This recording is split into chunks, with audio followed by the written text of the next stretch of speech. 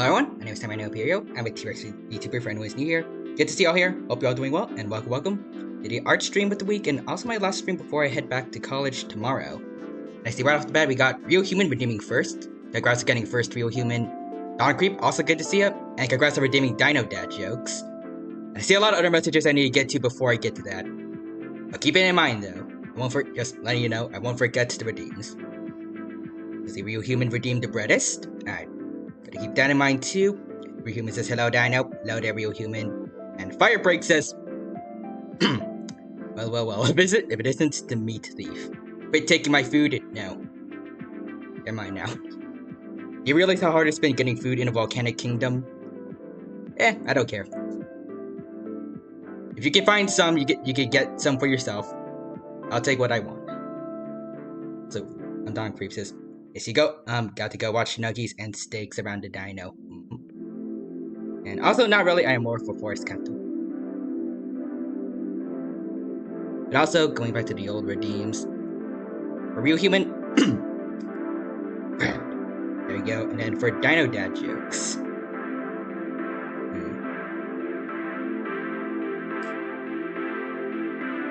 I should really come up with a list of these, just in case, but...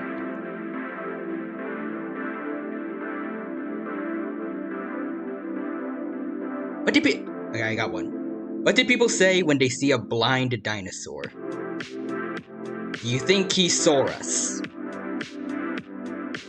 It's not the most creative one, but it's the first one that came to my head. I might come up with a better one later. We'll see. Thank you. Today, I have a plan to try and draw my own original version of Godzilla. Because I think during the Godzilla Hunger Games, a few people like Big Quack did mention their own. They mentioned making their own versions of Godzilla. I saw some people on Twitter making their own fan versions of Godzilla as well. One specifically that comes to mind is called Horror Goji. You should check that out if you want. It gives very good Shin Godzilla vibe. Yeah, I decided I want to try to do it myself. It's been a while since I've actually drawn something, so I'm gonna get back to doing that. Also, Don Creeps is a classic. I also don't know if this is how I formatted Krita on stream the last time I did an art stream, but I don't know. It doesn't really quite fit on OBS that well. There. I don't know. I guess I'll keep it like this for now, at least. Thank you. I also got some references set up ahead of time, including I think R.J. Palmer's design for the T-Rex from Saurian, and 2 concept arts of Godzilla from the old 1994 movie that was gonna happen that got replaced by 1998. Thank you. Alright, let's see.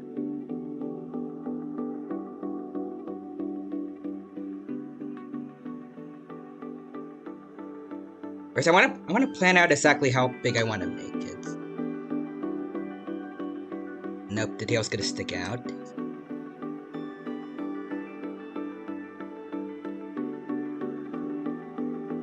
Alright. I think this should be good. Alright. Lower the opacity, and there we go.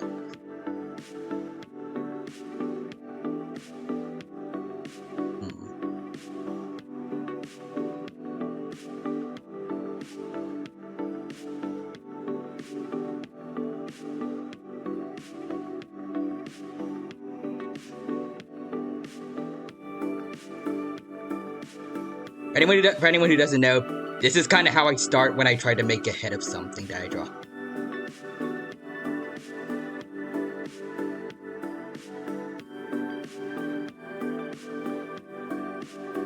Nope.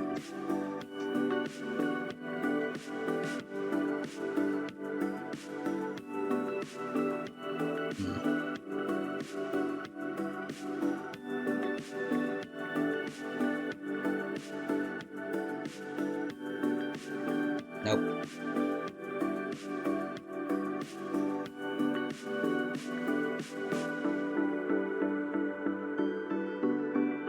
This one looks like a jelly bean. I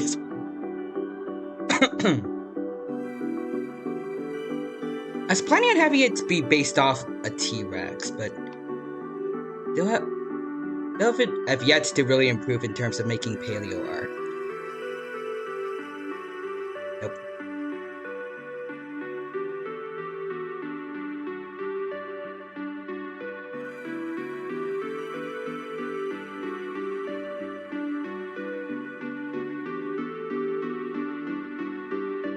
I'm kind of liking this one, I think.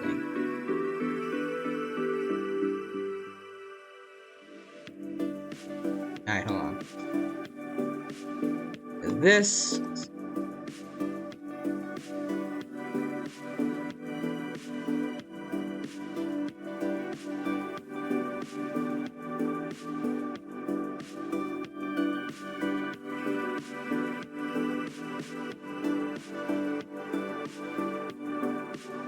I think I got something. Alright. Gel. Maybe lower the head a bit. No.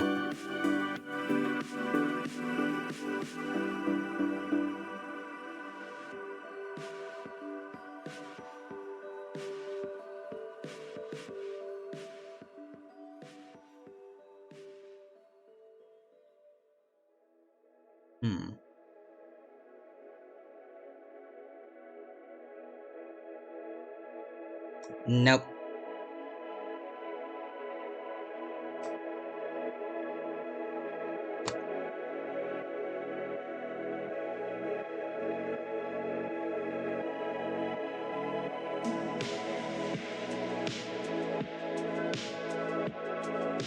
Ooh, okay, hold on. I think this looks good. Alright. Seeing it. Oh.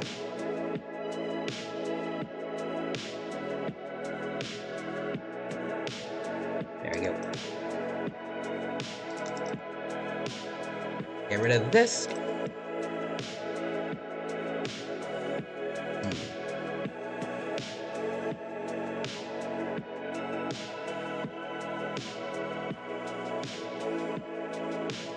Maybe I should shorten the snout a bit, actually. I don't know if I like it like this. There we go.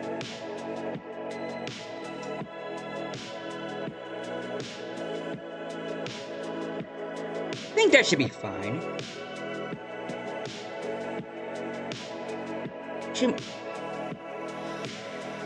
I should move the eyes back, or...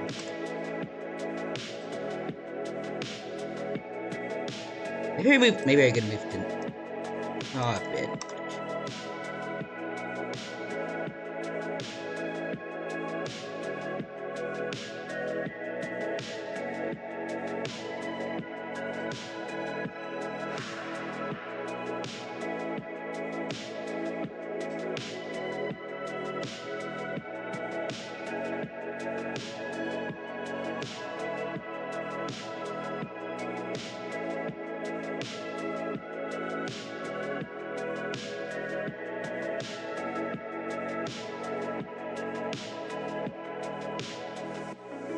I feel like I'm gonna make it too big.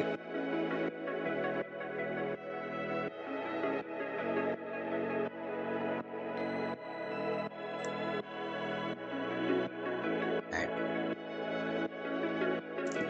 Just extend the canvas a little bit, maybe. Just to be safe.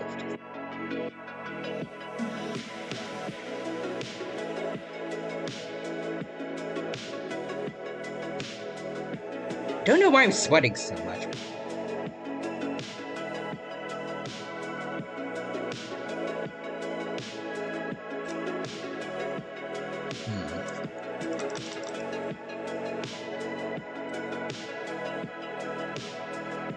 Does it look too chunky? I don't know. I feel like maybe it kinda does.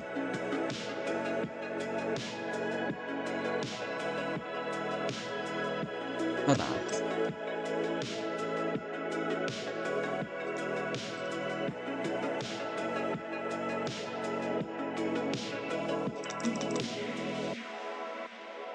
I think I'm gonna lower the back a bit.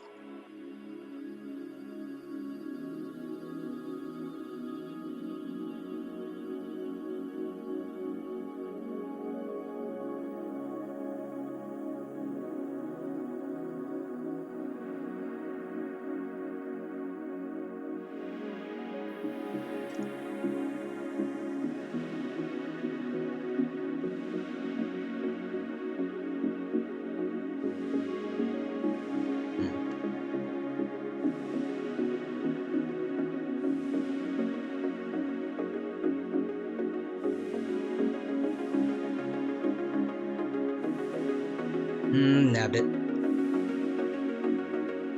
Feels like it's too short. Also, sorry if I'm not talking too much. Let's see.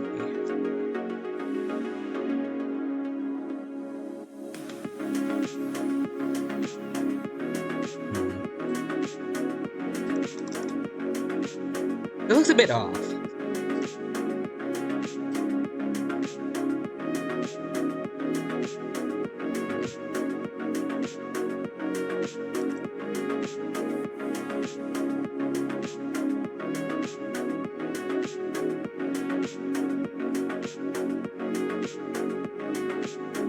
Nope.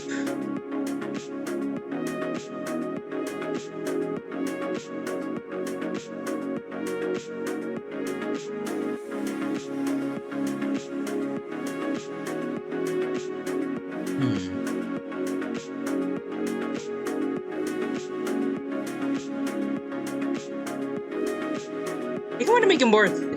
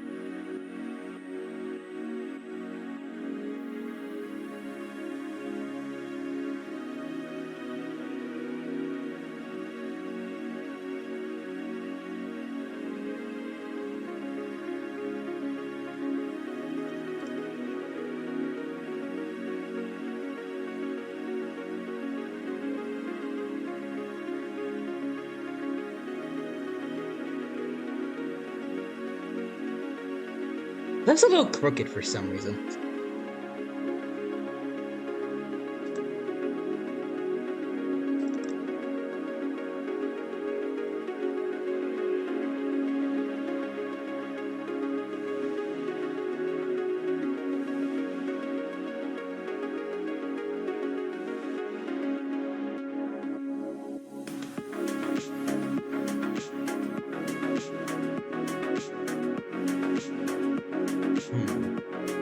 Also, Brandy says, Brandy Lushan is here. Hello there, Brandy Lushan. Welcome, welcome. Thank you for stopping by. It's good to see you here. Hope you're doing well, and hope you have a good time here at the stream today. And also, that was a nice start. Thank you. I don't know why it suddenly got so quiet. But it's good to see you here. Hope you're doing well, and hope you have a good time here at the stream today. I feel like maybe it's because I haven't done an art stream in a very, very long time. I think when I checked on my YouTube not too long ago, I think it was like 4 months ago that I did my last one.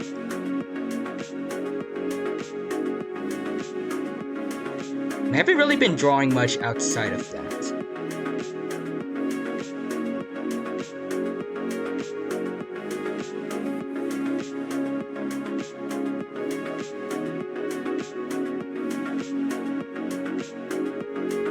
Alright, there we go.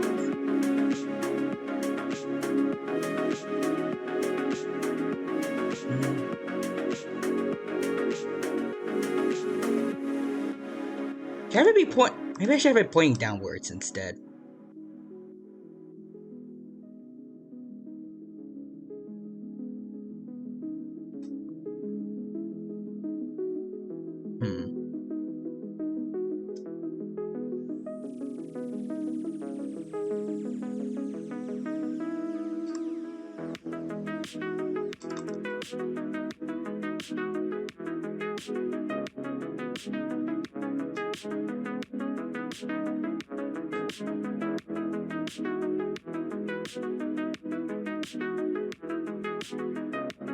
I think this should be fine. Right. Then for the rest of the body.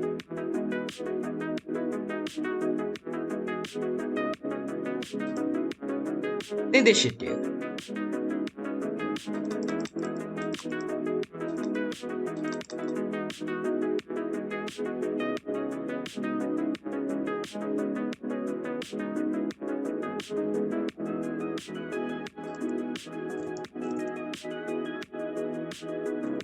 Alright, now for the legs, I think.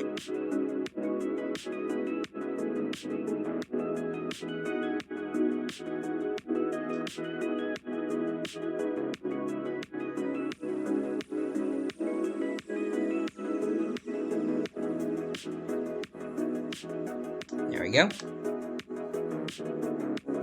Oh, also, wait. Ryuhime says, I no longer have, that thing. Let's go. Ooh, nice. Congratulations on that, Ryuhuman. Glad you recovered from it, and I hope that you're doing alright now.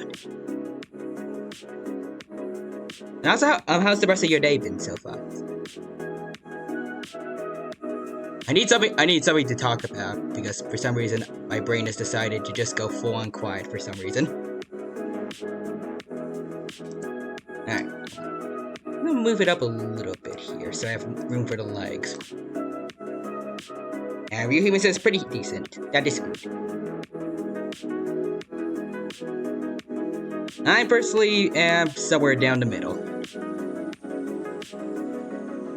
And today's overall been okay, but it's more like kind of the looming terror, I guess, of going back to college. Tomorrow.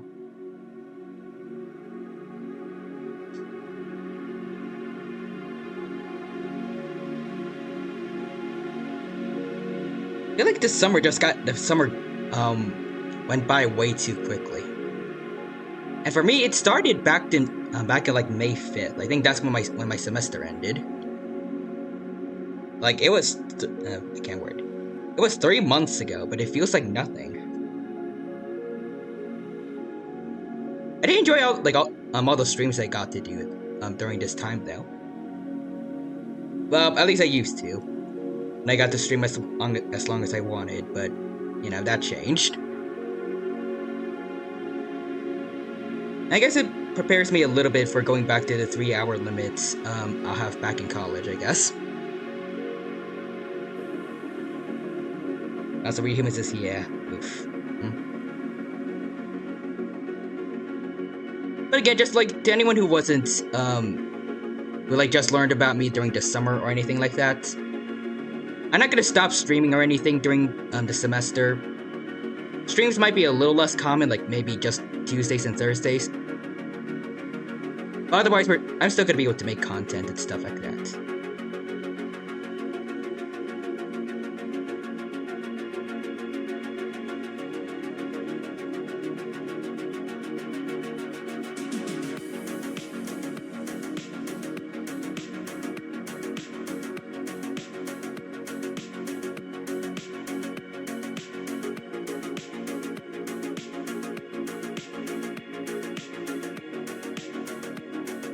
Let's turn this around.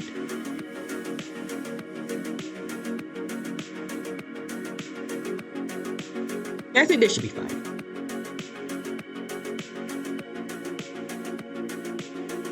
See, wait, this is the. Let's see. This is gonna be the front leg. I gotta remember. Oh. I didn't remember to label these layers, or I'm never going to be able to tell which one's which. Let's see. Back leg. Maybe, yeah, I'll lower the opacity just to make it a little easier to tell. And this shall be arms. Front arms.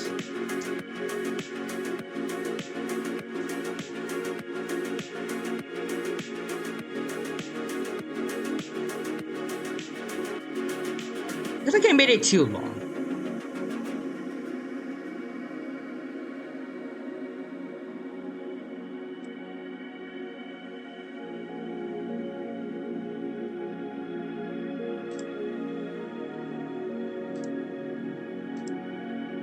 Nope. Not what I wanted to do. Let's see. invert selection, and then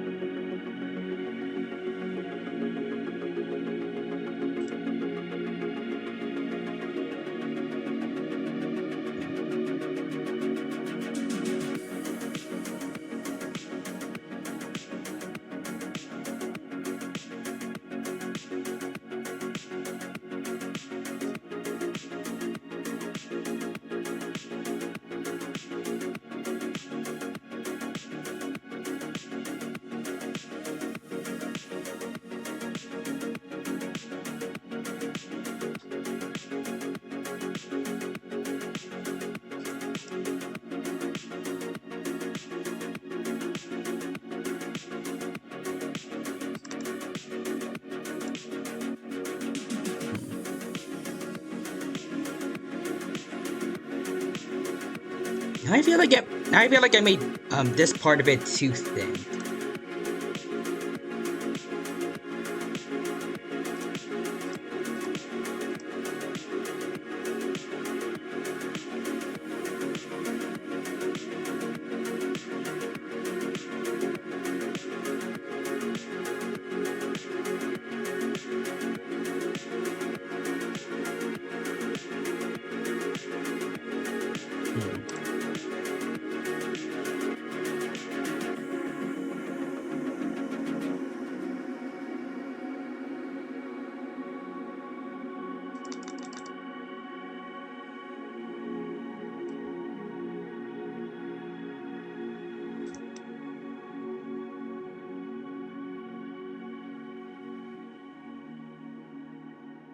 Nope.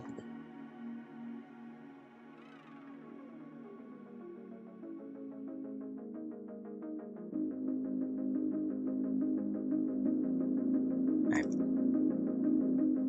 I think it looks a little bit better.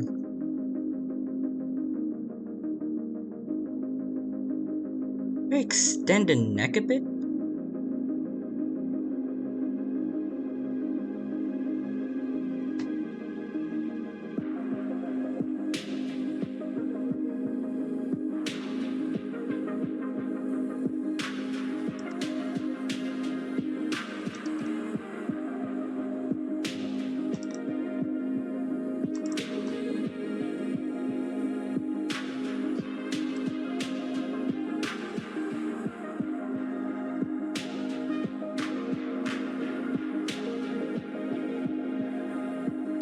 I think I like it a little bit more.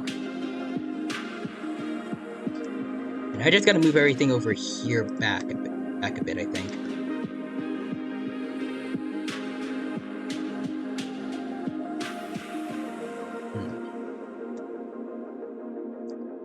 Or should I keep it? Maybe I should keep it over here. Or...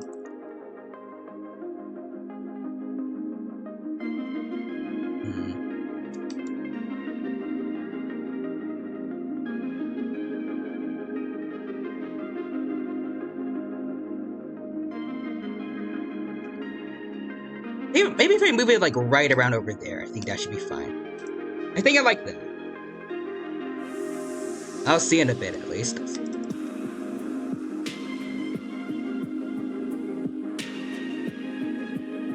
I think I prefer that eye placement a bit more. Yeah, I'll stick to that. But also see, the big quack is also here. Ah yes, dinosaur. I think they mentioned a while back that, like, my idea of a, I don't know why I keep saying speculative. It's not speculative evolution, but, like, my idea of a Godzilla would be probably one that's supposed to be an irradiated Godzilla. Not radiated, an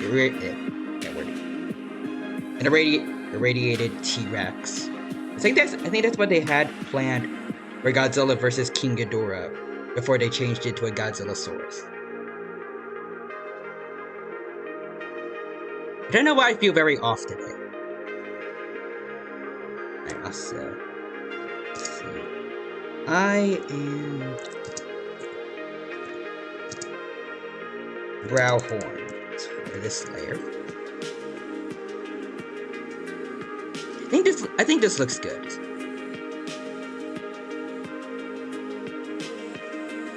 The mouth I'm not so sure of anymore. Oh,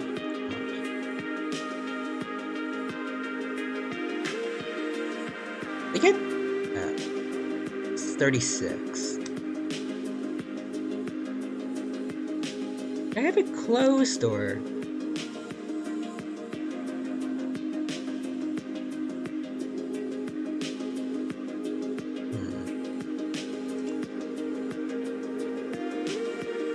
I guess I have it like this for now, but I might erase it later.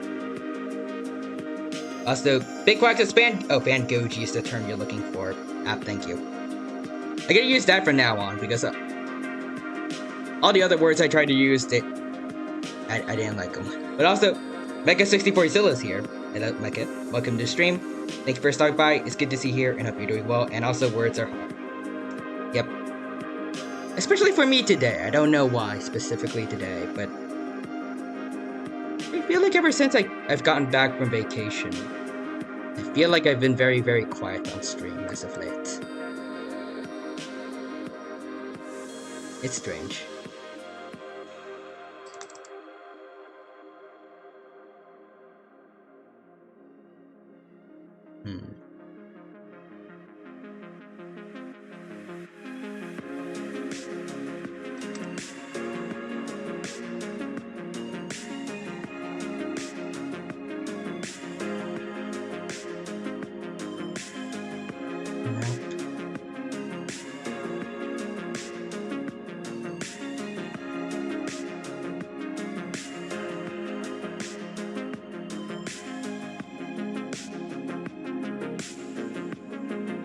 I feel like I keep making it either too thin or too thick.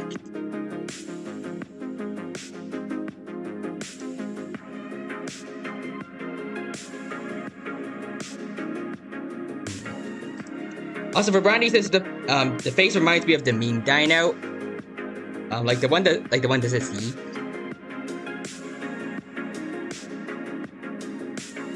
Like that one.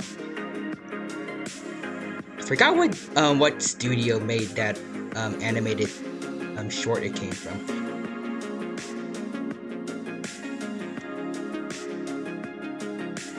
I remember hearing from Quadra though that it was like a very deep rabbit hole of movie ripoffs.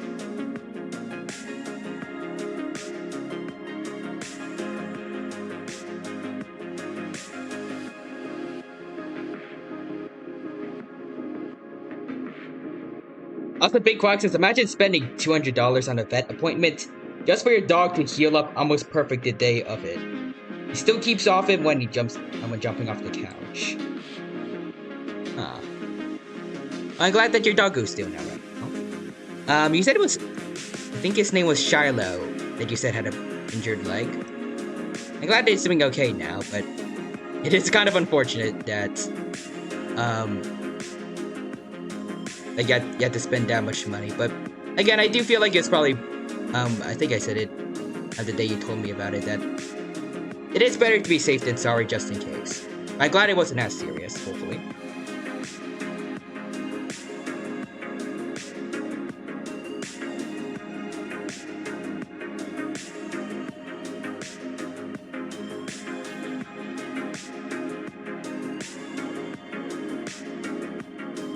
Nope.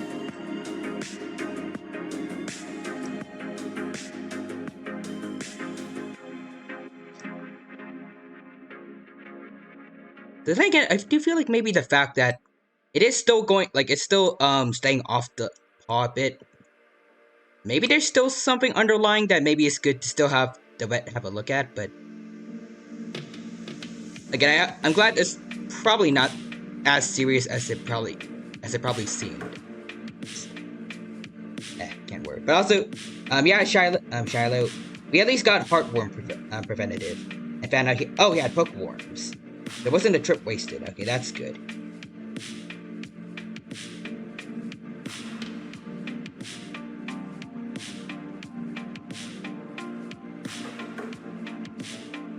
And also, wait, the Papa... Oh yeah, I guess that also counts as a meme Rex. It's a lot like the Papa Rex. Oh, yeah, for Brandy says the toy one. The one where its mouth only has the upper part. Oh wait, that one. Hold on, I think I know what you're talking about. Let's see, T-Rex toy with top jaw, maybe?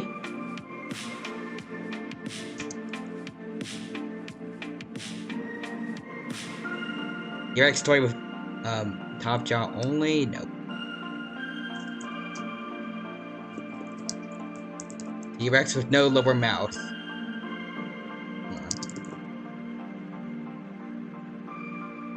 Oh wait, hold on, nope. I got it. I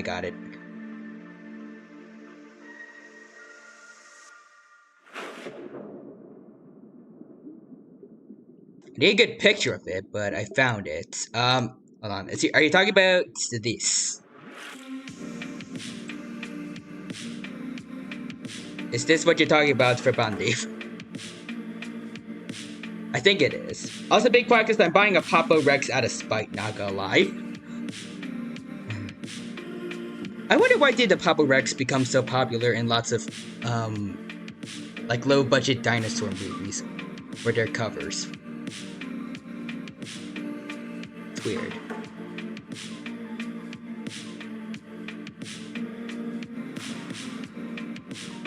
Also, for Bundy says yes. Okay, so that was it. That's the big quack said. And now, yes. I do love that meme.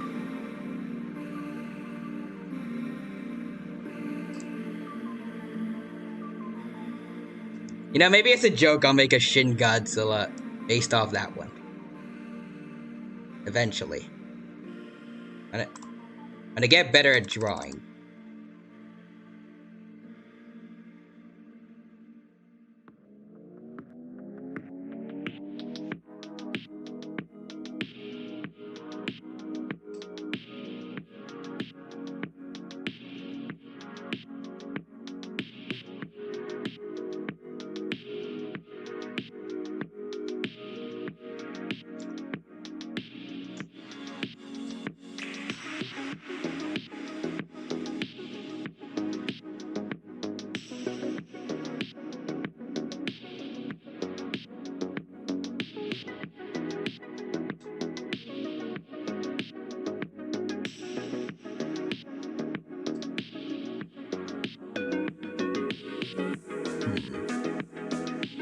What do you guys think? Does it look alright right now, or is there something off with it?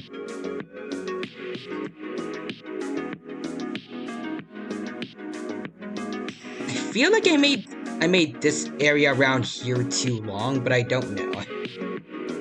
Also, oh, Big Quack said something. A coworker saw me drawing the hog turtle, speculative Evo and Kylosaur I showed you earlier. Yep, I remember him. And asked me if it was a velociraptor. Wait, what? A velociraptor? Now. It really do be like that when when someone who doesn't really know much about dinosaurs, you're talking with them about dinosaurs, when they try talking to you about dinos.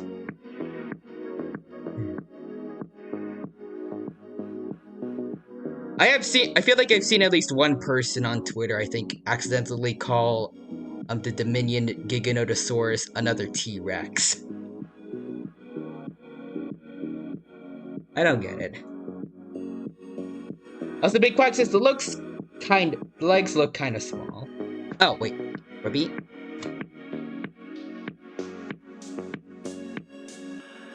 Yeah, I can see that. Good thing we're doing this with digital art, so I can always just expand them like this.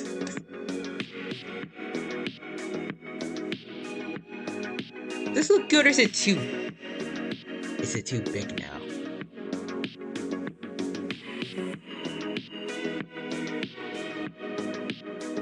I'm pretty sure T-Rex had very big legs, but I don't know if I'm making it, like too much so. And going off what I remember from Prehistoric Planet's T-Rex and other more modern-day T-Rex iterations, where everything about them is pretty chunky. Also, Big Quack says, my sister, not very knowledgeable in dinosaurs, started roasting him for it now. Well, I can't say he didn't deserve it. I'm joking, but...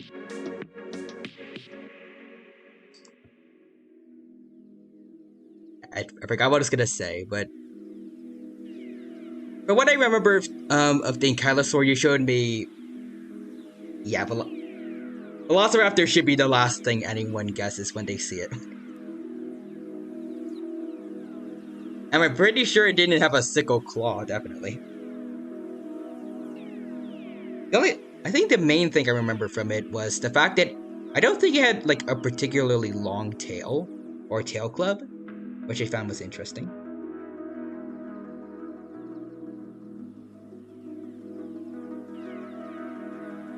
Also, Big Fox says, why not pull up some reference pics to check? Alright. I do have the Saurian Rex over here, which... Actually, yeah, the legs look... Like, the start of the legs goes up pretty high, but... Let's go over to good old Hank from Prehistoric Planets as a reference.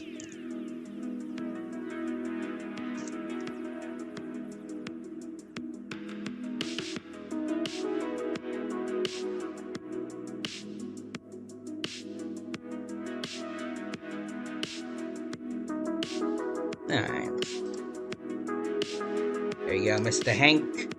Gonna drop you over here, so... Doesn't quite start at the top like RJ Palmer's Rex. It's pretty close though, and... It is as I remembered. His legs are they're very hefty. I'll say that. Oh, also see, Quadra Raid. Hello there, Quadra. Welcome, welcome. Thank you for stopping by today. It's good to see you here. Hope you're doing well. And I hope that you have a good time here at the stream today. Welcome, welcome. Also, is this, I can't word. Is it like a YouTube, to Twitch raid? I remember you've done a couple of those in the past. I see Hibiscus also says Quadra Raid. Hello there, Hibiscus. Good to see you again. Hope you've been doing well. It's good to see you here at the stream. It's good to see you here over on Twitch again. And I hope that you have a good time here with the outstream. I cannot talk. I am so sorry. Yeah, right now, I am working on drawing a basis for my own fan Goji. It's supposed to be based off a fellow T-Rex. It's going alright so far. There's been a couple hiccups here and there, but I think we're making good progress on it. But yeah, how have you been, Quadra?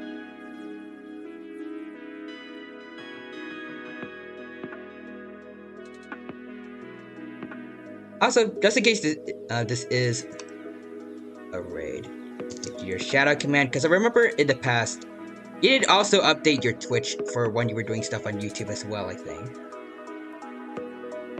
And I see you were playing Street Fighter 6. For some reason, I feel like that sounds about right.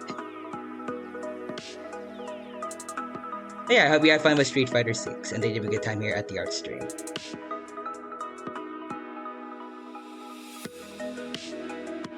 Still need to try and actually get my hands on Street Fighter 6 eventually.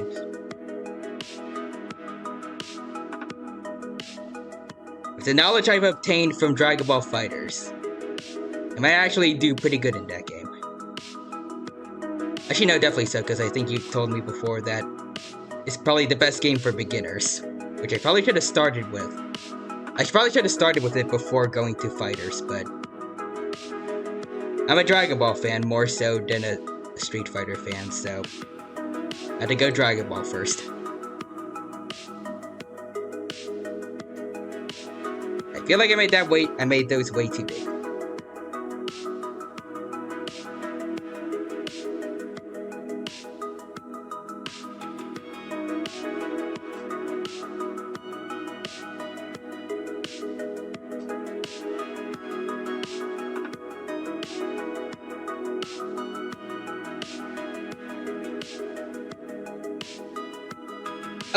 Wait. Quadra says, oh, I forgot to update that. I was playing Armored Core 6, lol. Oh, okay, my bad. But I wouldn't be surprised if you were streaming Street Fighter 6. Alright. Also, I forgot to say to everyone from my chat, feel free to go check out Quadra's channel, drop them a follow, check out their VODs and all their other social medias and all that other good stuff. Also, Big Quack, giving us some lore about, the speculative evolution and Kylosaur I mentioned earlier. Let's see.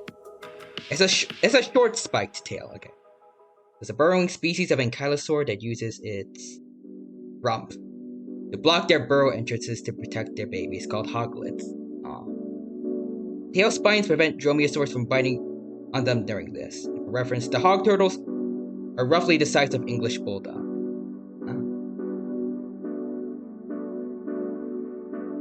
It reminds me of the small crocodilomorphs from Prehistoric Planet. Don't know why I keep forgetting their names. They're so adorable. I think it's Simosuchus. Maybe? I'm not sure, but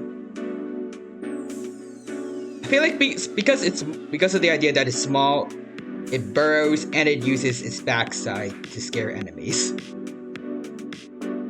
Except unlike I think Simosuchus, it actually can do something with its tail. Actually, maybe a Simosuchus' tail could have done a little something to a smaller carnivore. To the Majungasaurus it was scaring in Prehistoric Planet, probably not. Also, my man Squadra. Yep, Squadra is here today.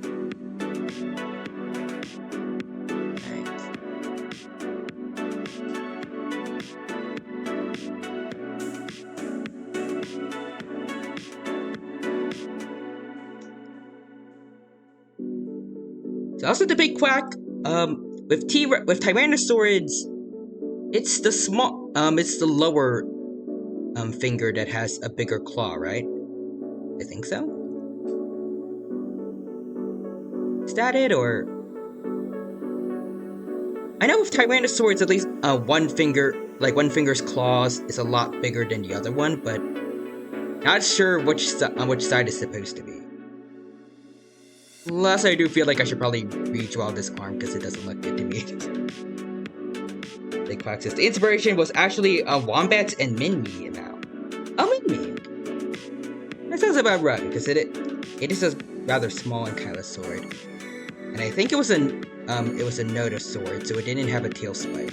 Well, it did have a tail club. I bet.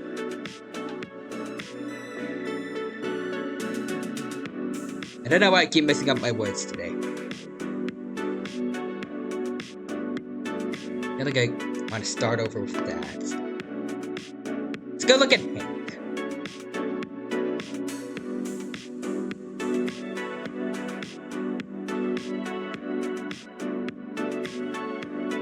Can't really tell from here. She may be. On this hand over here.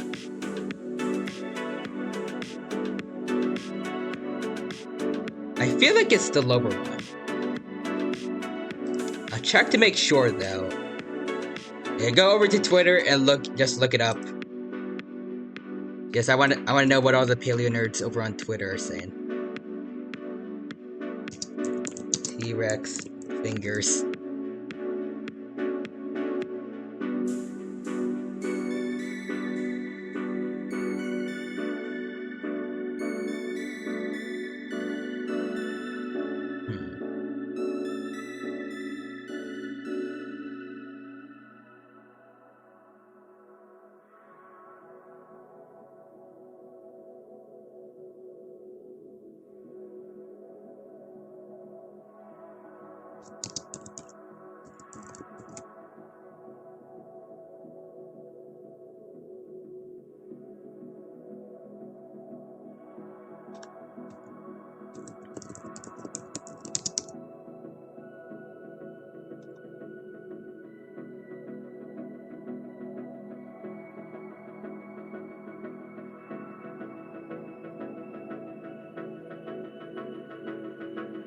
I can't find it anywhere, but I'm pretty sure one finger is supposed to have a bigger claw than the other.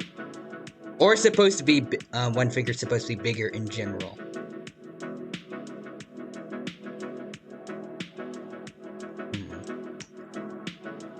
I just want to make sure. Let's see, Tyrannosaurid, larger finger.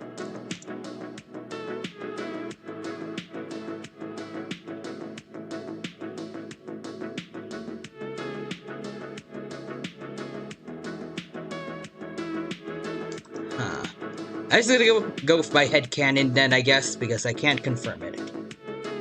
Big Quacktus, I mean, if this is meant to be a mutated Rex, why not throw in some funky anatomy? Fair enough, I guess I can do that. Alright. Let's get back to trying to work on the arms then. You know what?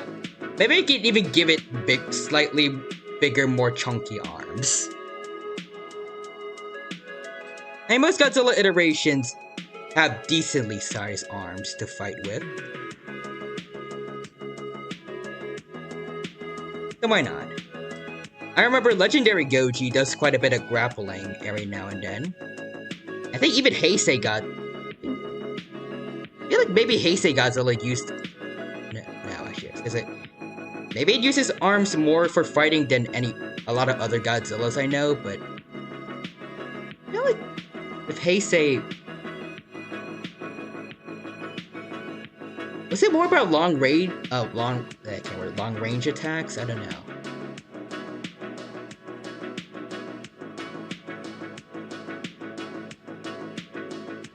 I feel like I'm mostly thinking back to like the first fight between Heisei Godzilla and Heisei Mechagodzilla, where it was just keeping its distance.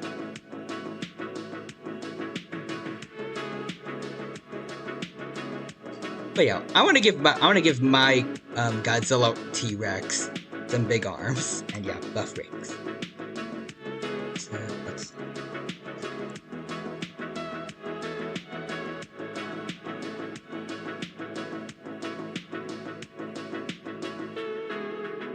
You know what? I might even just keep it like this, and take inspiration from crab pincers. I don't know why I said crab. Like crab, where I think one pincer on one side is more about crushing things, and then the other one is sharper. I think it's more for grabbing. Or is that lobsters? Big Quack says Heisei Goji's anatomy actually differs greatly from the Gojisaurus.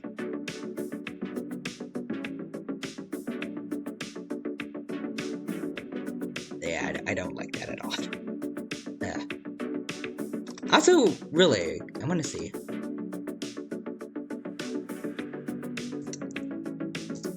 Godzillasaurus and then Heisei Godzilla.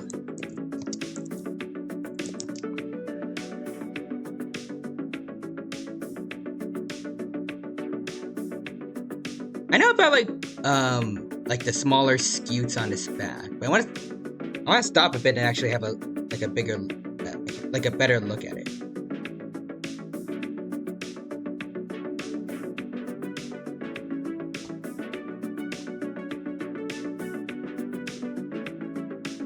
Oh, okay, that's a little too big. There we go.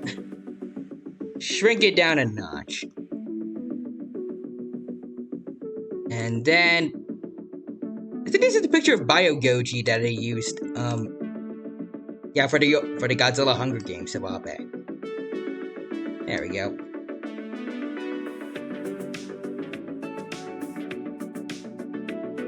I can't really see like its feet, but I'm pretty sure most iterations of Godzilla have 4 toes. I guess the Godzillasaurus does have a 4th toe technically, but like not a vestigial looking one. Like 4 toes like this. You know this thing. Also, Quadra says, Armored Core 6 is fun, but it's really hard to understand at first. I might at least look into it later, maybe. Also, Big Quack says, the Heisei films were notoriously dominated primarily by beam battles.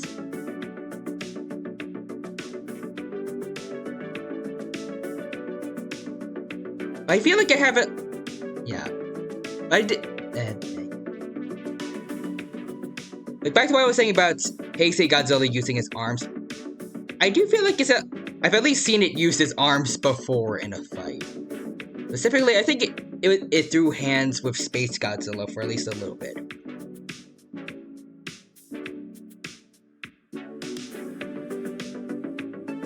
I don't remember like exactly at one point in the fight, but I saw him using his arms.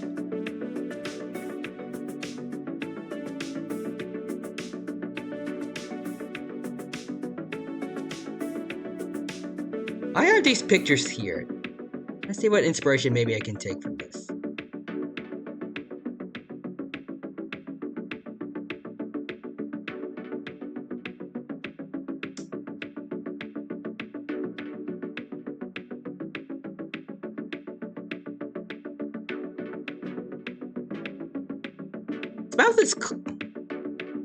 His mouth is closed, but I should give him like some larger canines. I think that could look cool. And Big Quack says he was also very prone to biting and slamming into opponents at close range. I think he did he bite off one of King Ghidorah's heads, or am I thinking of the legendary Godzilla again?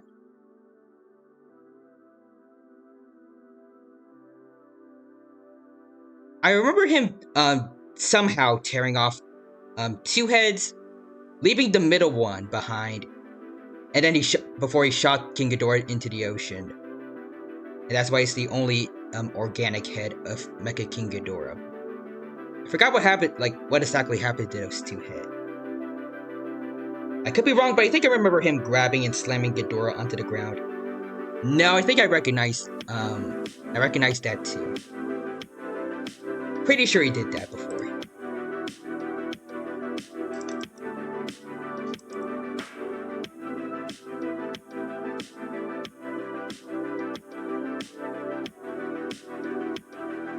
I don't think what other times, like Heisei Godzilla did any like physical fighting. I don't think this really counts, but he did use the nuclear pulse to push back King Ghidorah when he was biting him. I think trying to strangle him with his neck, something like that. Like I remember, when it was happening, Godzilla had like fizz or something coming out of his mouth. Then used the nuclear pulse to push him back.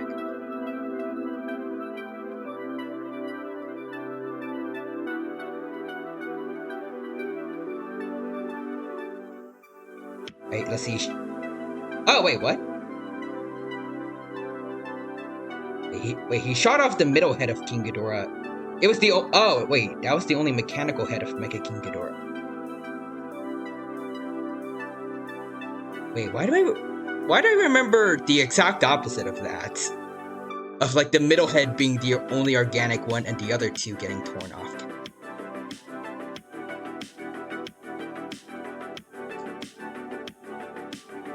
I need to go back to watch Godzilla vs. King Ghidorah again.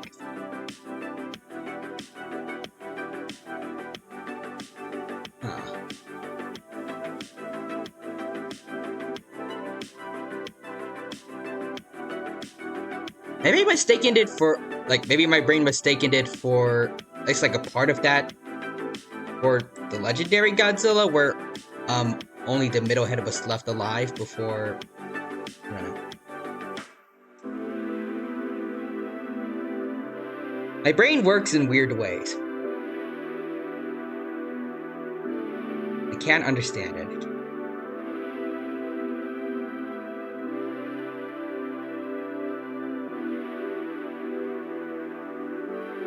Also, Big Quack says, yeah, Ghidorah was strangling Goji with his neck. Then he used the nuclear pulse, free himself, and he was foaming at the mouth because he was choking. I did always kind of like that effect that they used. I feel like it was quite a few times in the Godzilla movies where they kind of foam at the mouth a bit. For one, it's terrifying. And I feel like it's a kind of interesting way to show, I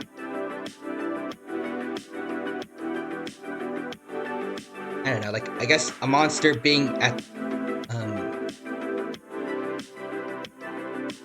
I don't know what exactly the word would be for, like, the words would be for it, but, like, I guess them being at the end of their ropes in the middle of a fight. Usually before, like, they get their second win and then start fighting back a bit more.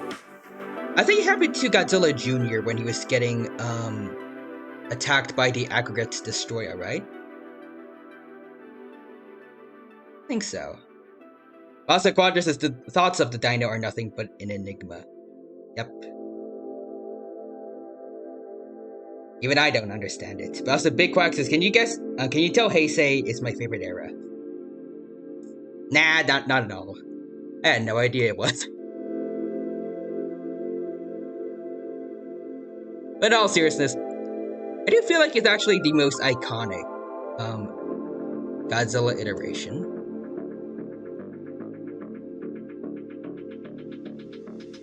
Like, looking at any pop culture appearances of Godzilla, basically all of them are based off the Heisei Godzilla rather than like the Showa era Godzilla. And the trailers that came out, at least some of them, like the Snickers commercial the Snickers commercial I mentioned a couple times, that was made before the 2014 Godzilla. They didn't use the legendary Godzilla's design. It looked a lot closer to the Heisei Goji suits.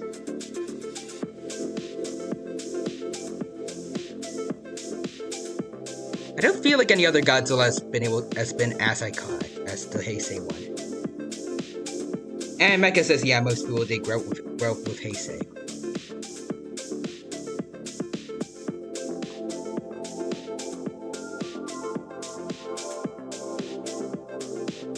He was the one to kind of make the Godzilla franchise back to being more adult after the Showa era Godzilla movies were, I feel like, personally a bit more oriented towards being children's movies. Well, minus like the OG 1954 one, of course.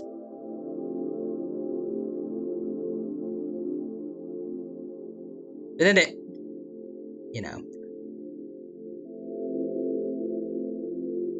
Also, Big Quack says, realizes most of the big bad kaiju in my fan Goji verse are Heisei villains.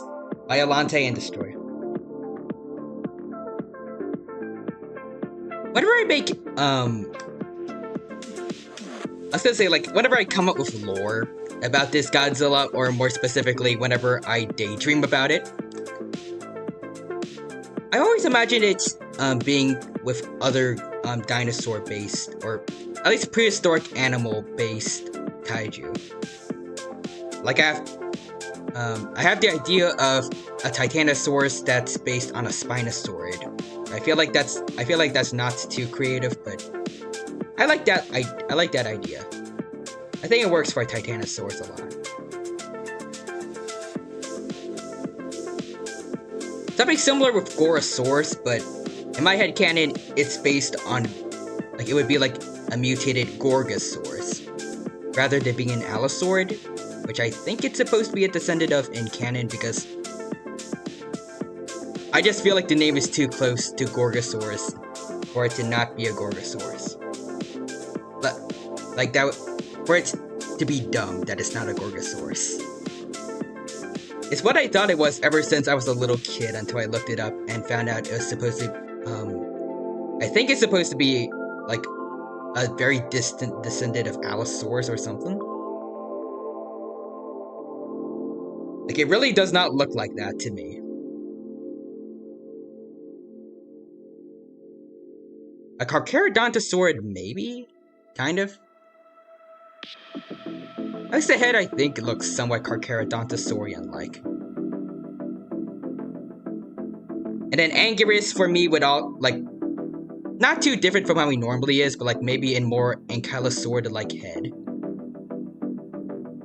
Plus, maybe a more, normal-looking tail club? Well, actually, no, maybe. Because Anguirus, like, he's a very spiky boy. It can be a tail club with spikes on it. So it can crush bones and also do a bit of piercing damage. It can be like a mace.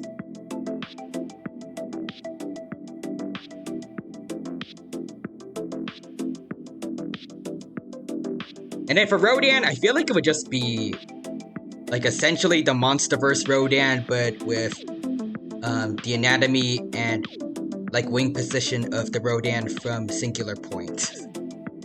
Just slightly more scientifically accurate Monsterverse Rodan. Maybe some Pycnofibers.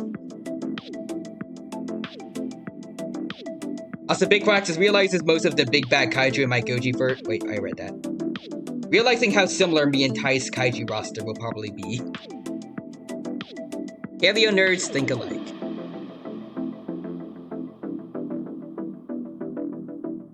If I ever could, like, make a full roster of all the kaiju I would want to interact with this Godzilla, I think I would also want, it's not really a natural occurring kaiju because it's supposed to be a mutation like the other Godzilla the series monsters, but the Cryptocleidos, I think it was called. I want to show it to you guys, but I think it's a pretty cool monster design. Yeah, there is Cryptocleidos Godzilla. Also, Big Quack says, my fan Goji verse is missing 3 of the big 5. Mothra, Mechagodzilla, and Ghidorah. Personally, I don't think I would add them to my roster of monsters for my Godzilla headcanon because I just want it to be all dino-based. They don't really fit the bill. Or at least creatures similar enough to dinosaurs. Because I did mention Rodan earlier. But yeah, this guy. Supposed to be based off a plesiosaur, but I can't word. I always did like this guy ever since I saw him in Godzilla the series. And I've always had this headcanon that its head might have been partially what inspired the skull crawlers from the Monsterverse. Maybe not, but I like to think it might have had some involvement.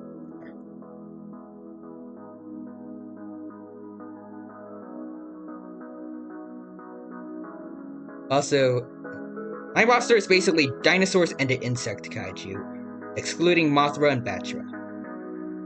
Understandable. It'd be cool to see more fan versions of Batra, though. Really doesn't get enough love from the Godzilla fan base. At the same time, though, maybe the Godzilla games give him too much love for a monster that only showed up in like one movie, but he had a good one movie appearance.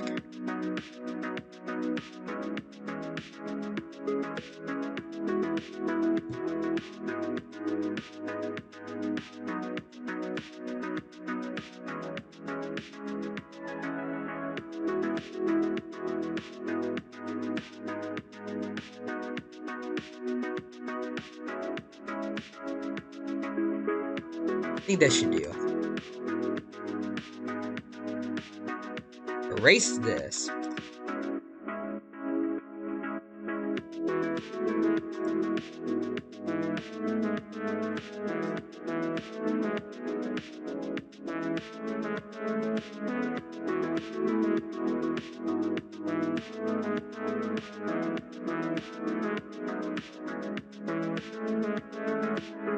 Actually, now that I think about it, isn't Gigant supposed to be a dinosaur? Maybe I could add him, or at least like the fully organic version of him, into my headcanon. I don't know how, because I have no idea what he was supposed to look like before getting all the mechanical parts attached to him.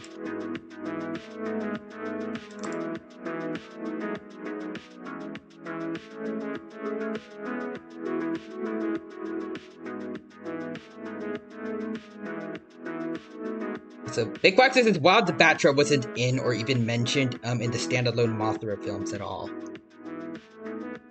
That's pretty depressing. I feel like for those movies he should have gotten at least some attention. That was the wrong brush, my bad.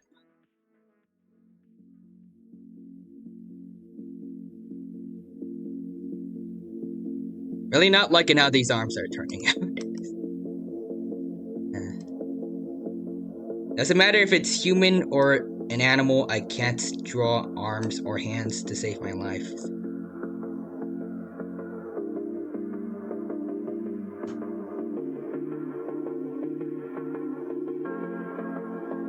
Also, yeah, cyborg space dinosaur is what Gigan was. Yeah, I don't know how I would be able to really add him, but I knew like he was originally I think he was supposed to originally have been a dinosaur that then gets mechanical enhancements.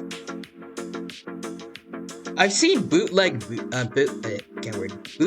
toys that might be good reconstructions of what he probably looked like when he was fully organic, but I don't feel like it would fit well.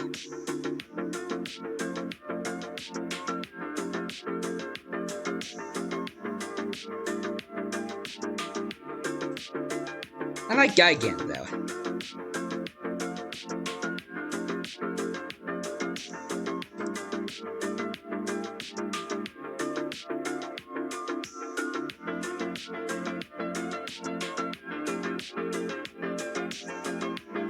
I also think, besides the ones I've mentioned before, like Cryptocleidos and Cryptocleidos, Anguirus, Rodan, Borosaurus. I think I'd said Titanosaurus already, but I'll say it again just in case. How many other kaiju are there directly based off of dinosaurs?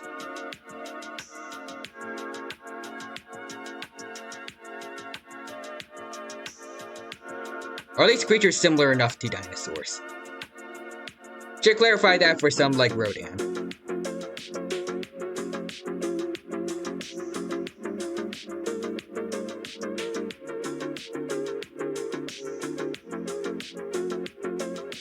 So Big Quack says I can share my roster for ideas. Oh yeah, sure, go ahead. Other canonic I guess if you count Destroya, like the crustaceans he mutated from. I think they were ancient, but maybe.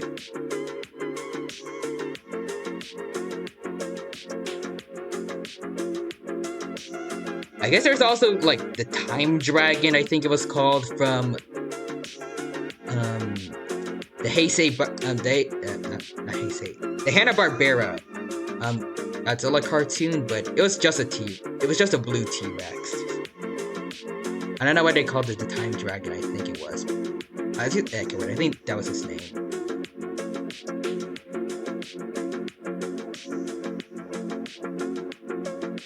I also feel like it wouldn't really fit in with my Van Goji verse, I guess.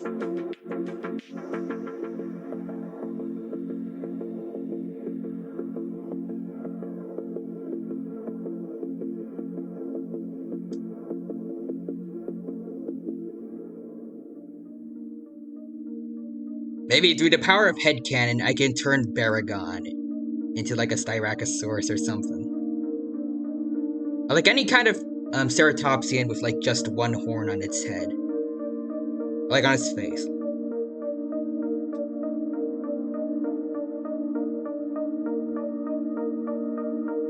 Maybe I could be the one to give Baragon some attention nowadays.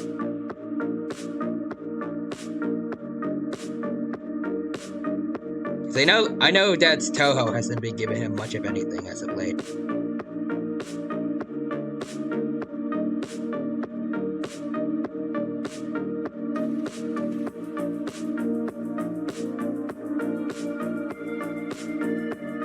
Also, Big Quack says, alright, so we got Godzilla, Rodan, Anguirus, Manda, Kumanga, Kamacuras, Manda, Gorosaurus, Titanosaurus, Comebas, Ganymedes.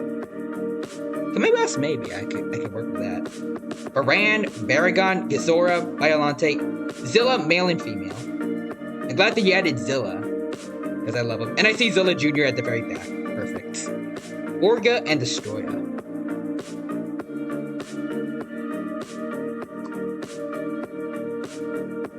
I mean, as someone who does like Zilla a lot, or 1998 Godzilla, maybe we can find a way to add it as like a subspecies. In my Goji verse. I mean, I guess if this version of Godzilla is a mutated T-Rex, maybe Zilla can be like an Albertosaurus, since they're leaner than T-Rex was, and probably faster.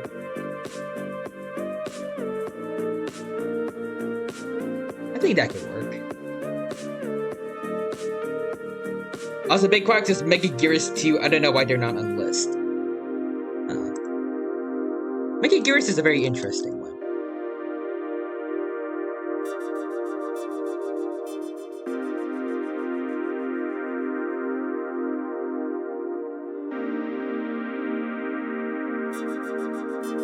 Yeah, I really do not like how this arm looks.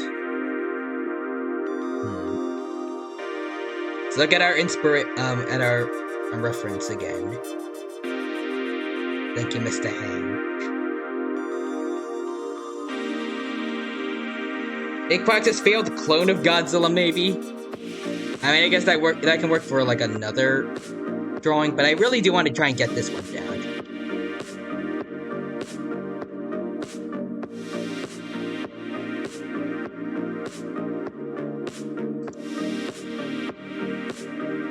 Just need to learn.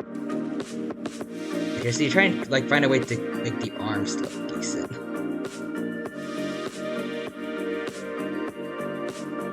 Oh, I meant for Zilla's origin. I guess that could work.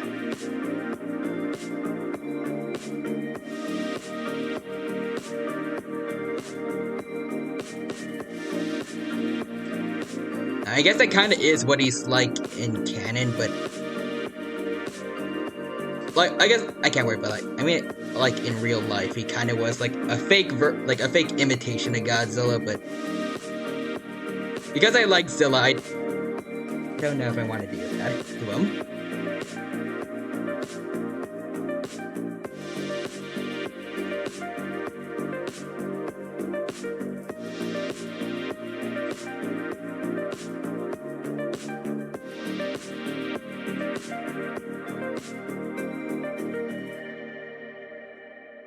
Also, Big Fox said, my Zillas are mutated Simosuchus. Okay, so I did get the name right for the prehistoric planet Crocodilomorph that I mentioned before. Also, they're one of the few kaijus I've posted. I want to see them. I also kind of want to see art of your Zillas trying to scare off your version of Godzilla. The same way the Simosuchus did to the Majungasaurus in Prehistoric Planet.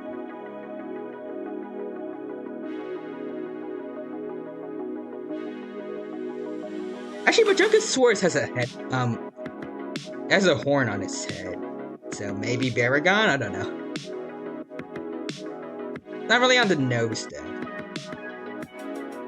Ceratosaurus? Yeah, I prefer the idea of Baragon being a ceratopsian.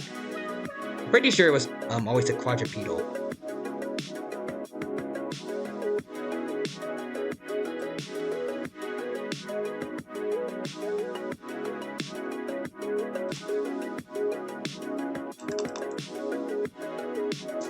Also, Big Quack says, my Baragon. Oh, it is going to be a mutated ceratopsian.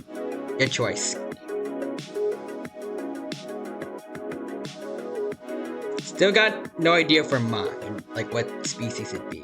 Either Torosaurus or Triceratops. Ooh, good choices. Should I go crazy and like make it a Diabloceratops?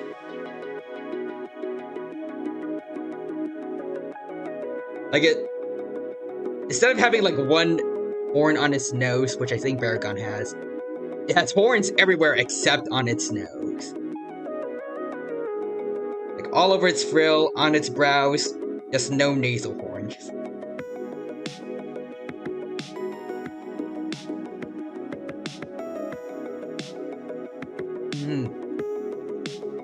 Nah, I should probably give it. I should probably play it a little safer and give it a nasal horn, so there's something for people to recognize when they see it for the first time. Maybe the Styracosaurus that I mentioned earlier, that's a better idea. While we're on the subject, Diabloceratops kaiju sounds pretty neat. I don't know how people will make it happen, but I want it to happen somewhere.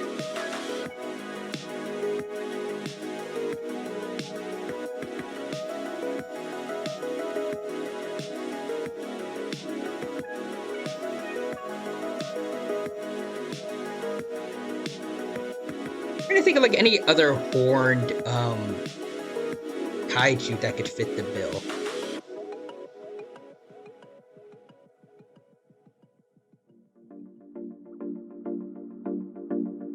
Not really.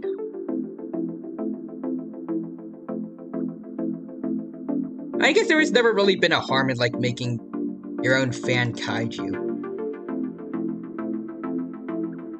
Someone could just do that. Like just a completely original kaiju based off a Diabloceratops.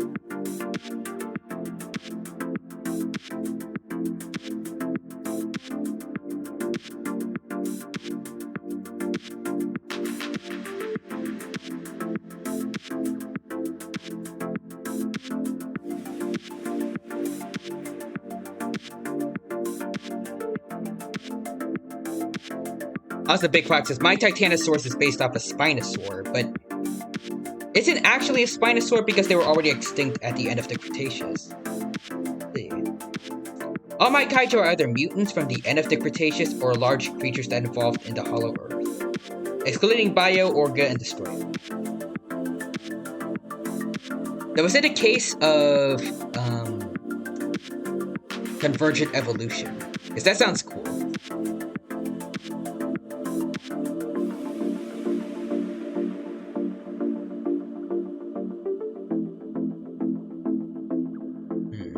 And yep, convergent evolution. Awesome. And going to my T-Rex's arms. Still not right. The fingers look a little better than my last attempts, but now they look like little tentacles coming out of what is supposed to be like a more bulky arm.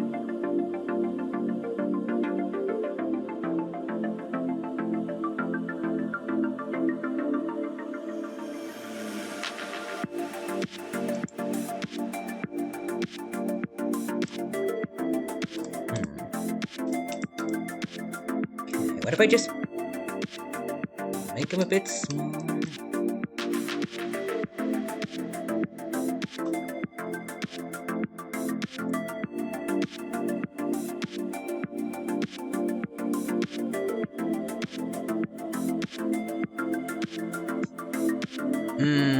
Yeah, no.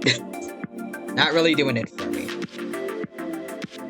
Also, Big Fox says, yeah, meaning there's multiple Titanosaurus, but only one makes it to the surface in the main story. Only one lucky one managed to find a way out. And all the others are just wondering where their buddy went.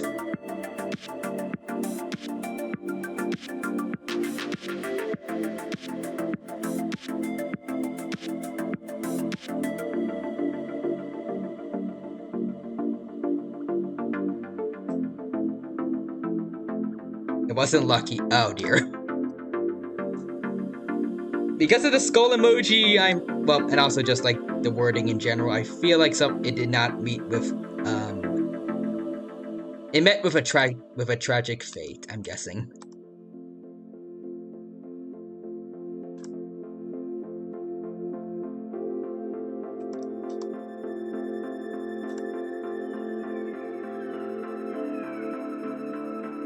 Poor Titanosaurus. I guess I'll teach the others not to go up to the surface. Not to go up to the surface then. If they knew what happened to their buddy. Oh, Godzilla decapitates it with his claws. Oh dear.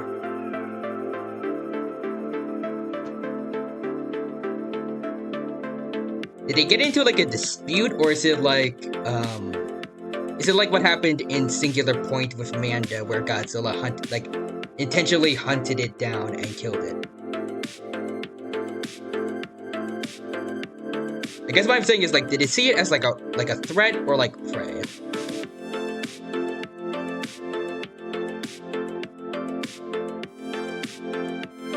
This sounds interesting. Alright, territorial dispute. I do it makes more sense, but I do also like the idea of, I guess like Godzilla also being a predator, like attacking smaller, weaker kaijus and eating them.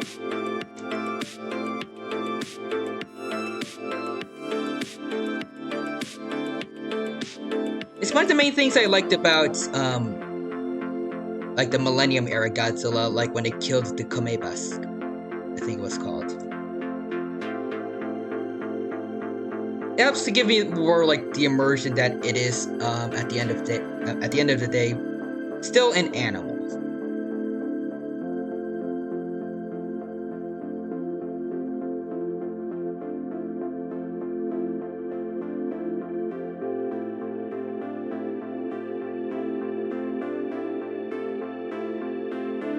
Also, Big Quack says, well, he hunts down the Godzilla pair and eats their eggs.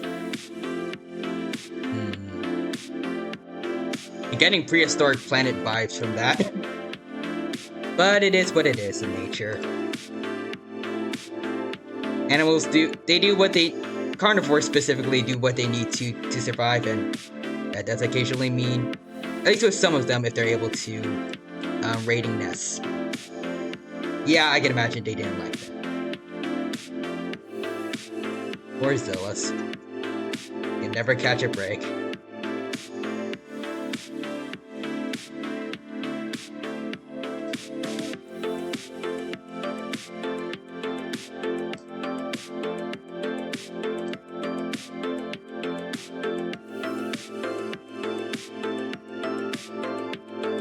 You know, speaking of nests, actually, have you seen anyone come up with the idea of a kaiju that's a nest parasite? I don't think I've ever seen anyone do that before, but it sounds interesting. Actually, I feel like maybe the Godzillosauruses from the Heisei era are already that. This Godzilla Jr.'s egg did somehow show up in a Pteranodon nest. And that's why Rodan's constantly, like, trying to protect it, but I don't know.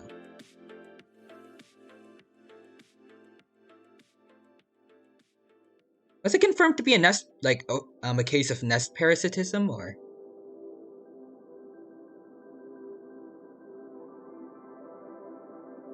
At least I always felt like that might have been what was implied. Oh, also, wait, Big Quack says, a reminder, my Goji is a mutant Dinokairos. Okay. So he generally doesn't hunt other kaiju for food, only attacks them via territorial aggression, and yeah, it was a case of nest parasite, if I recall correctly.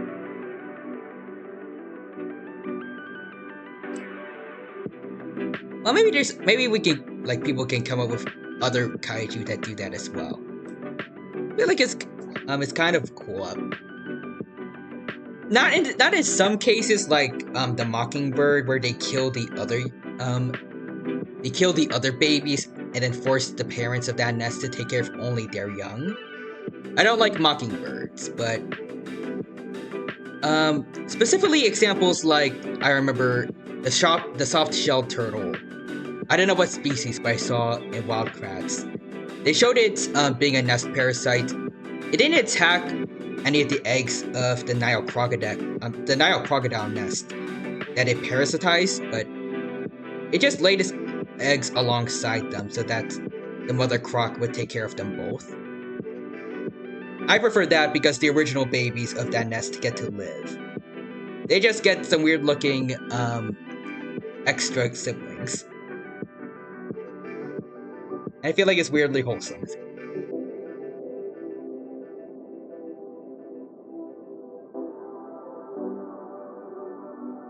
Also, Big Quack says, the only kaiju my Goji is chill with is Anguirus. It makes sense. At least for the most part, herbivores don't really need to attack each other unless, like, maybe it's a... The only example I'm really thinking of right now is, like, an aggressive hippo being a jerk, or an aggressive male elephant in, I think... I forgot what it's called, but they get into a mood every now and then they attack other animals a lot. Started with an R.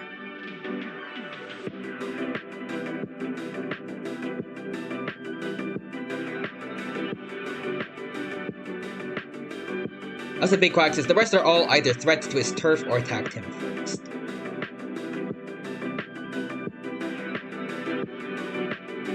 You have a Therizinosaurus kaiju in your roster. As I want to see your kaiju reenact that one art piece Riyamas made a while back. Of the Therizinosaurus and Deinonychus fighting. Oh, he's chilled with him because Anguirus isn't a jerk. AKA not a hippo or male elephant. Or not a male elephant going through that specific thing.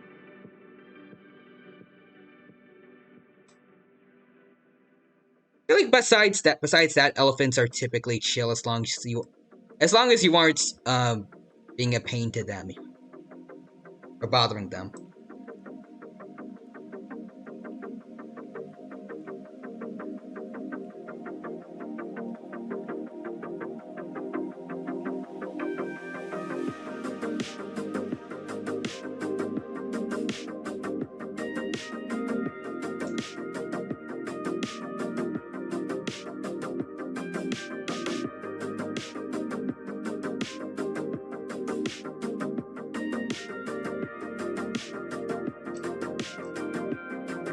Also, Big Quack says, no, but I did debate making both a Therizinosaurus and a Sauropod original kaiju for the verse. That's what we need. But ultimately, I decided not to use them because I didn't know where to put them in the story. Okay, fair enough.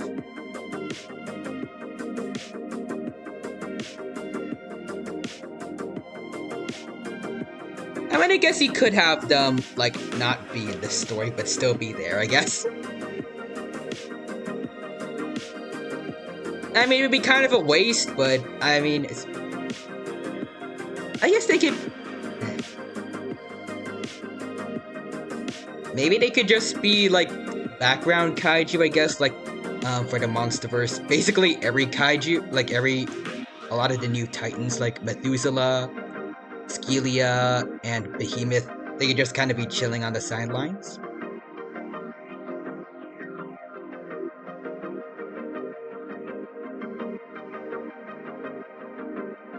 I guess Behemoth did have that one moment in the graphic novels where he fought, the big vine creature. I forgot what his name was. I guess he had some relevance, in the story of that, novel.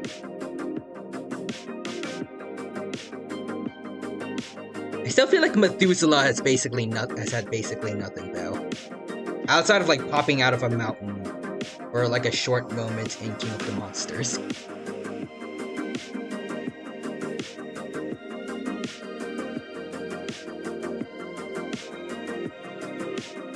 Also, the Quack says, at least not in book 1, book 2 maybe. I do like the Avatar style of naming seasons. Also, book 2 follows Zilla Jr. and I'm still picking the roster for it. They said the Zillas were Simosuchus, right? So, I would like to, again, mention Majungasaurus. An original Majungasaurus kaiju would be awesome for that. Actually, I feel like, the dinosaurs that were on Madagascar during that time, I think it was early Cretaceous, I might be wrong, but early Cretaceous, somewhere in the Cretaceous, Madagascar. I feel like it has a lot of creatures that could make for interesting kaiju. Oh god, I just thought of it in my head. Bezobuffalo kaiju. A giant frog.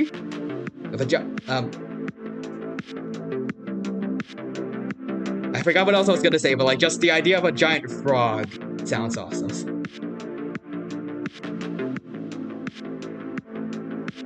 Plus the fact it would probably be very terrifying if it, I don't know if you do have them at have them be aggressive towards humans, but a giant beast of buffalo, like, going over to a city and then using its tongue to like, to grab a bunch of humans and eat them like bugs. That sounds absolutely terrifying and awesome.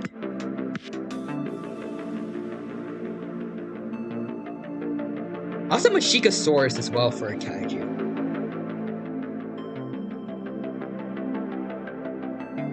Actually, no, I remember you mentioned. I think you said that your kaiju are a bit smaller, so I think they're able to better interact with humans. So, actually, no, I think the beast of buffalo would still probably be big enough to, you know, do what I mentioned before.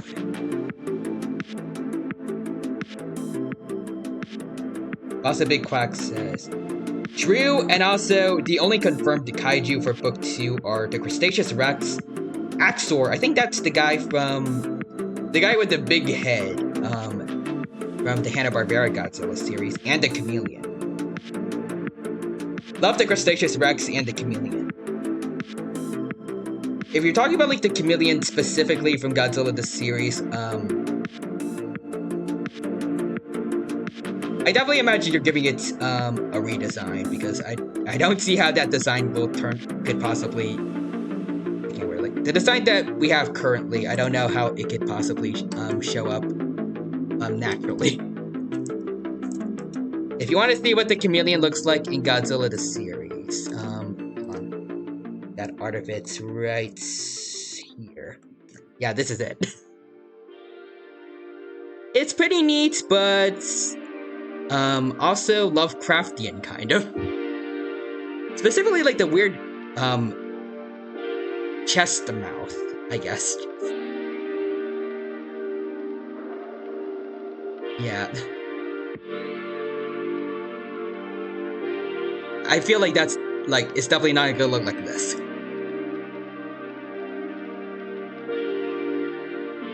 I never hated this design, but it does look very off-putting to me, I guess. It feels like it fits a little bit more like an Alien movie rather than Godzilla the series to me. Also, Big Quack says, also, I think for Axor, yeah, he's the guy from Hanna-Barbera, and Big Quack says, Rodan and Zilla both actively eat humans, yes. Just like what I mentioned with the beast of buffalo, cool and scary. The perfect thing you need for Godzilla. Like Godzilla Kaiju. Also, yeah, they're all getting redesigns, but the Chameleon is... Oh, okay, it's going the failed clone route. Okay, yeah, that is perfect for that. Yeah, for this verse, the government wanted their own attack dog, and it backfires horrifically. I mean, if it looks the same as this, or possibly scarier, then backfire is an understatement. I do like that. I like the story idea. It reminds me of, I think, of what they did for the Godzilla anime trilogy prequel novels.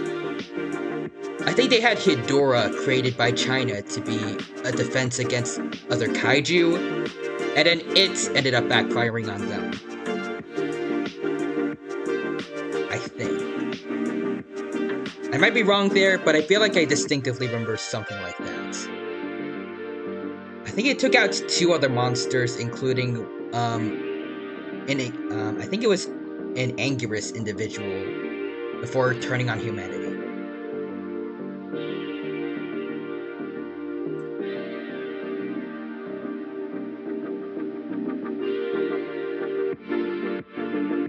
Plus, I feel like the general idea of humanity creating something to make them more powerful and stand against giant monsters, or even things like gods, or like anything that seems like beyond human, and then that weapon backfiring on them. It's an interesting idea to me in the stories.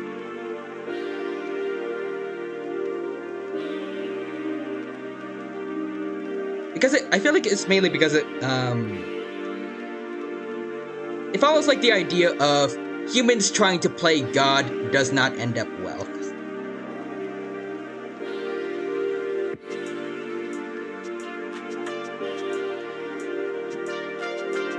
think it's got like it's a cool thing when that happens in fiction a bit.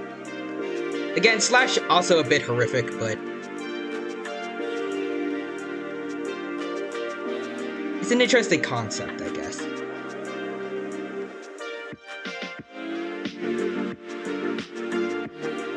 Kind of also like what happened with Apex in the Monsterverse, creating Mechagodzilla, so humanity can be on top and be able to take out even monsters like Godzilla, only for Mechagodzilla to gain sentience and then kill the head of Apex.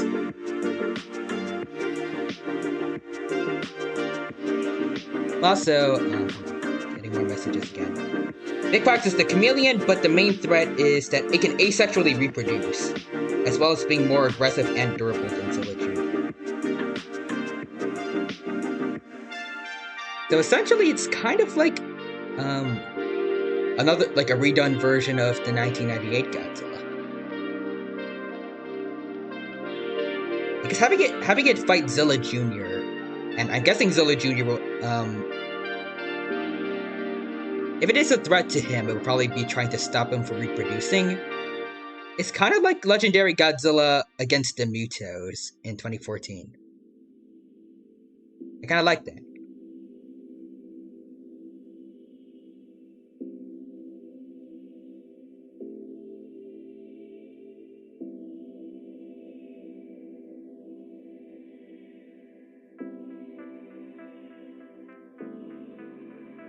Though I probably wouldn't have to rely on humans to blow up the nest. That's my idea of Zilla dealing with that would just be burrow under the nest, blow it up yourself, and then fight the big chameleon.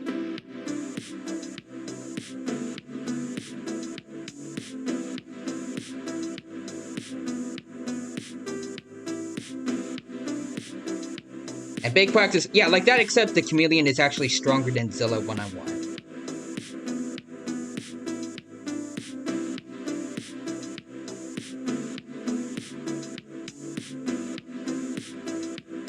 I wouldn't win, though.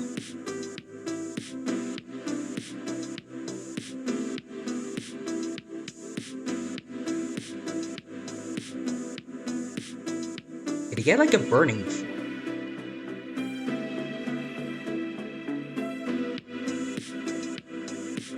I mean, there's no real precedent for it, but the idea of, like, a burning Zilla Jr. has always sounded cool to me.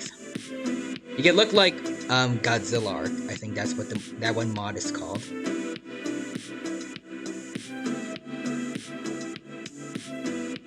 Or maybe he has some kind of advantage, like being faster. Maybe he can make use of that.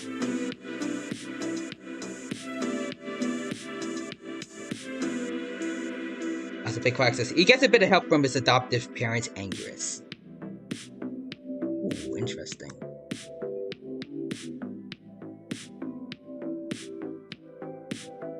I don't know if your Anguirus is supposed to be like the Ankylosaurid you showed me before, but if it does have a tail club, I like the idea of like the chameleon watching Anguirus show up, and then it's about to fight him, and then Anguirus one-shots him with a tail club, and then he's just dead.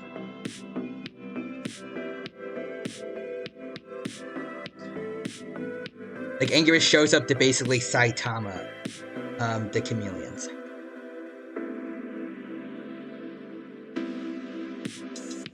No, probably not. Like, thinking about it from a story perspective, it would be very anticlimactic, but for people that want an Ankylosaurid to get a win in any fictional media, that would be cool.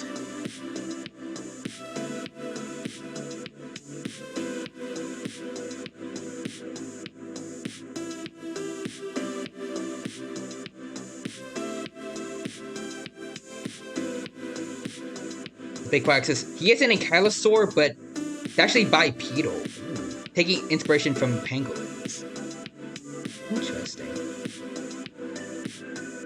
I think there's also, I forgot what his name was, but isn't there a basal Ankylosaurian or something closely related to them that was bipedal and I think had like, it wasn't a saw, but He had like spikes on the sides of his tail.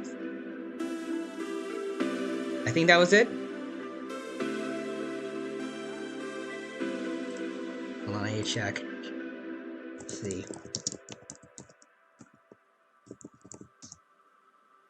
That would be cool to have as a monster.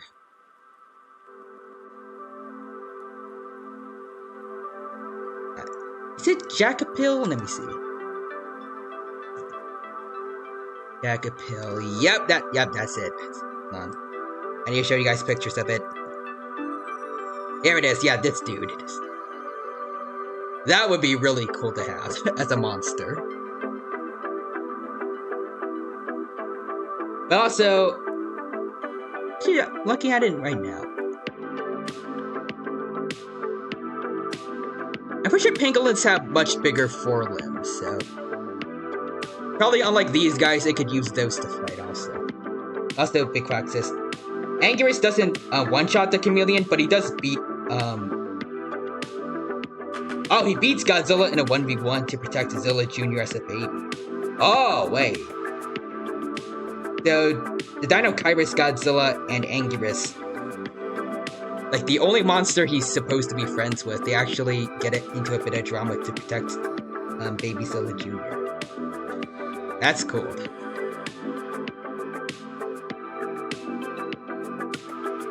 Also, Big Quack says takes notes. Alright, go ahead. Actually, I can send you guys the image address. No, wait. Does that work? Yeah. You should be able to open it up on Chrome in case you want to use it as a reference in the future. There you go.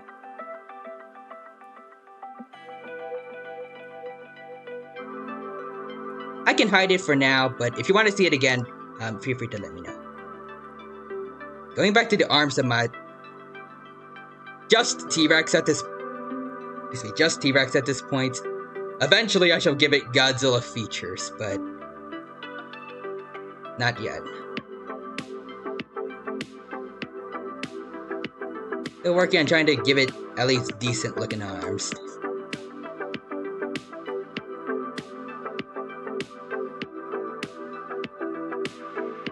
I think these look alright. So we can finally move on. And then we're going to lower the opacity here so it's more clear. Oh wait, hold on. Oh, whoops, nope, my bad. I was on the wrong layer. Wait. Change the name of this layer to back arms. Lower the opacity, and I think this should be good now. Yep, there we go.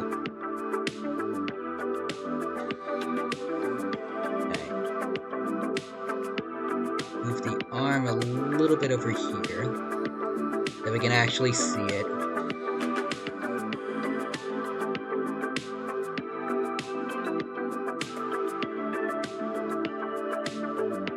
And now I gotta redraw the arm from an opposite perspective, which I feel like I am not gonna be able to do too well.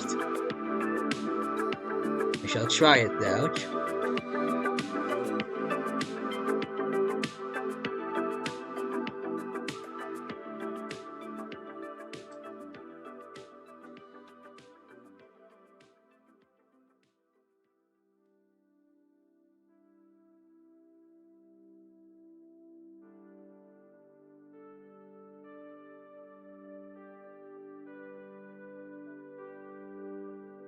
Yeah, no, I feel like the fingers look too chubby here.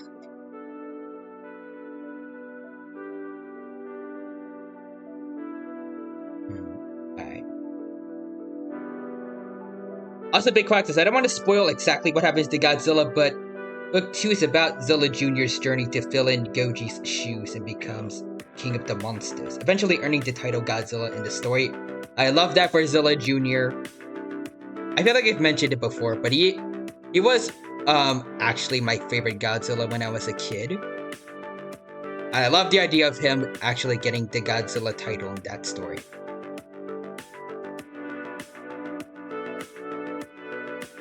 I feel like I've heard some people say that Toho actually honored Zilla Jr. by calling him Godzilla Jr., or just Godzilla, but I'm not entirely sure if that's true.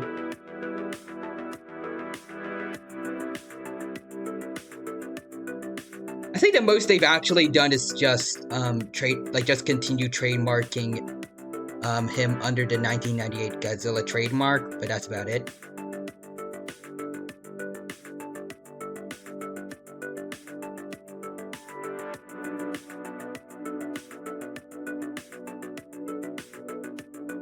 He's an official Godzilla in my eyes, though. No one can tell me otherwise.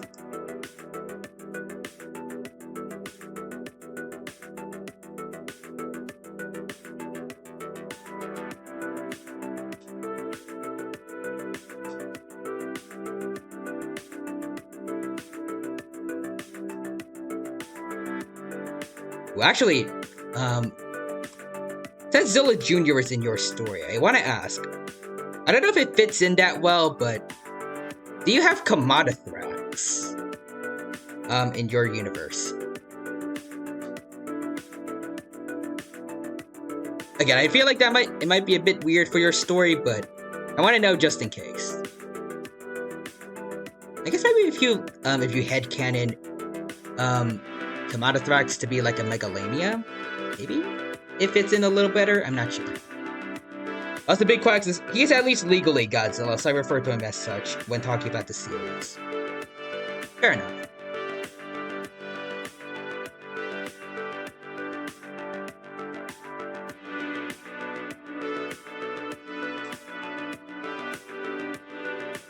Plus, I don't know if it was like specifically that show that caused the trend of Godzilla being called the G-Man at times, but I like that idea. I can't wait. I like that nickname a bit. Like when Randy calls Zilla Jr. the G-Man in the show. I feel like I've seen other people, like especially Godzilla fans, call other versions of Godzilla that. It's a catchy name. But not nickname, but like nickname. That's the Big Quack says. Undecided, hold on. Undecided at the time, roster for book 2 is still under the works. Okay. Also, I see, just now, Dr. Forster subscribed, for tier 1. Thank you for the sub, Forster. I appreciate the support. And also, congrats for subbing for 11 months straight. Almost a year. It's kind of daunting to think about. It's already been a year since I first speak. Actually, no, it has been more than a year since I last actually became an affiliate. But I guess almost a year since someone first subbed. I don't know if that's exactly worded, but like the fact that someone has subbed to me for almost a year, I appreciate that a lot, Forrester. Well, and again, it's good to see you here, and I hope that you're doing well today, and thank you for using all the T-Rex emotes just now. Appreciate the support. And Big Quack says, I absolutely refer to every form of Godzilla as the G-Man on occasion.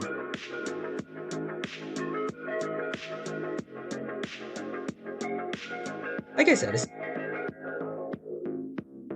maybe there are better nicknames, but there's something about the G-Man that I feel like... I don't know the word. I guess I like how affectionate it sounds, I guess. I don't know. I just like it a lot. Forster says, I use the G-Man or Big G. Yeah, Big G also works.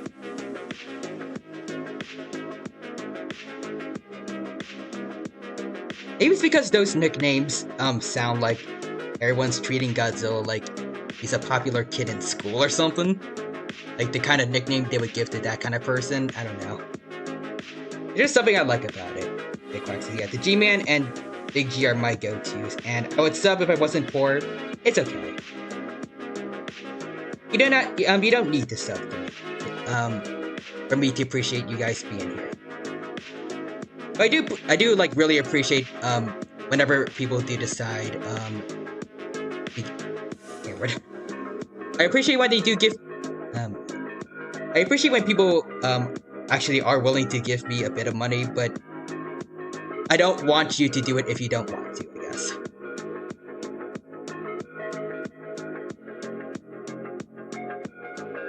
guess if I take more time to actually word it out, like, I'm very happy when it does happen, but I don't want it to happen if people don't have the money to actually, like, to comfortably do it. Like, only if you really have money to spare, then go for it. But go for it if you want to. Otherwise, you do not need to.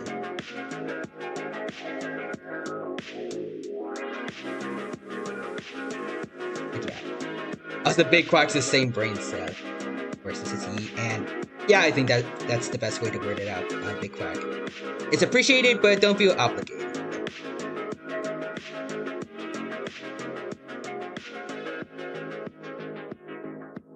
I wish I had your brains when it came to wording things out, or like anyone else's brain besides mine.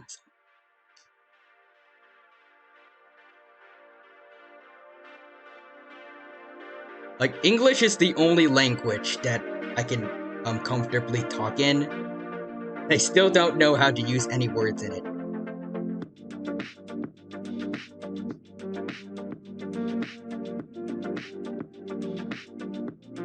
Alright, I think the arms are just about done for the Rex, and now I can actually work on transforming it into a Godzilla.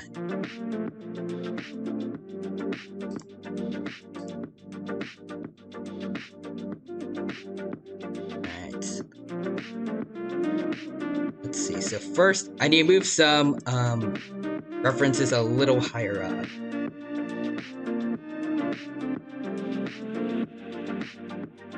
There we go.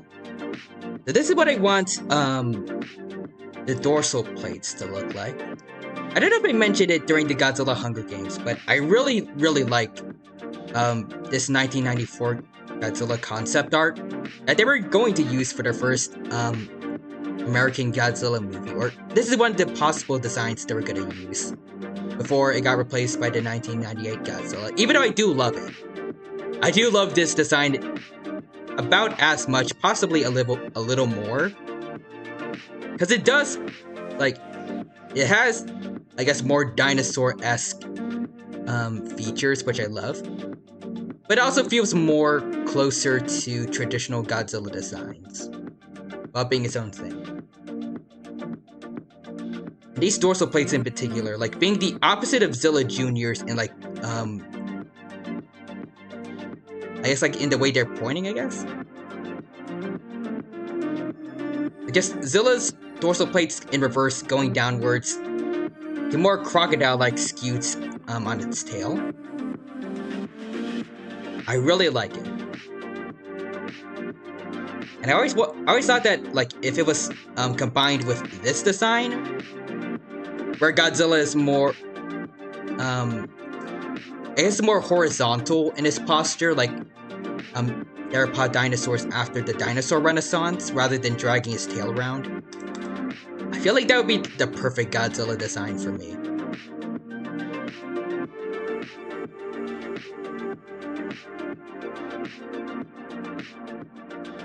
Also, missing messages again, let's see.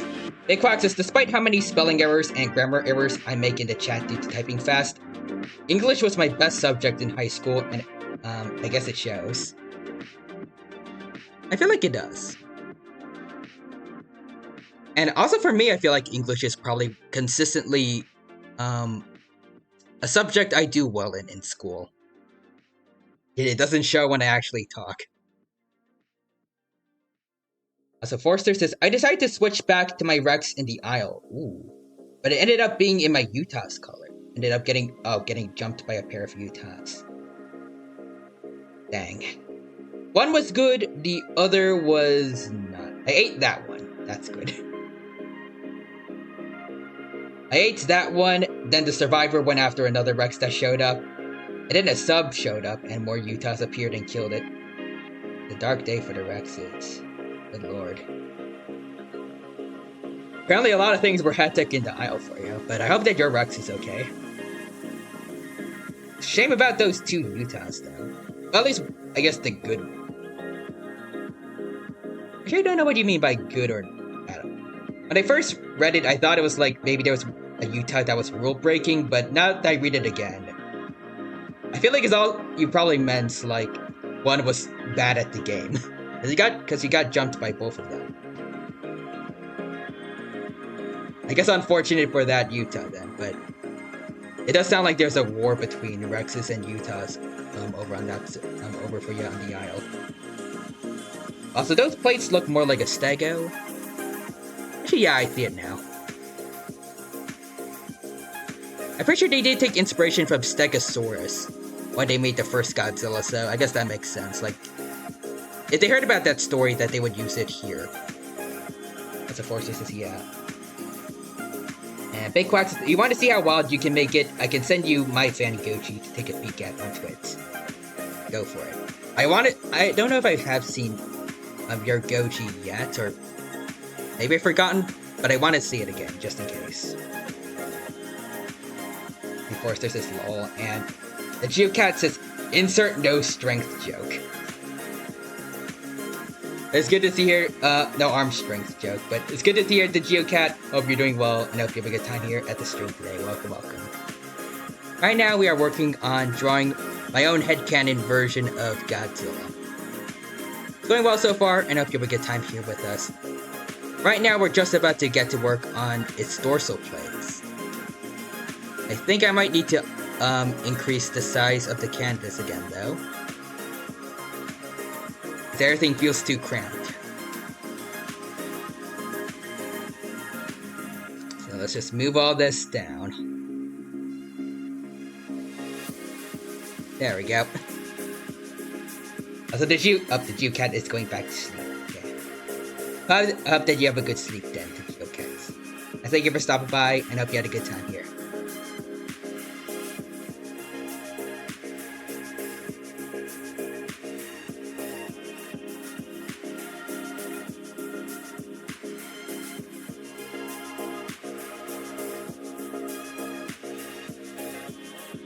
So start with like the some of the biggest ones over here on like the center of its back. Nope. Let's make the delay a little bit smaller, I guess.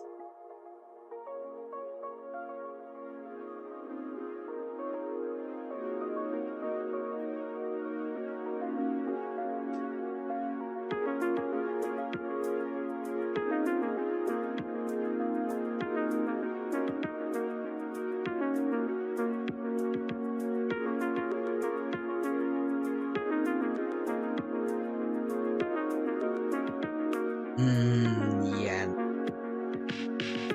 Don't like that. Went too much.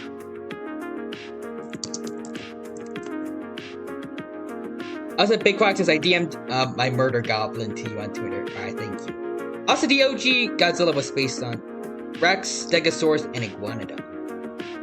I did not know about Iguanodon. That's interesting. I gotta look it up then. Did its design ever include gorilla and whale stuff? Because I feel like I'm pretty sure Gojira was supposed to translate to gorilla whale, but I don't know if those creatures really had any significance, like impacts on the design. I'm not sure. But also, I see the message. Oh, there it is. Is it okay for you if I show it on Steam, stream, or would you rather not? You really love how it looks, also, by the way.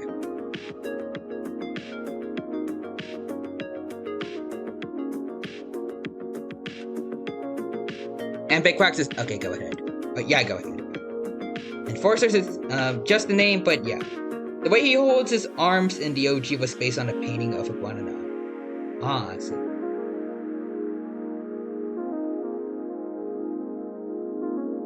Alright, so here's Big Quack's Godzilla over here. I am interested specifically by the head. Because from what I can tell, it looks like its eyes are covered up by its feathers. It's kind of giving me I think it's SCP-682 vibes. Or I think it's like most of its head is covered up in what kind of looks like hair. I'm not sure what it's supposed to be, but I do like it a lot.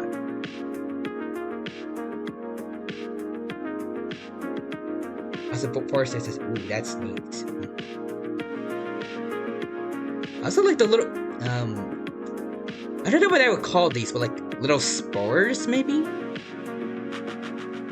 I guess is what I call them, like the things platypuses have. That I think males can use venom with. That looks kind of neat.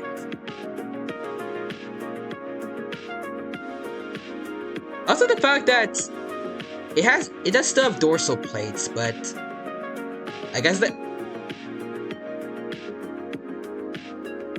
I don't know the word, but I guess like the fact that there's something on its body that is more prominent than the dorsal plates is very interesting of a choice. I feel like most like no other Godzilla designs I've seen out there really have that.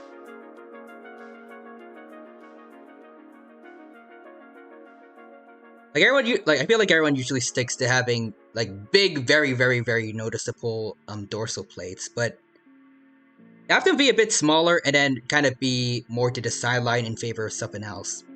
I like it. I actually think Forrester did also make a was it a feathered Godzilla? I think it was, or pretty sure it was.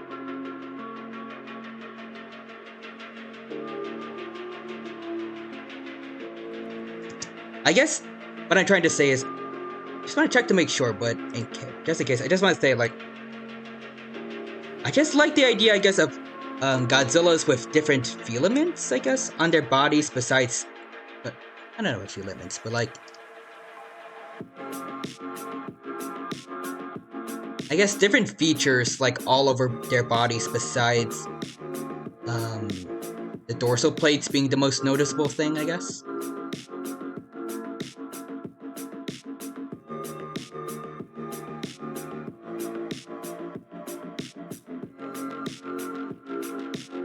I guess, like, it's not really a good example in my opinion, but, like, I guess I feel like Godzilla Earth, like, the fact that his entire body has, like, a wood-like texture is, that's prominent dorsal plate still, but, like,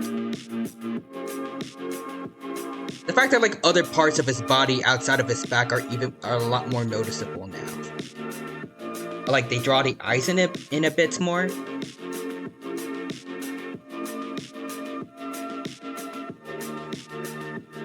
Again, I am not good at wording stuff, but I hope people understand what I mean. But I want to look it up on Twitter again for what Forrester showed me a while back.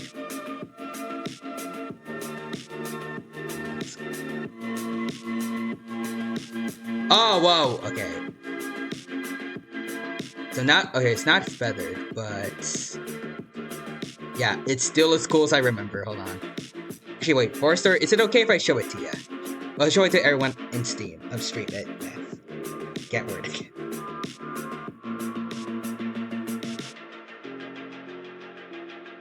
Also, Big Quack says, yeah, those are his feathers, and the spines on his arms are aberrant bone growths caused by his mutations. Oh, I see. And you'll notice his back, yeah, his back has no feathers, because his atomic breath surging through his dorsal plates burn off his feathers and scar his skin. Oh, that's a cool idea. Like the fact that its most powerful weapon actually does damage to it. I like how Shin Godzilla has to break his jaw to use his atomic breath. I love that. Also, Forrester says the feathered Godzilla image I showed for that one adventure was someone else's concept art. Oh, okay, and yeah, it's not actually mine, so go ahead. I'm actually going to show the one that you mentioned actually drawing yourself.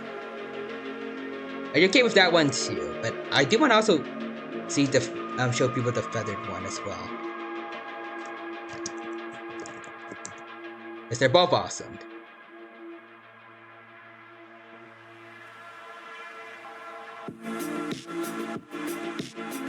That's a Big Quack says.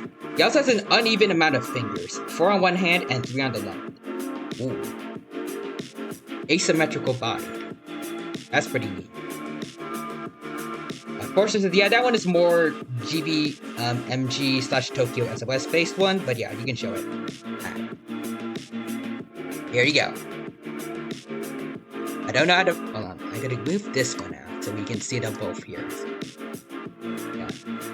His bony growth on his elbow aren't present in the other one. Very asymmetrical in design due to being horrifically mutated. I do like that, like, word. I guess like the effort that you put into design to show like that he's a mutated creature.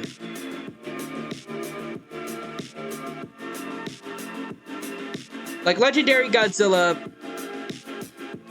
it makes sense for him to like kind of more like a natural animal, I guess, because like all his powers and abilities are just a natural part of him being a member of the Godzilla species. But with creatures, with versions of Godzilla like Shin Godzilla and this one, where they're animals that got heavily mutated, and they aren't supposed to be this way. I feel like little details like this, they really help with that. Yeah, also gotta show the feathered one that you mentioned before, Forrester. Okay. And here he is. Yeah, like this. I like the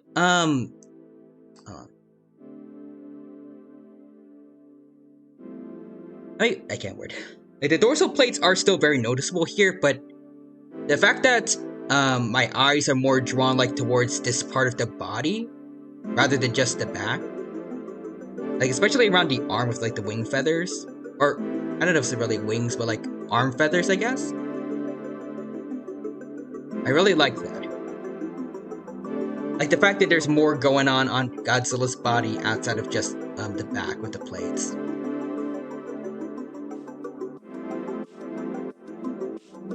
I mean, not saying that other Godzilla designs out there are boring outside of the dorsal plates, but the idea of Godzilla having something that's like extra eye-catching that can even take you away from the dorsal plates, like these feathers here, I like it.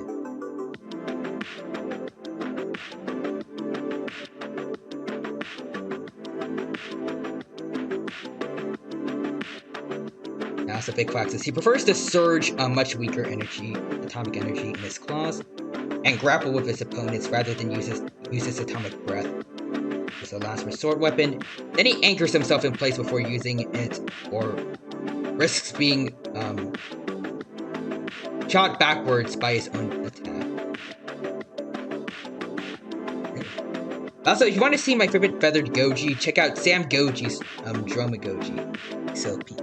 Okay. Sam Goji.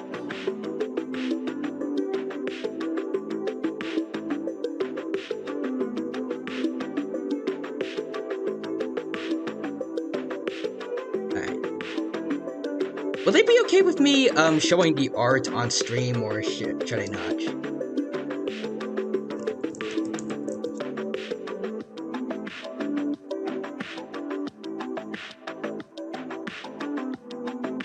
I won't just in case, but I do want to have a look at it at least. Let's see. Godzilla Drome Goji Universe redesign. Ooh. Actually, I see your reply to it saying this is peak fan concept. This does look really nice. Actually, hold on. I can send everyone the link to it through OBS into stream chat. If you want to check it out too, you can go ahead and look. Dromia sword base. Height is 50 meters, punched, and then close to 60 upward.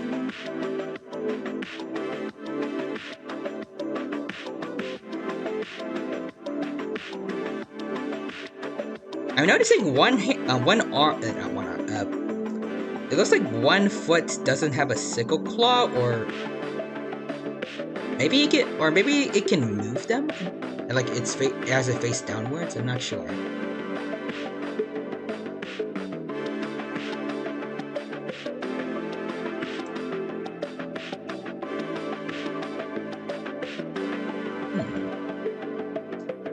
Let's see. Look at some of the other lore. Apparently, it's supposed to be a Utah raptor. Interesting.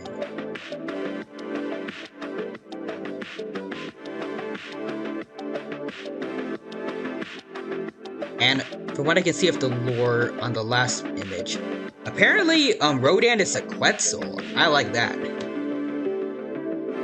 I feel like QFOS, I've mentioned I think I've heard of other people turning Rodan into an Astarkid, which is very awesome. And an Olden Kylosaur, being Anguirus. Actually, everyone should definitely go check this out especially if you're into kaiju. I like it. Also, Forrester says Dromagoji is adorable. It is. And also, Big Quack says, I can send you art where Slam slanders my Goji's height. Go for it. Go for it. I want it. Also, Forrester says, well, he slanders it? Does he say he's small or something? And Big Quack says, Droma was a Utah raptor when designed, but he retconned it into an Atrociraptor. Ah, okay. I guess that works. Like, I feel like I love Utah Raptor, but it does, I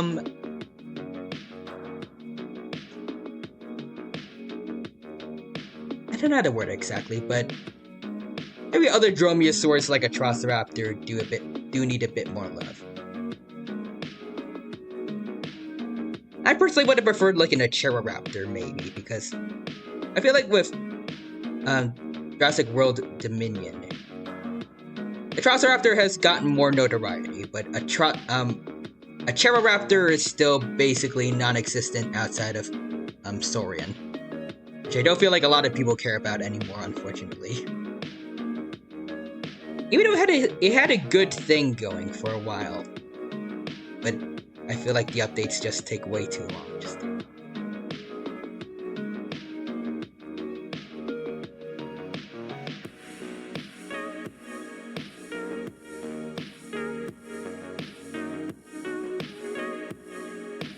Also, Big Quack says, oh, she made a joke art piece that I requested, huh?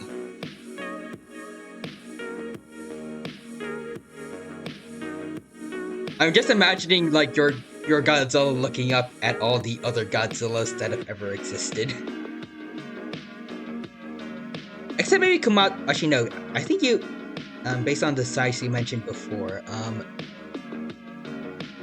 I think it was like 25 meters tall or something.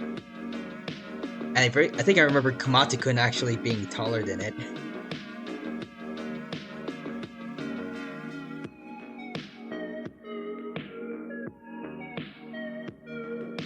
Actually, no. Big Quack says he was changed to Atrociraptor because it was pointed out to her that Utah Raptor was extinct by the time Drome would have mutated in the timeline to meet for the verse.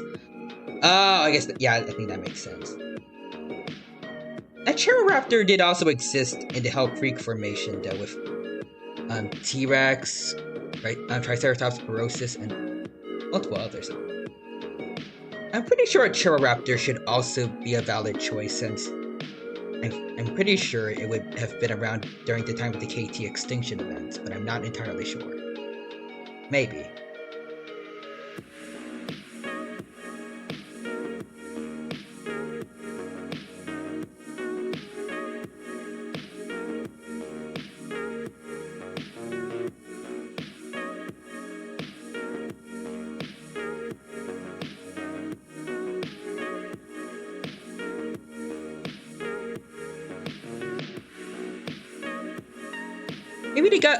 Maybe a Godzilla that mutated from a Acheroraptor might be a bit too small, but I feel like if you could turn a marine iguana into Zilla at 50 meters tall and people don't really they don't mind, I feel like you can definitely do something with an Acheroraptor.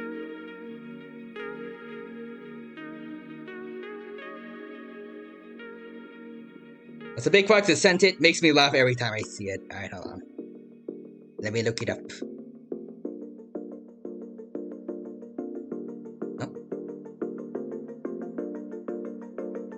For some reason, messages are not showing up. Okay, there we go.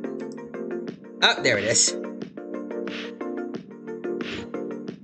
Congrats, Echo, you grew another foot. And congrats to Kyrus, who's still the same, I guess, after all these years.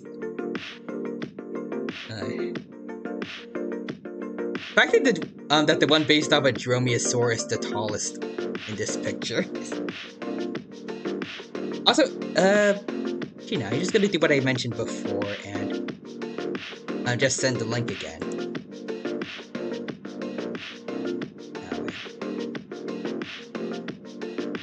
Actually, it goes straight to the messages between me and Big Quacks. I don't know if anyone else can see it.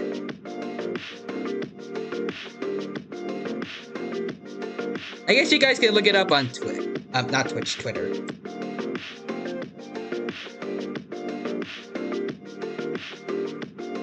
So Forster says, I had a pair of Fangojis in a story. They weren't mutated from animals, but created by a race of misguided interdimensional beings who thought Godzilla was real and hoped to use their creations to wipe out the world's military.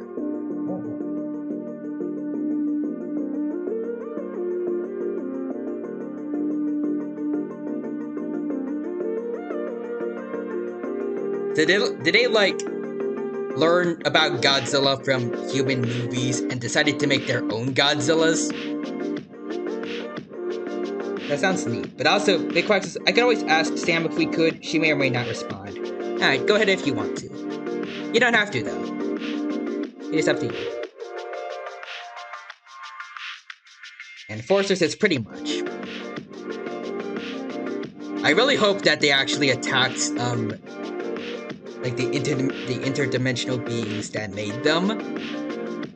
Because I like the idea of them making something to fight Godzilla and an unironic, like, I don't know if it's really ironically, but like the idea of them then making their own Godzilla that ends up being the thing that causes them problems.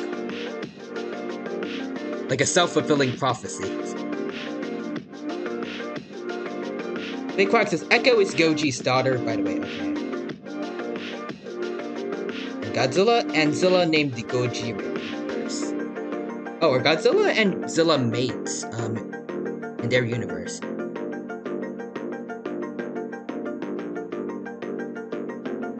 I feel like I've seen a couple people do that, where they make Zilla, like a sexually dimorphic, version of Godzilla. Big Quack says yes.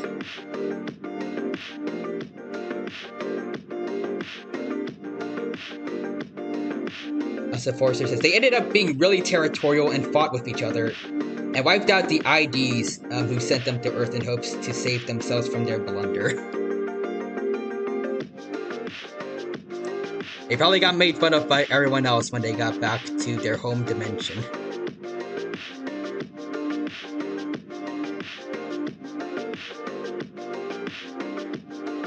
Also, I'm gonna just use these bunch of triangles as a placeholder for now, because I am really bad at drawing dorsal plates, it seems. I want something with... I want to have something to use as, like, placeholders for their size, at least.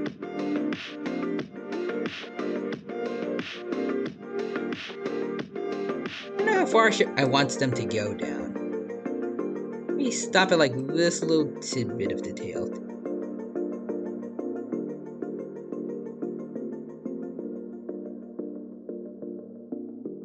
Alright. And then lower the opacity a ton.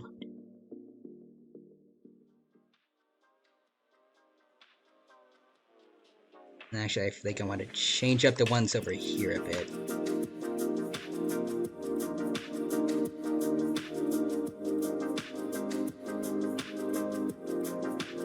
So Big Quack says, yes, and Gojirin/Zilla is a hybrid of Godzilla and several other animals created by the government, if I recall correctly.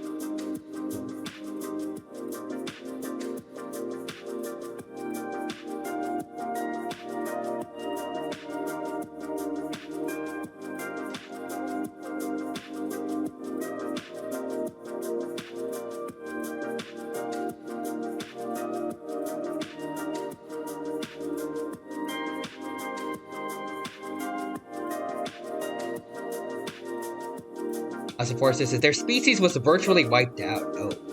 They made the first one and tried to copy and abducted humans' brain patterns to make it more intelligent, but they also tried to use a device to control its mind.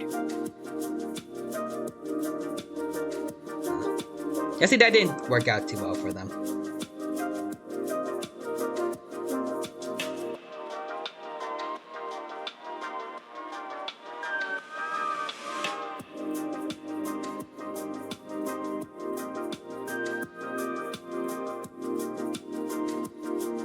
There we go. Couple more. Maybe it's good to have it stop around here.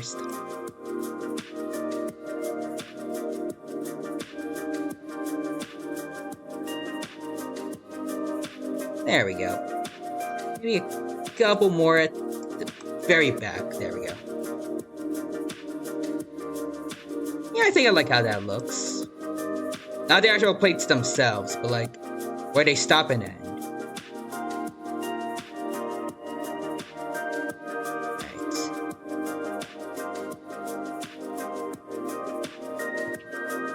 Also, hold on. Missing more messages again. Yeah, then he thought perhaps the problem was human. The human was male. So they abducted a woman, did the same thing, made a female Goji in hopes she would be more controllable.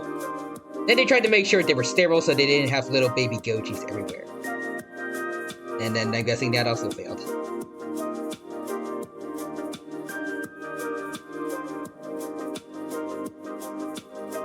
Kind of like the Adam and Eve of Godzillas, I guess. Also, Big Quack says, wait. Oh, she's killed by Drum Ghidorah when he shows up to destroy their nest. In the end, the drum is only able to save Echo, but she's blind and has breathing issues due to a crack in her egg from the attack. Is the Ghidorah dead, though? That's what I want to know.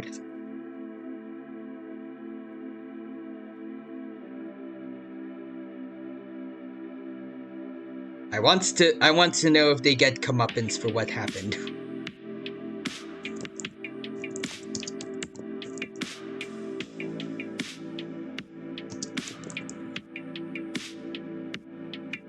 Also, Forrester says, but for your headcanon, the second one was just as aggressive as the first and two of them in the same area triggered a massive fight they tried to stop, and that only made the two Gojis angrier. Cool.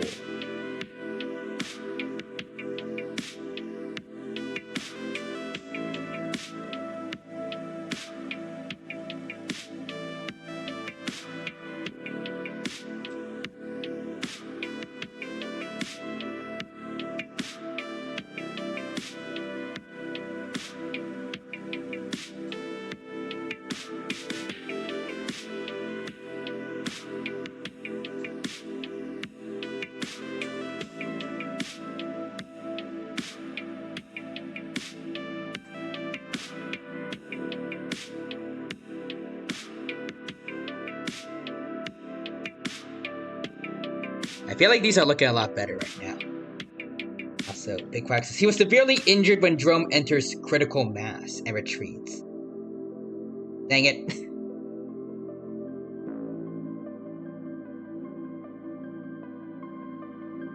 Feels like I can't wait. It feels like the giant turtle from Godzilla the series all over again. And granted, I feel like that turtle definitely died, but it took Kamadathrax and her baby with it.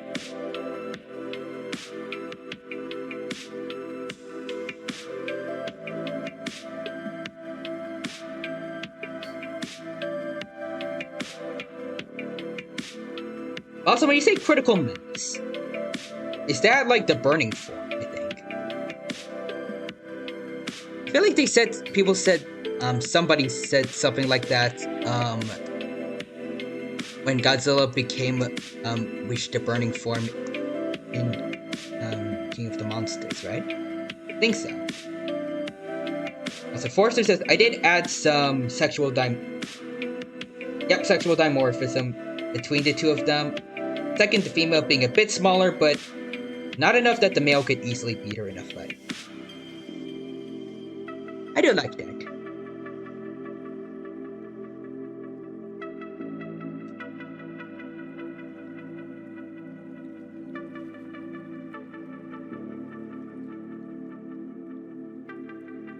I feel like I would make the Godzillas in my head canon. I feel like I would want them to be equal strength and size, but maybe sexually dimorphic in terms of like their coloring.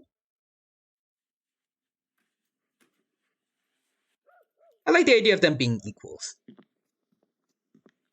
like between a mated pair.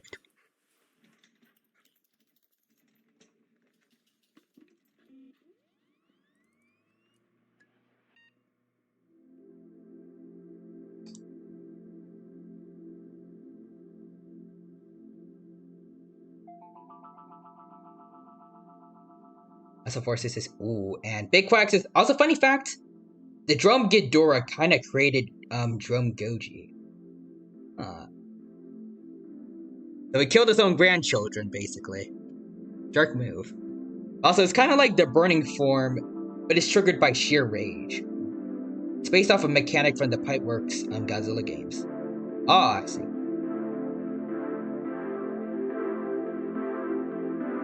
Also, it's giving me Super Saiyan vibes as well.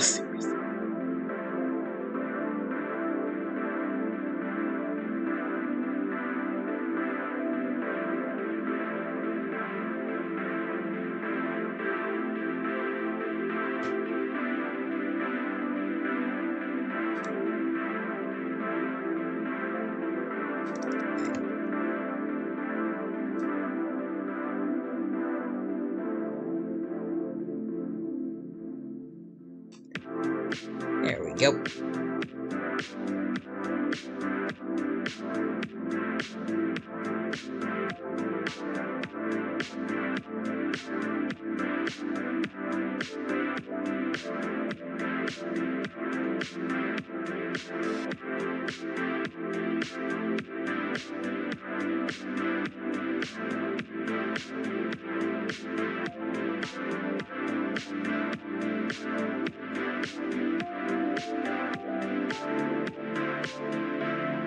Nope.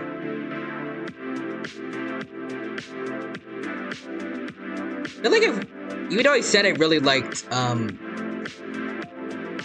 like the Stegosaurus plates, like dorsal plates. I feel like I'm just making more traditional dorsal plates for this Godzilla.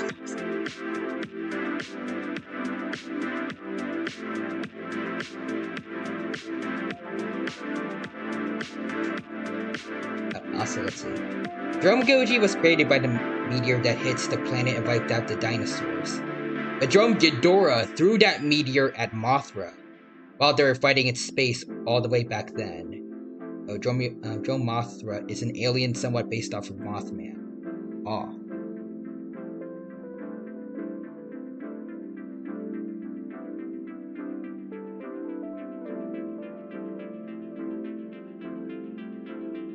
Also, Forsters is there is slightly different coloring too. The male is a darker charcoal gray with hints of purple in its dorsal plates, while the female is a slightly green tinge with bone-colored plates. It kind of sounds a bit like the two different versions of Millennium Godzilla that look similar to each other. Like the one from the first Millennium movie, the one that had Orga in it, and then the one from the Mechagodzilla and Tokyo SOS movies. Like they have swapped out dorsal plates. Because I remember the one that fought Orga and Megaguirus, I think it was like greenish, it had green skin and purplish plates,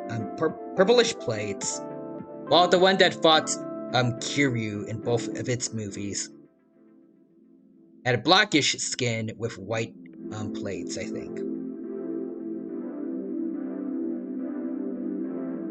That's cool though. Also, Big Quacks is so essentially Ghidorah created his worst enemy in the Drone Goji verse, and that's hilarious to me. I do like that kind of comeuppance that a villain gets, where they're indirectly responsible for creating the thing that will destroy them, or like the thing that might, I guess, like just take them down a peg at least.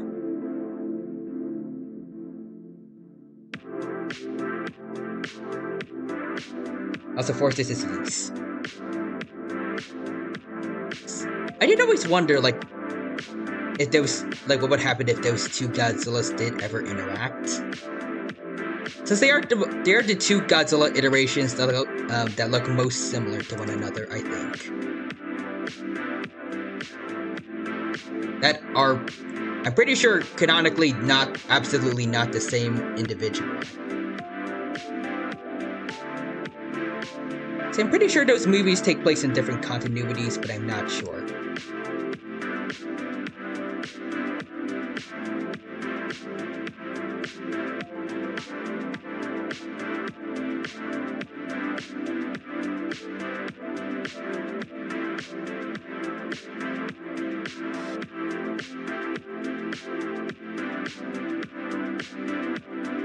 Also, Big Quack says, wait, so I do share the origin of my own Goji then now. They're literally they're the same costume, just different continuities, yeah. Also, yeah, go ahead and share your origin of your Goji if you would like to. I want it. But yeah. Like, they're basically the same, but just, like, repainted, but like, I would want to know, like, what it would be like if they interacted with each other, because with other Godzilla iterations meeting each other, it would be like, okay, you kind of look like me, but not really. Like, for those two, it would, like, pretty much just be looking in a mirror. I guess same thing also for the Showa Godzilla meeting Jiraz, from one of the Ultraman shows, I think. Because it was literally just that one Showa Godzilla suit with a frill attached.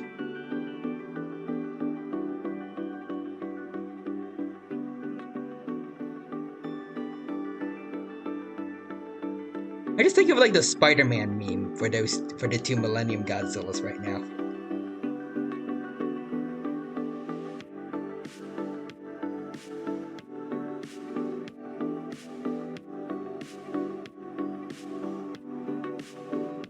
As a Big Quack says, quote-unquote comet strikes the planet and wipes out the dinosaurs, except the proposed comet wasn't a comet. It was a bomb made by the aliens.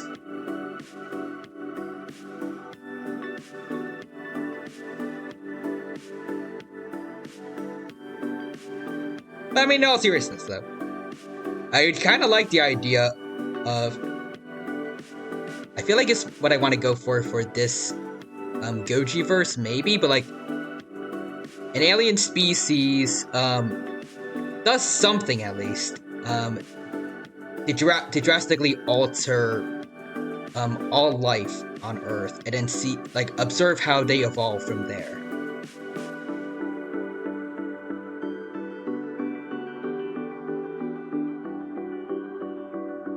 Like the aliens in my headcanon are just like playing God. Like they're playing God, and then they're observing what happens as time goes on.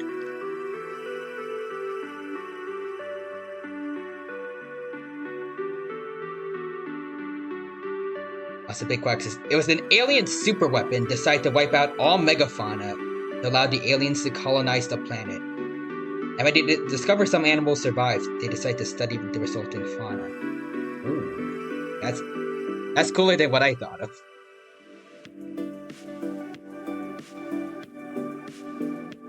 I'm guessing that the aliens probably did not, they didn't get much of a warm welcoming up from those creatures.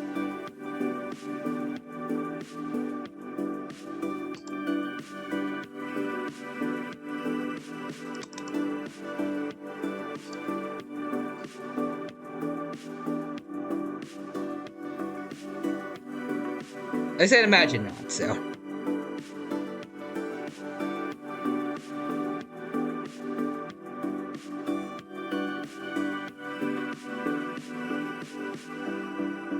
As the big quack says, ultimately, Kairos Goji wipes out the majority of the fleet with a single atomic blast. I mean, planet-wide genocide, I feel like the aliens probably deserve that from the Kairos Goji.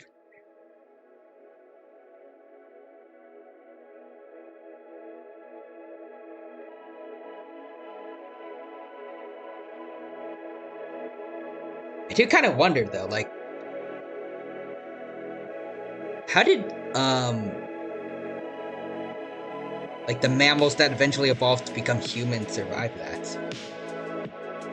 Guessing it's probably similar to, like, how they survived the KT extinction event, but still.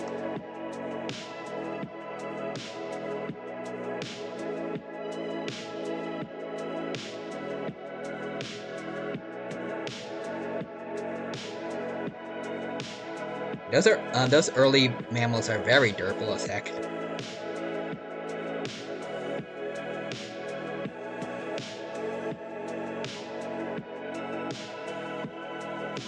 I guess not durable, but like adaptable.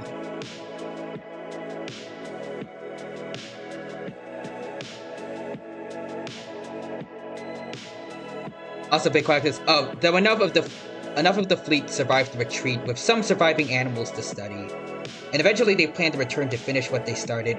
Oh, okay, that's interesting.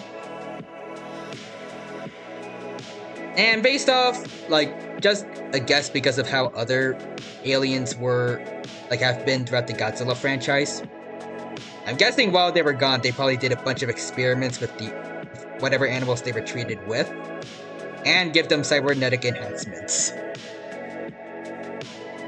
Eventually fights Earth's monsters with. Like, basically a whole lot of Gigans and Mecha Godzillas.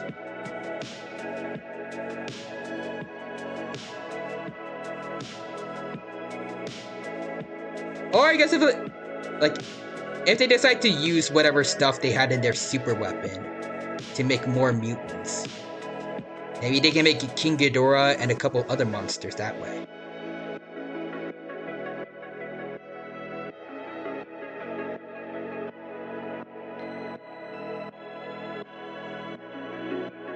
Also, in the Kairos Goji verse, the shock of the super weapon cracked open several openings to the hollow earth. Ah. So I'm guessing maybe some of the well, probably not humans, because that was around the time of the KT extinction event, but maybe some of the mammals went in there, became like the Iwi.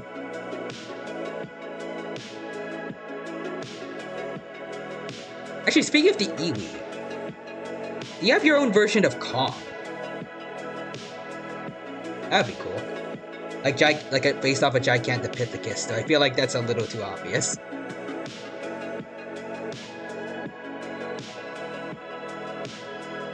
But then again, it doesn't really matter if it's obvious, because Gigantopithecus for Kong does work pretty well. But still. As the big quack says, one of the animals they took back was a Quetzalcoatlus. Oh, that's gonna be interesting when they come back with that Quetzalcoatlus. And Kong is not present, sadly. Dang. But also, the rest were small mammals and reptiles. I can see them doing something with that, maybe. If they use enough of whatever stuff was in their super weapon to mutate other creatures. Also, cough Rodan. Yep, I had a feeling, but there was also a part of me that was thinking, wait, maybe Quetzalcoatlus King Ghidorah. I feel like maybe that would be a bit much.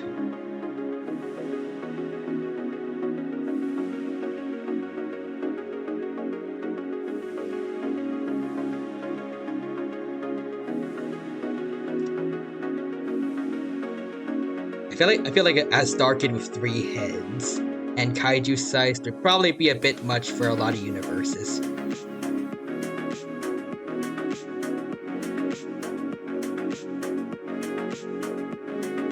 Also, Big Quack says King Ghidorah and Mothra don't exist in the Kairos Goji. Oh, what? Right. I remember you said that.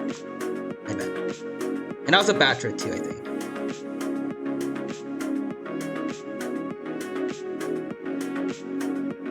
There still is the potential of like a super strong, amped up by whatever stuff the aliens gave it Rodan, which is still pretty neat.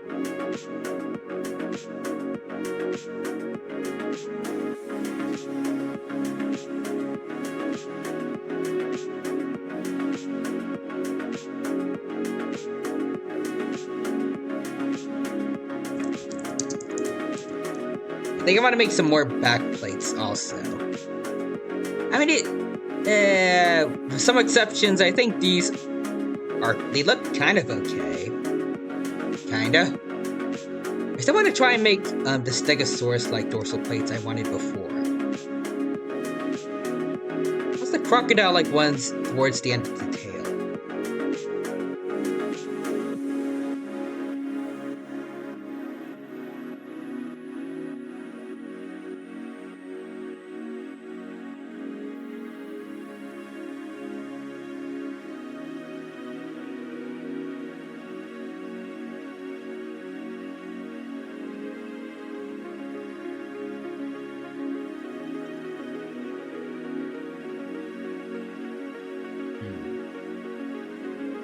It's not triangular enough.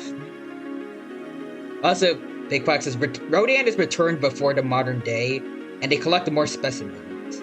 Rodan is returned to stasis to awaken later when returned. Also, I haven't shared how terrible it is to exist in a world where Kyrus Rodan. If you have epilepsy. Oh dear.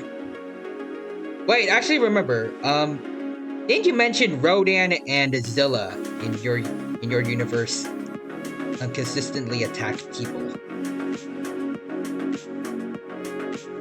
I just realized that.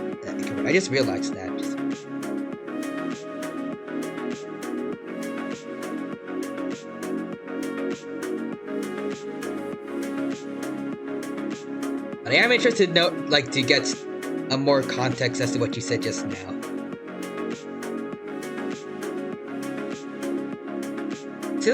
Is it like bioluminescent?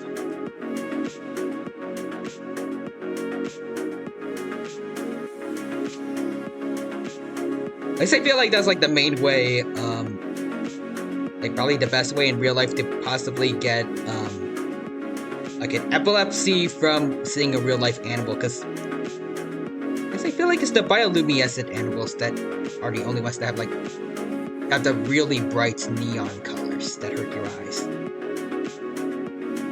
Yeah, Rodan is bioluminescent and flashes patterns similar to a cuttlefish. Oh. I really want to see that, especially since you mentioned it was a Quetzalcoatlus. Like a glowing Estarkid. Sounds really cool. I was thinking the idea that maybe it could put its prey into a trance. Hypnotize them to come closer to it.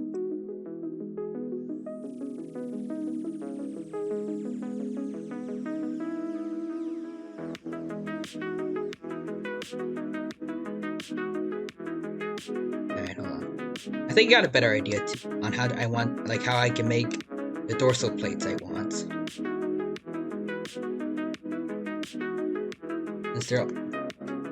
What I want are just curved triangles pointing this way. I'm just gonna make that and then add spikes later.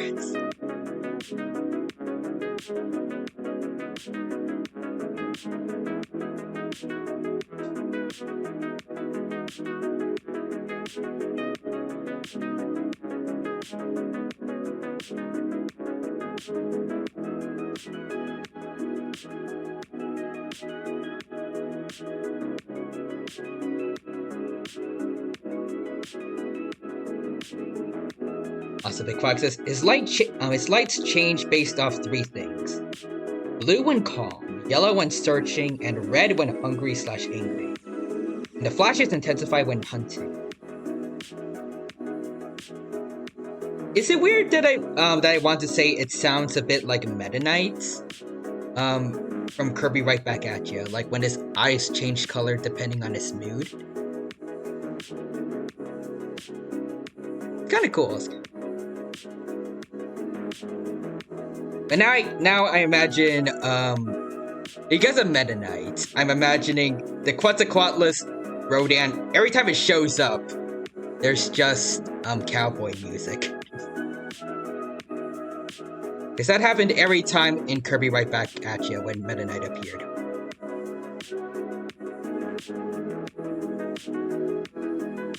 Now, I feel like for an Star Kid, maybe like the Prowler theme is more appropriate.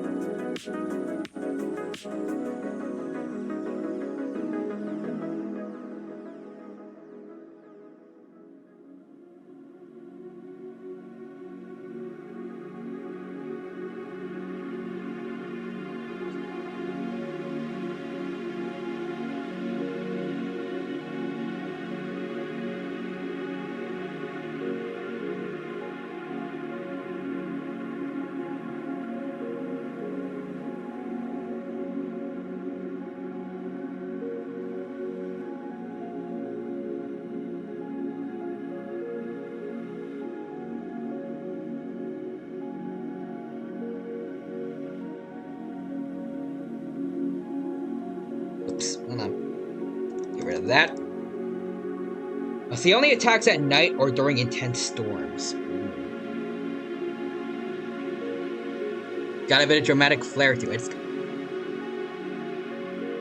Also, it doesn't control these storms, but they draw him in like a dinner bell.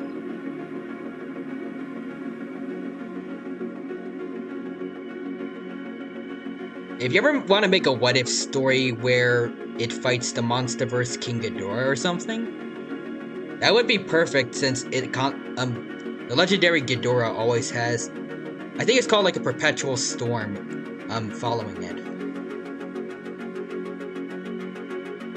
Like, it would be the perfect way for them to encounter one another.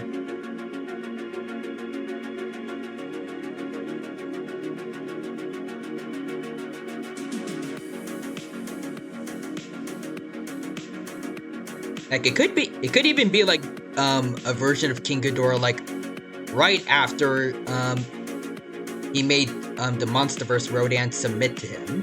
So it would be overconfident when it goes up against this other Rodan. That's a big quack says Goji has a deep hatred of Rodan and will appear within a few hours of Rodan attacking the city. Oh.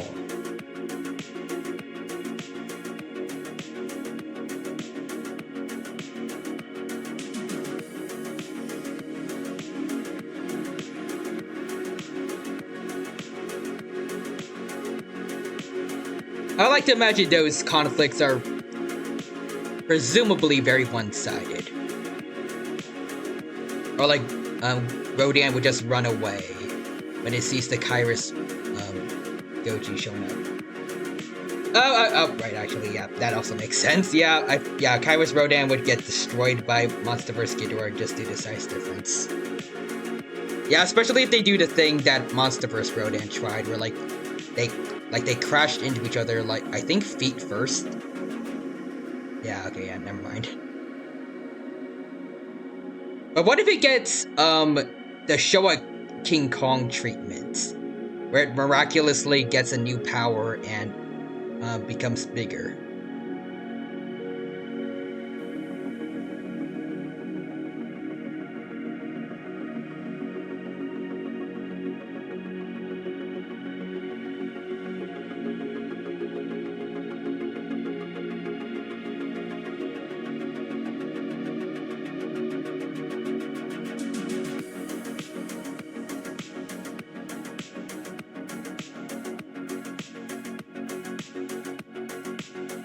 I didn't say King Kong, though, right? I don't know if I accidentally said King Ghidorah. I meant like the Showa King Kong that gets extra big in size so he can fight the Showa Godzilla.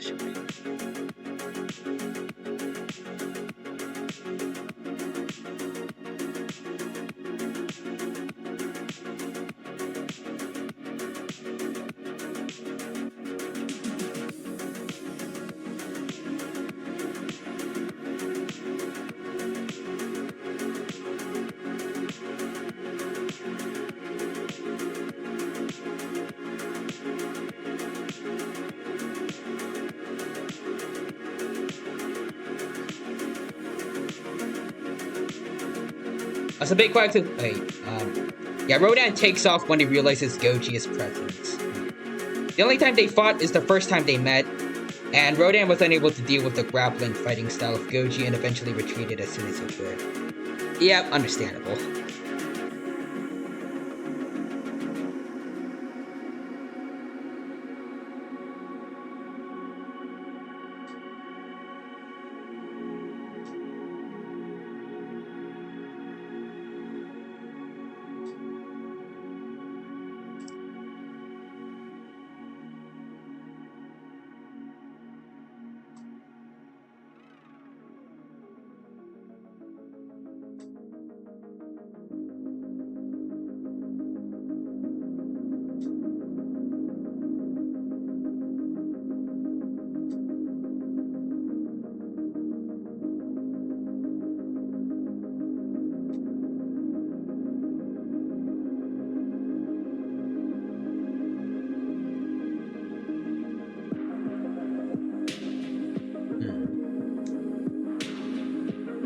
I think this is going a little more in the direction of what I want. Right. Now I gotta make it spikier.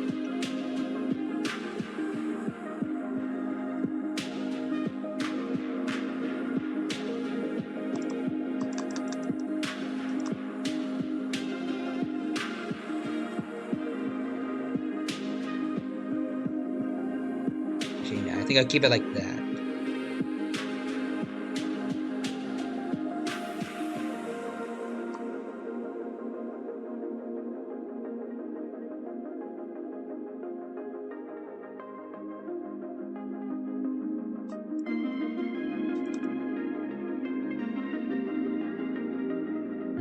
No. Too much like the first set I did.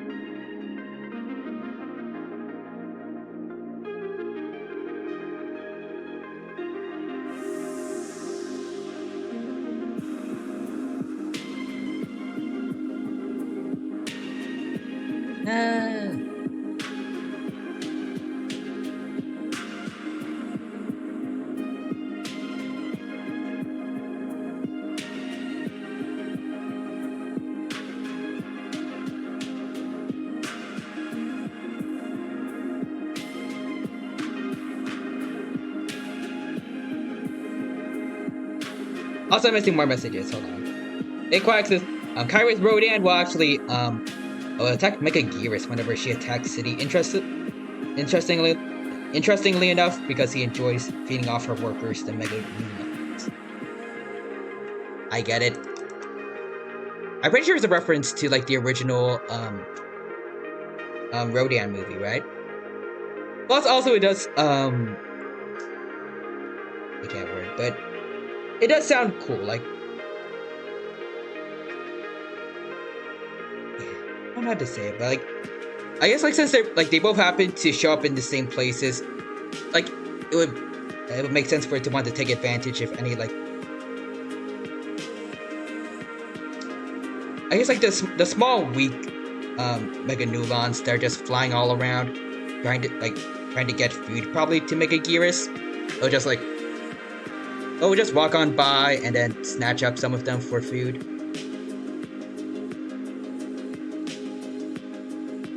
Also, big question. Yeah, you got it. And also, now we're cooking with these plates. Yep.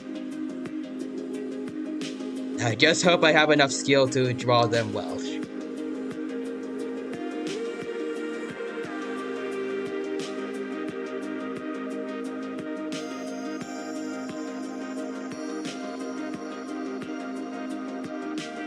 I really want to be able to recreate like what we have over here. These are the ones I really like looking at. Great if I change up the delay on my brush.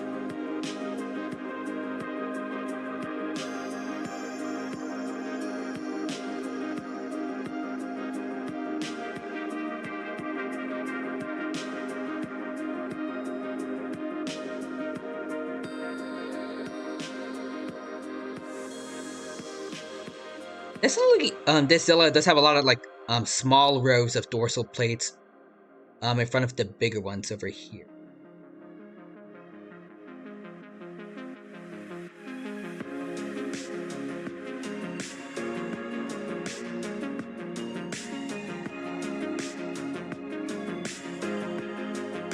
Maybe I can make some big ones around here that look a little more like what I want. And just keep the small ones over here.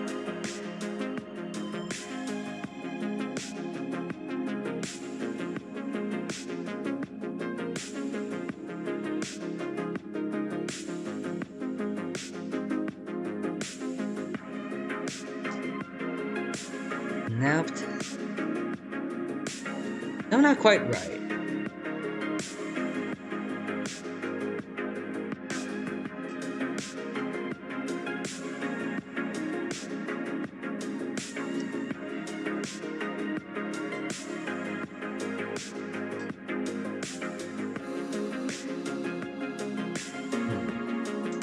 Nope. So Big Quack says, so far I've only gotten 4 drawings, 4 designs drawn and posted, which are Goji himself, Godzilla, Gorosaurus, since he's the first kaiju Goji fights. Oh, nice. And Biolante, Hero's form that people kept simping for some reason. Please tell me you made it humanoid. That's the only way that can be okay.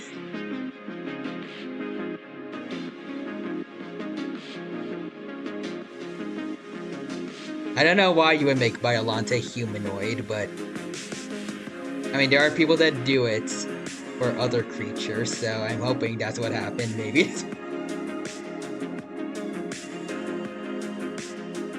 It's better than the alternative. Big Box says she's vaguely humanoid, okay?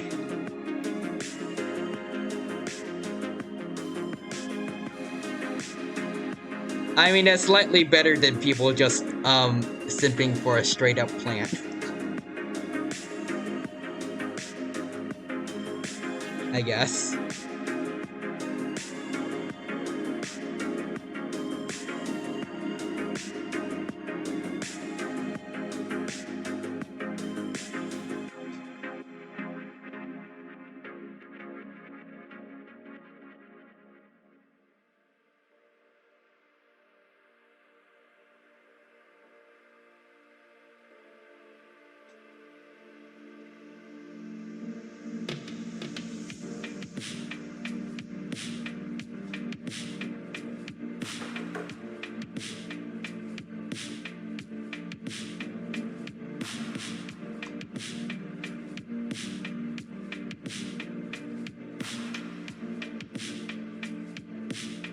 Forrester says, you just know somewhere out there someone is referring to her as Biomommy, and it wouldn't be the internet otherwise. Oh god. Going back to what I said before, like it reminds me of this one quote retweet I saw Wolfwalker Snake did on Twitter. It was just like some weird article. I'll just say the title was like most attractive Disney characters, and the picture was of Nala from The Lion King, and I think Wolfwalker Snake just said that's just a straight up lion. Like not even human, not even like anthropomorphized. That's just a straight up human or straight up lion, or it was someone else, but.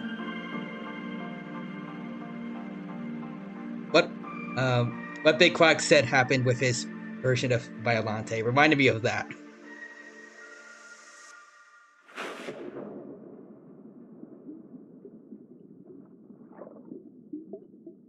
I don't remember like who published that article, and I hope I never remember. I'm going to have to assume it's just like what it's gonna be like Screen Rant or some of those other those other places that just make a bunch of I guess, clickbaity articles. As I really hope that was the case.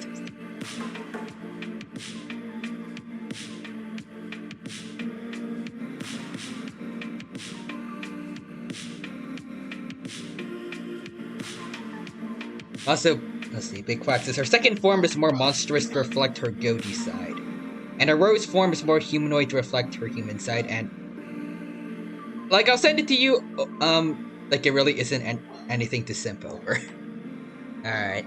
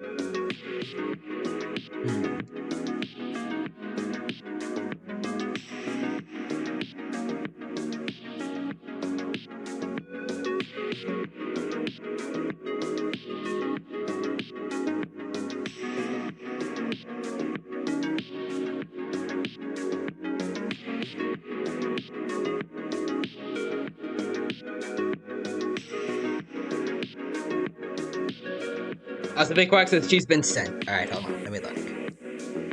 Ah, there it is. Alright, I'm going to put it in over for stream to look at, but this is what people are simping over, apparently. This thing is...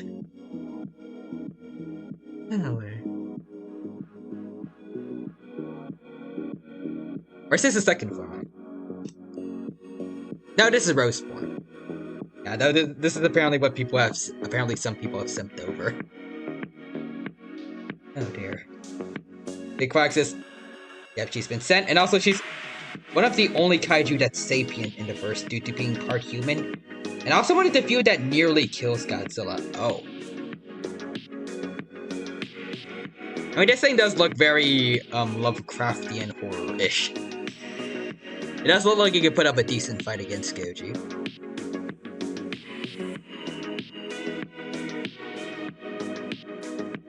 I will say it probably looks like more Nightmare Fuel-esque than even, the actual Biollante in canon. Both forms.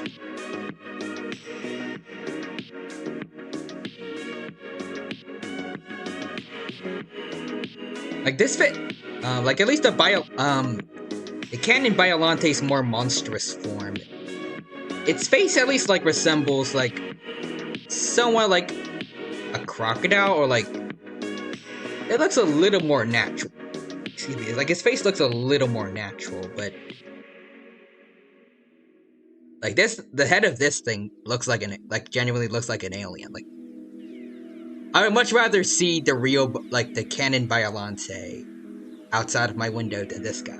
Oh, this one. This girl. My bad. So she's 36 meters tall in a rose form. That's actually pretty... That's actually pretty big. Yeah, oh, 72 in her monstrous form. Okay, yeah, that's huge.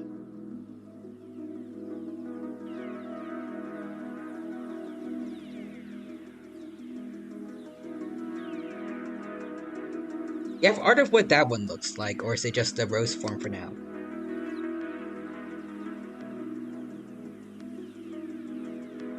Let's see. Actually, no. You mentioned, yeah, Godzilla, Gorosaurus, and rose form Biollante. So I'm guessing not, because you only said 4 designs so far. They're fully drawn out. I do want to see what your monstrous form Biolante will look like. And yeah, reminder that Kairos Goji is very small, only 24 meters. Canonically smaller than even Kumataku. Because the smallest version of Shin Godzilla, so the 72 meters, like within the ranks of like being taller than Showa, all the Showa Godzillas, plus a few other Godzilla iterations too. I'd say probably around like maybe the smaller ballpark of some of the Heisei Godzilla monsters, maybe. I'm pretty sure the Heisei Godzilla is over 100 meters.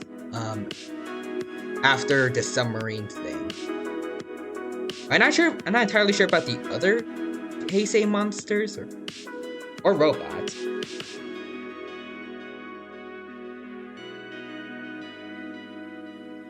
Maybe I forgot what's her name. But what's its name? I bet. I think it's because it's portrayed as a girl in Monster Island Buddies, but Mogira. Maybe it's around the same size, I'm not sure though. I can imagine it being similar. Okay, wait. Forrester says he's 100 meters even, I think, yeah, after the sub. Oh wait, do you mean like even as like exactly 100 meters?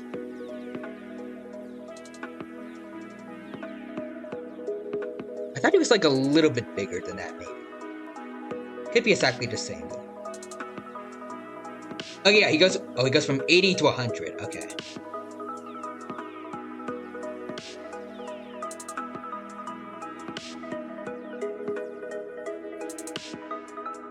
So 80, that means Heisei Goji would actually be taller than the monstrous Biolante that Big Quack has. But not by too much, actually.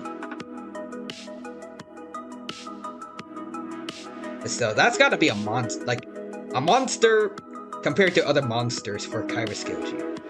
Yeah. Just Rose form for now, and yeah, if you're wondering how Goji beats her, he splits her Rose form in half with his atomic breath. Damn, that is awesome.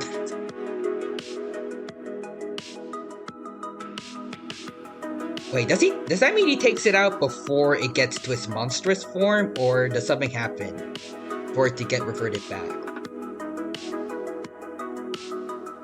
Also, Big Quack will say, I think Kairos is smaller than every form of canon Godzilla. I think so. I mean, unless you count, like Godzilla Jr. when he just hatched out, or, like the baby Zillas from 1998, but, you know, those definitely don't count. So, yeah, as for a monstrous form, Big Quack says simple. And then there's nothing after that column.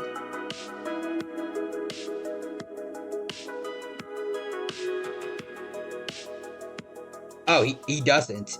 She beats him nearly to death. Oh, yikes. So did she get, like, overconfident, revert back, and then he caught her off guard?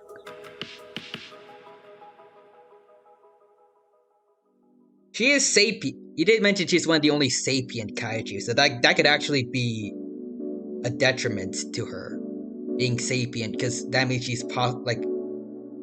is capable of being arrogant and underestimating her enemies and letting them go rather than getting straight to killing them.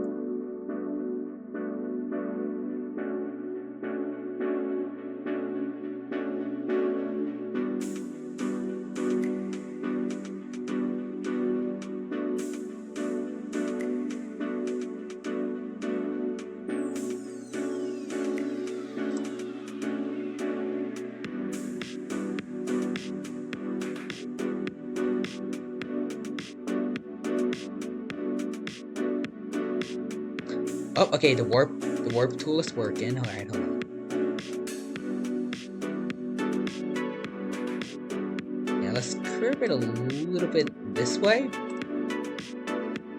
Yeah, okay, no, never mind.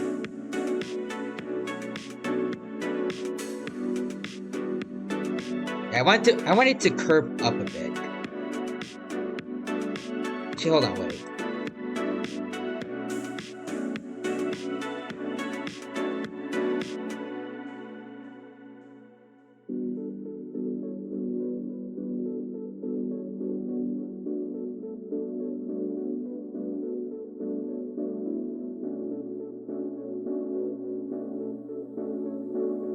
Wait, what? Okay, yeah, there we go. Okay. Over here.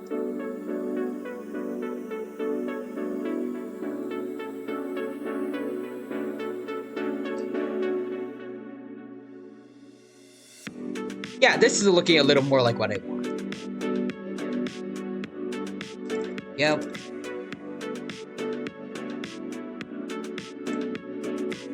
Also, let's see. Big Quack says, "I so she stops. Oh, she stops out of pity once she realizes he's just an animal and not the malicious monster she thought he was. Oh, she retreats afterwards and isn't seen again until much later in the story. Oh, which is kind of sweet. I kind of feel bad for her though, based off what you mentioned earlier, though. Or did she regenerate from that?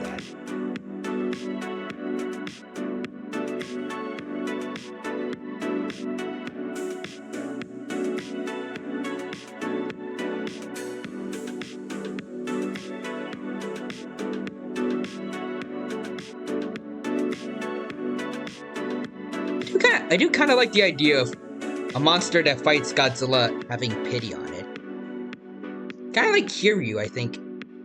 Flying out Godzilla to the ocean so that at least one Godzilla will survive. Like, will live on. And Big Croc says, yeah, she regenerated.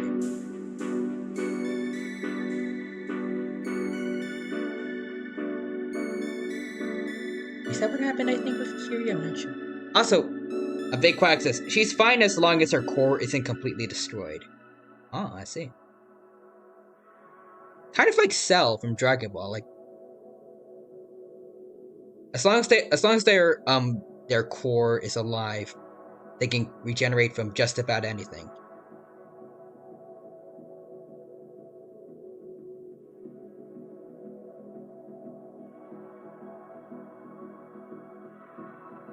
I guess unlike Cell, she's actually a nice person.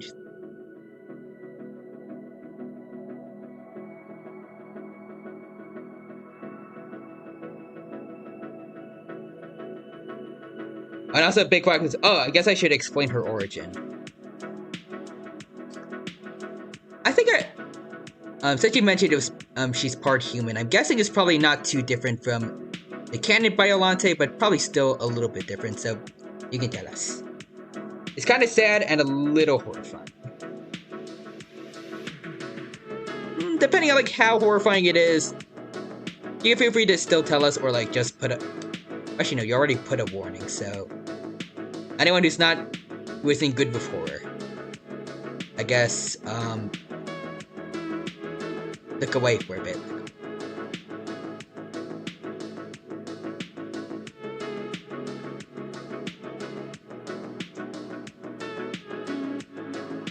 The dorsal plates I'm making in the meantime are going back to traditional Godzilla dorsal plate looks, but I'm kind of liking it. I think going back to the normal brush and getting rid of the stabilizer, so now the spikes look a little more rugged. I think it works a bit.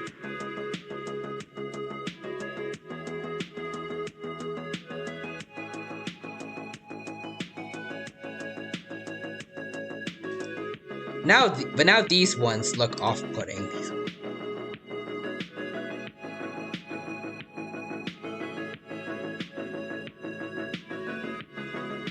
Just complete them, and then see how they look with the others in front.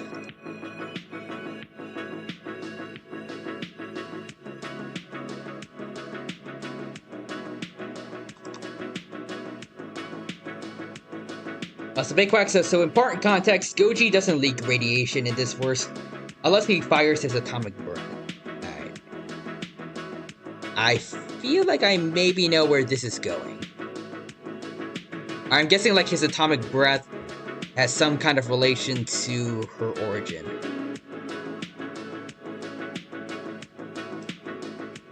And when it does, a massive burst of radiation is released in the area. Yep, there it is.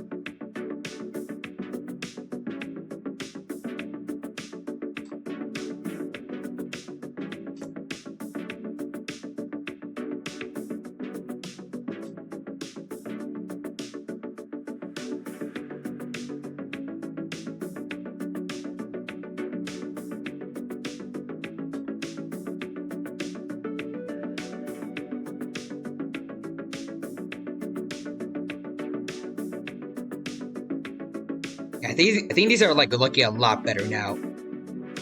I went silent because I wanted to have like full focus right now, but I really love how this one turned out, and I want to redo all the others again now.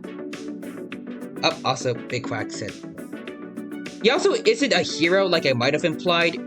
He occasionally attacks cities to feed on energy sources, kind of like the like other iterations of Godzilla. Gotta get that radiation.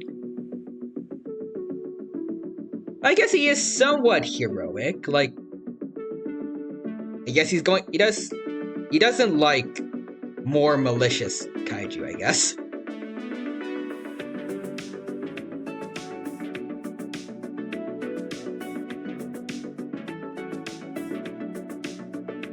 At the very least, I want to say he's kind of like Heisei Godzilla, where he's more neutral, and he's like willing to fight off way more evil monsters like Space Godzilla and King Ghidorah.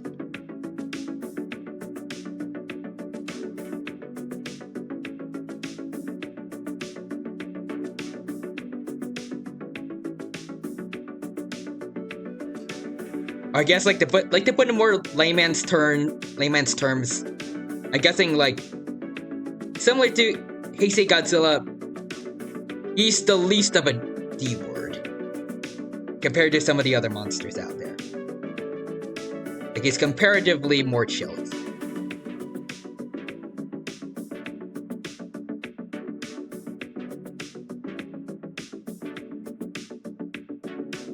He only attacks humans directly when he's attacked by the military.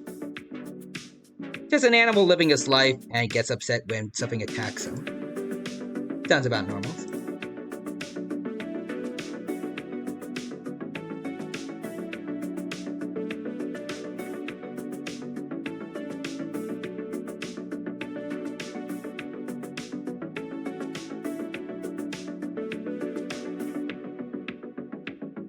I guess I want to also ask, are feathers? I know that the feathers got burnt, like they get burnt off because he uses his atomic breath, but are they like, can they catch fire from like normal things? Like, if he's attacked by missiles, will they cause his feathers to burn? I feel like that would be like extra reason for him to want to attack humans. If they cause him to catch fire.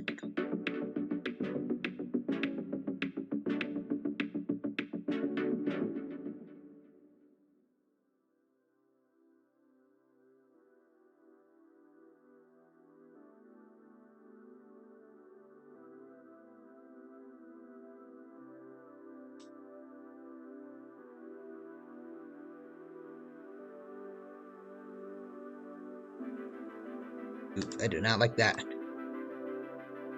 of here.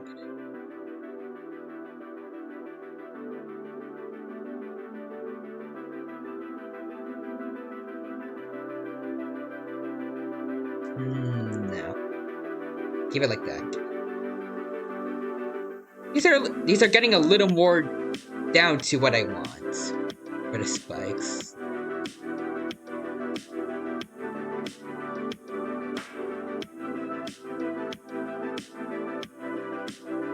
Trying to add a bit of a variation between each one of these, but I don't know if it quite looks that good.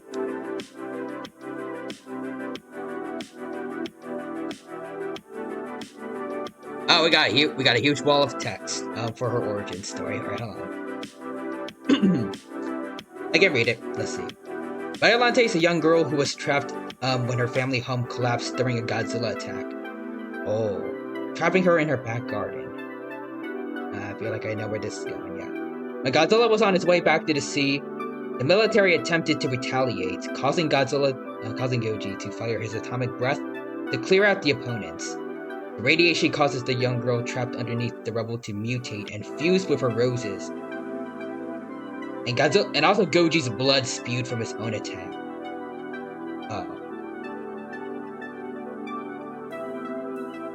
Well, I can understand now why Biollante wanted to fight Godzilla in the first place.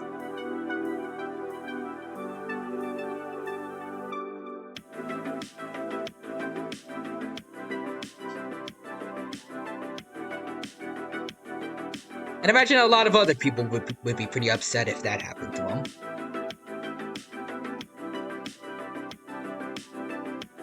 Especially when they're trapped under rubble. Like in a very... And I'd imagine like a very tight, closed-off space where no one can come to help them. Their body's mutating. I'd imagine painfully. Yeah. I would say that's definitely not pleasant. And she was dormant under the city, awakening once a storm rolls in.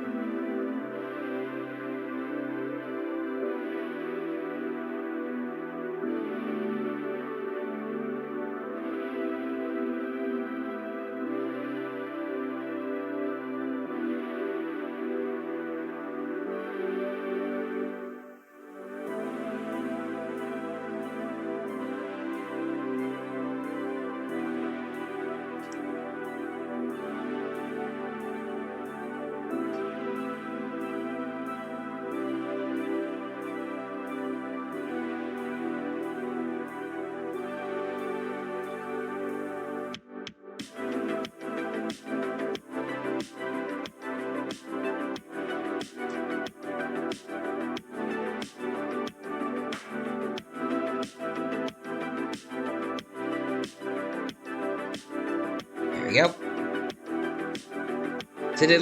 So back to what you mentioned before, Big Quack. Did the rain wake her up? So Rodan follows it as he normally does. Oh, because of storm, yeah. And then vines shoot out of the ground to restrain the giant pterosaur. I'd imagine she probably has some beef with him since he attacks cities. I'd imagine back when she was still a little kid, she probably experienced maybe one of those.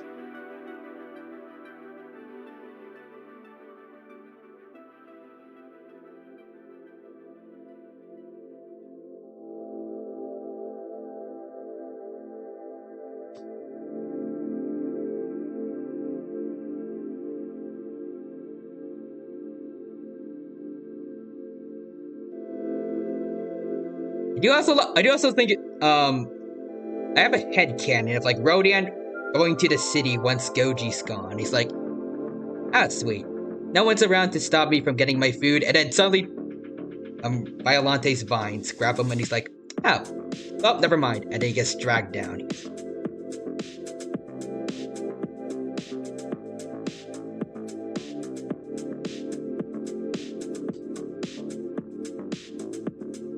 Actually, now that I think about it, if this Biollante is strong enough to wipe the floor with the Kairos Goji, how does Rodan survive?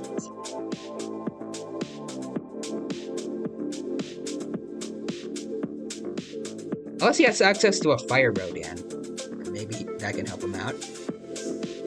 Oh, also, you got me the answer already. Yeah, Rodan desperately flies to escape, and eventually, wait, fights or flies? I'm guessing fights to escape, and eventually escaping once the military fires at both of them. Ro got saved by plot armor, or I guess the humans being Deus Ex Machina. Otherwise, I see no way he could have survived that. Also, the vines don't retaliate; they just retract underground and going dormant again. I guess it makes sense for the little girl to not want to attack other people.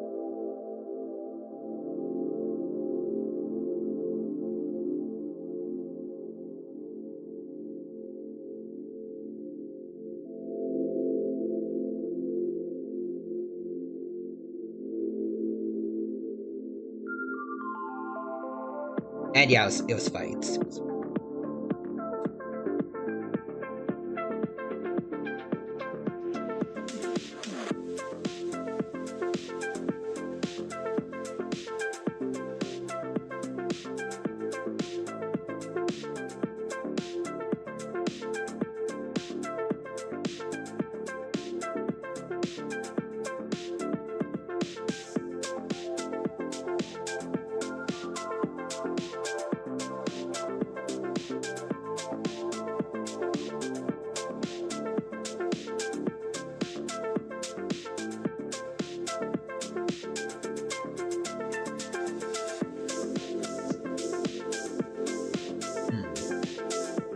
But now, actually, I don't know if I want to extend the tail maybe a bit. Maybe it's too short, but I think this is what I'm done with for my more finalized Godzilla dorsal plates. I feel like there's a couple that I want to fix here and there, but besides that, I am kind of liking how this looks. There's a couple ones here and there that I want to fix up. Also, big practice. Once Godzilla arrives hot on Rodan's trail, the vines emerge and desperately try to grab Gyoji. Okay. And I like it was more aggressive when it did that compared to Rodan. Probably for good reason. Because of what happened, but also, he's easily able to slice through several of his claws, which causes Bio herself to emerge to confront him.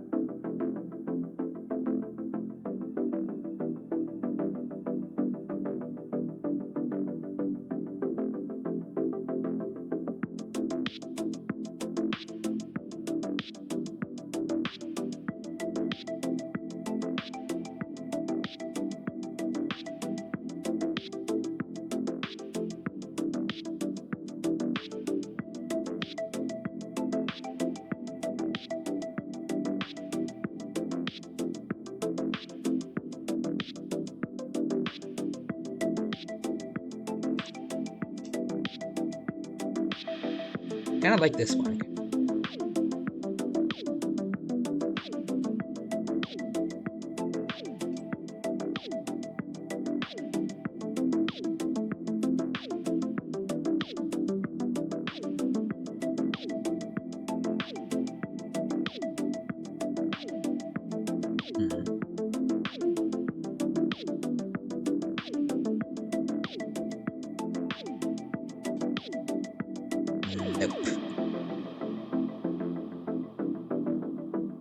Actually, hold on.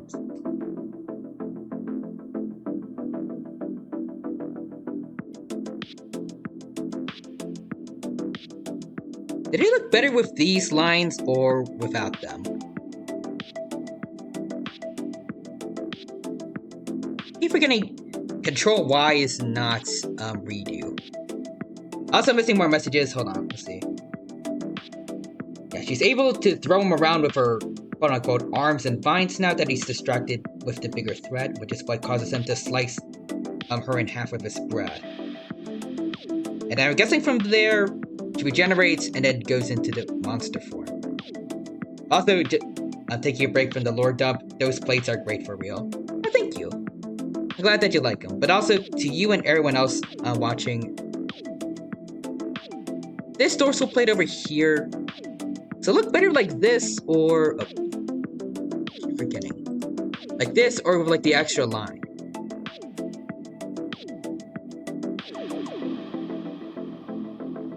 Because I feel like it does, like it gives them a bit more depth, but I don't know if it really looks that good.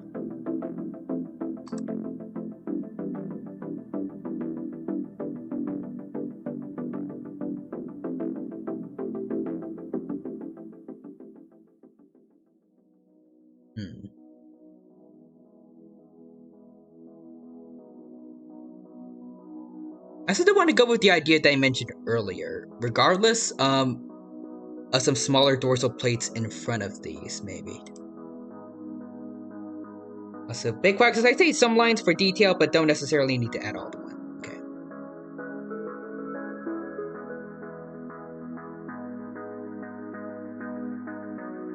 Maybe these could look good. Not gonna add them everywhere, like you said. Just wherever they're and I feel like maybe they could be needed.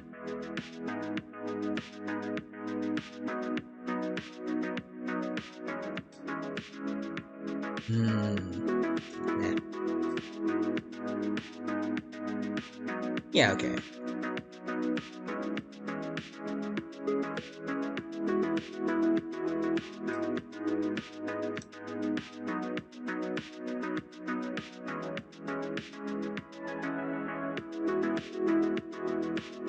I think that should be fine for now. And we need the smaller ones around here.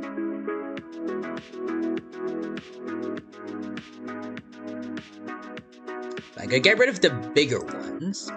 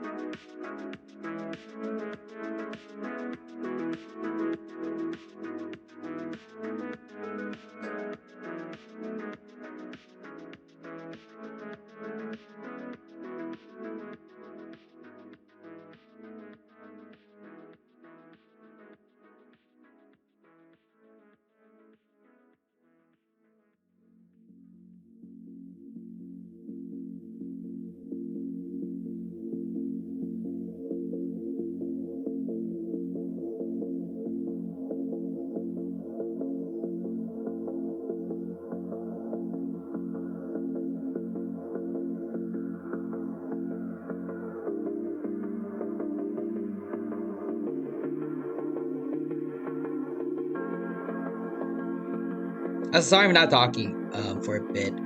Just trying to go into like full focus here.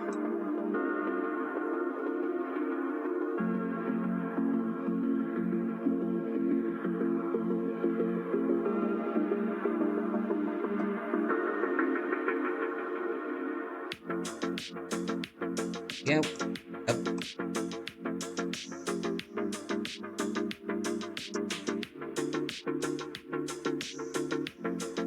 Oh, there's the other ones. There we go.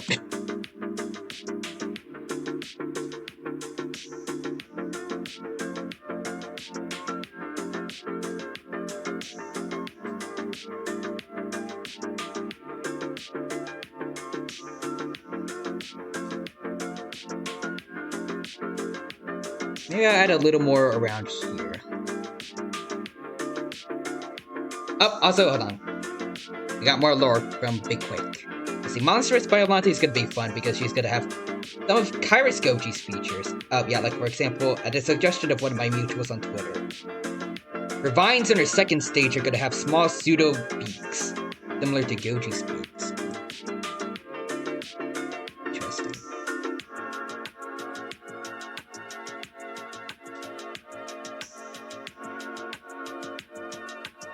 I like the idea of like vines with like mini mouths. Awesome. Feel that? I forget to word when I'm focused. Yep. Sometimes for me, words always disappear from my brain, but it also happens like when I'm just like in the zone.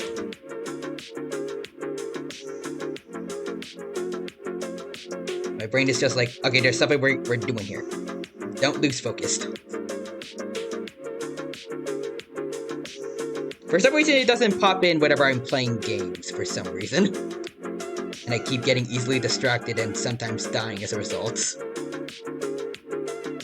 I'm pretty sure people have seen, definitely like when I play, The Isle.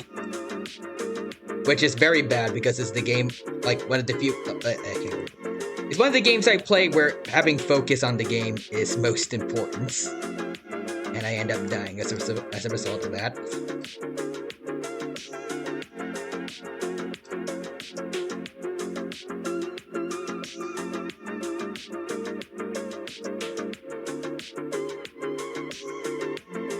Still remembering the time my Triceratops got killed because I was dumb and looking at the map, well, like, looking at the online map, and then go back into the game, and then I realized, oh shoot, my trike is getting eaten by a Dilophosaurus.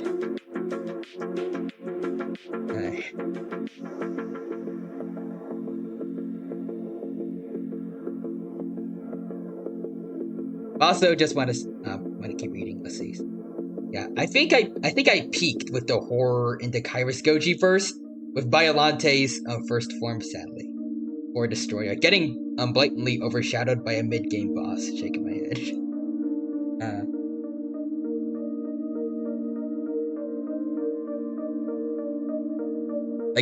Imagine being the final big bad, but everyone else before you has more depth. Like in terms of like being a character, like a more interesting villain origin story and everything. It's like, bruh. Also, Big Quack says Orga's dog and human forms might be able to compete with her. What do you mean by dog form for Orga? What do you mean by dog form? I just watched JoJo this week. I do not need to see any more violence towards doggos.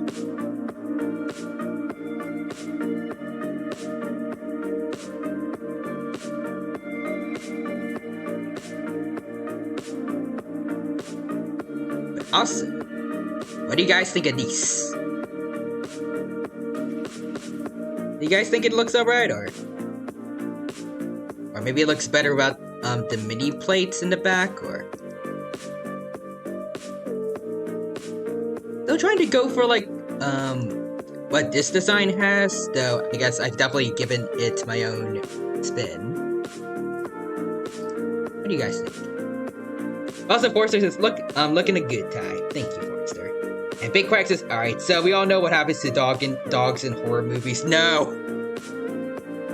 I refuse. I refuse to let this happen. Not the doggos. Again, earlier this week I watched JoJo. Actually, no. Part 4 didn't have too much, dog abuse, I guess, but there's at least one dog that did die. I did not need that. And I do not need more dog violence. Also, Big Quack says, I like the mini plates. Thank you. Also, Big Quack says, I mean the dog Orga encounters lives. Okay, okay. That's good. Does it live okay then? Or does it get absorbed and like lives inside him?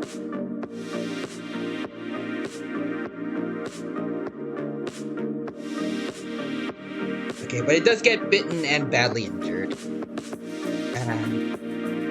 At least it lives. At least it lives. That's better than what JoJo has.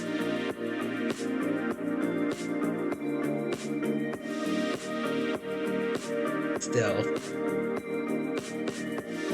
I can understand why people do it because, you know, you gotta make a villain of, like, a villain, and having them hurt innocent animals like dogs makes them more evil, but still.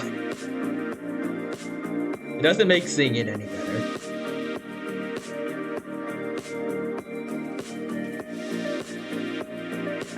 I feel like if I ever write something, I'm gonna make every villain I might make is just gonna be too nice or too relatable. I feel like I can't draw I can't create a villain that would just be evil for the sake of it. But also, the first human he meets isn't so lucky. He's like rat-sized when he arrives on Earth. I'm getting vibes similar to the Griffin of the 1994 Godzilla draft. Or like it's absorbing the DNA of all kinds of Earth creatures, including, I think, mostly a mountain lion for like its main body. I'm imagining this one horrific scene of someone. I think it was a graphic novel someone made based around the movie draft of these bat-looking aliens grabbing a mountain lion after it just killed a cow, and then dragging it to a whole bunch of other cocoon-looking things that they used to create the Griffin. I think that's what it was. It's been a while since I read that comic. It's got good art. If anyone wants to look at it. Also, Big Quack says he's based off Cell and the Visitor. Oh god, if you said it is based off Cell, does it have a form that's that looks eerily similar to imperfect Cell?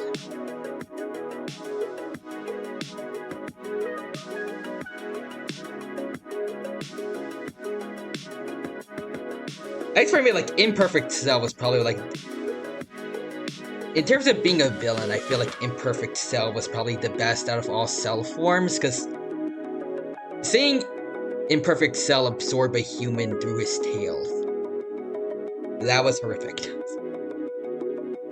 Horrific and awesome.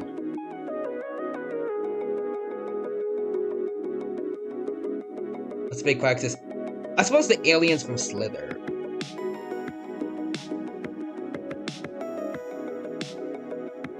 You really want to see what this version of Orga looks like.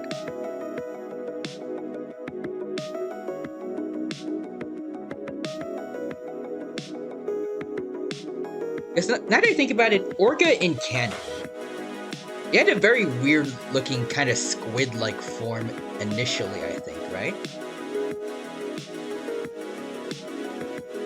And then eventually starts looking more like the Orga that people are more familiar with. And then, when it started trying to eat Godzilla, like, it started, like, its skin was starting to turn green. I remember it was growing a bit at, some dorsal plates as well before Goji blew him up.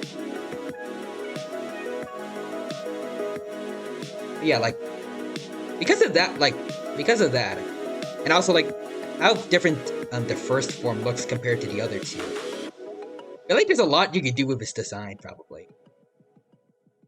Like, especially when he's just starting off. So yeah. He has an arrival form, dog form, human form, monstrous form, and then a Goji form. Okay. So he does end up getting Goji's DNA at some point too. Is that what it's called though? Let's see. Hold on. Let's check. Aura arrival form? Orga arrival. Yep, that Google does not know what I'm talking about because I'm seeing a bunch of documents right now. Let's see. Orga first form. Oh, yeah, there it is. This thing. Hold on, let me show it to you guys. Like this guy. Though now that I look at it, it's more jellyfish rather than squid, but... Like, between this form,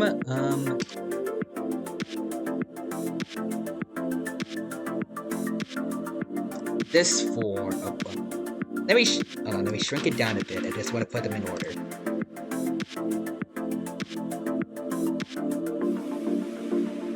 Oh, and here it is, the final one.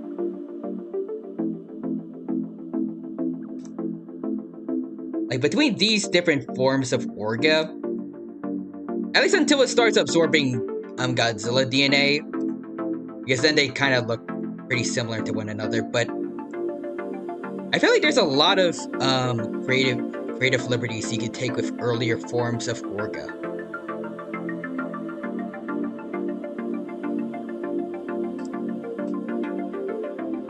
Thank you. Also, yeah, Big Quaxus. I guess a better name for the monstrous form would be the Many or the Spider. And its goal is just to survive and become stronger.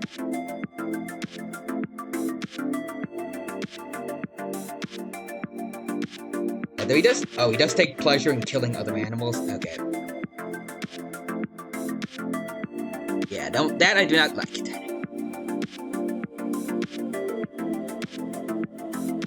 Though I'm guessing he is probably supposed to be a villain, so I'm not supposed to like it, but still.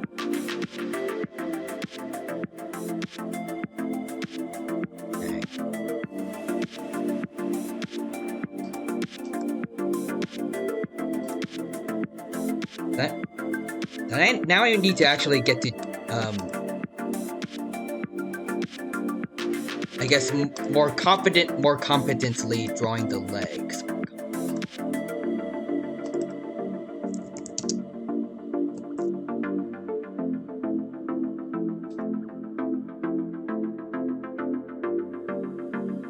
Yes. Alright, let's get started with this.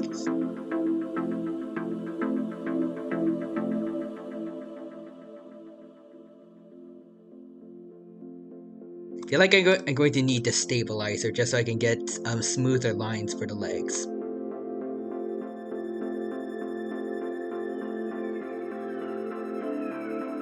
Nice beefy leg to support its body weight. Yeah.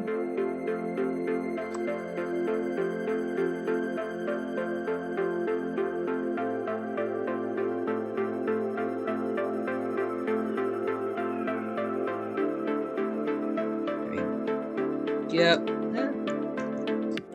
I can make the foot a little bit bigger, sure.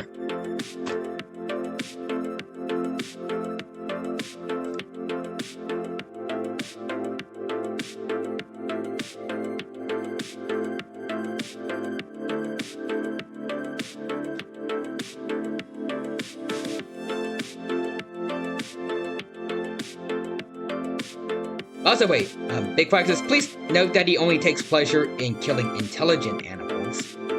So other ones are okay? Huh, okay. Big Quaxus almost viewing it as one might view beating another in chess, if that makes sense. So, like, it feels good, I guess, about, like, being... I guess, like, because if it's able to beat another animal, like, one that's intelligent as it feels like it's better adapted.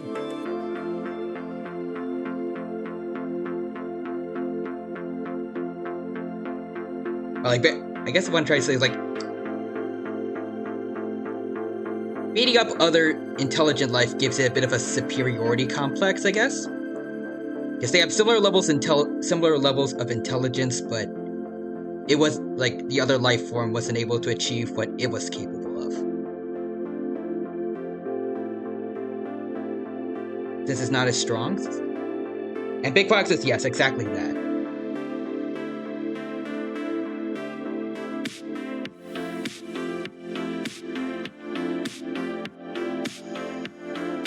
Yeah, killing animals like say a dog or a cat he views as means to survive, but yeah, killing an alien or a human or an alien is accomplishment in his eyes. Is that why the dog survives? Because if so, I can accept that.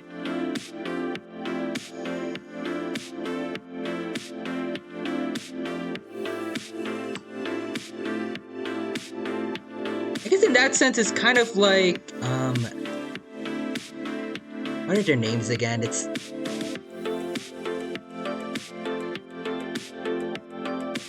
I don't know why my brain keeps saying it's like...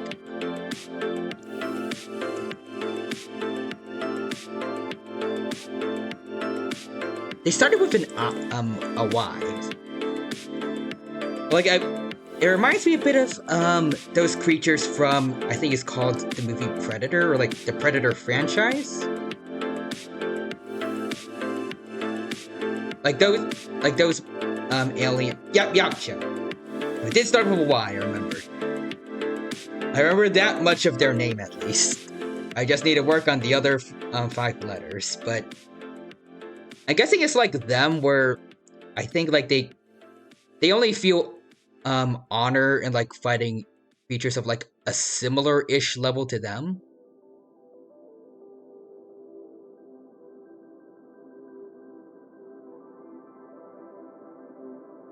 I think I've heard people say things like Yacha will ignore like pregnant women or anything like that because like they aren't able to fight and like they wouldn't see honor in killing them.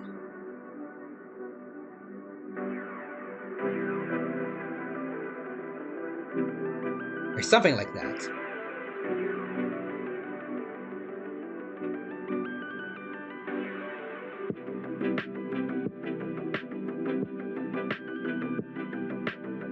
As a big quack says, honestly, the dog got lucky because Orga was still in its arrival form. It was too small to fatally injure the dog, otherwise he would have eaten the whole thing. Okay, yeah, I don't like it anymore. But it's still a cool creature. But also, Forrester says, oh, in hunting as a rule, generally you don't kill a pregnant female. Okay. I am glad that is a common rule, definitely, in hunting now.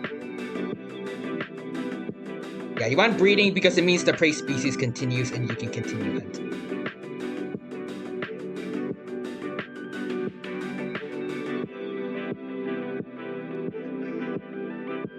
A big quack is like a yacha. If he didn't discriminate between targets, any human is fair game. Oh, okay.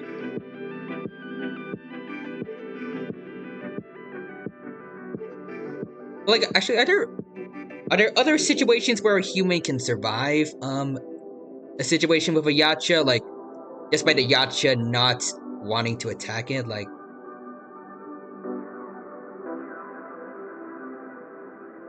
I can't think of an example, but are there any other cases of this or no?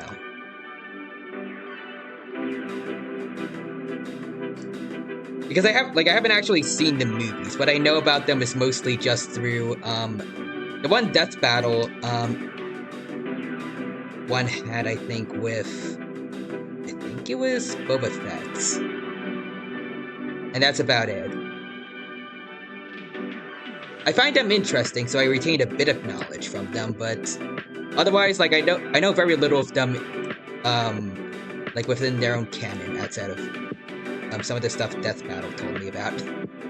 Which isn't necessarily the best form of knowledge, like, the best way to get knowledge for certain fictional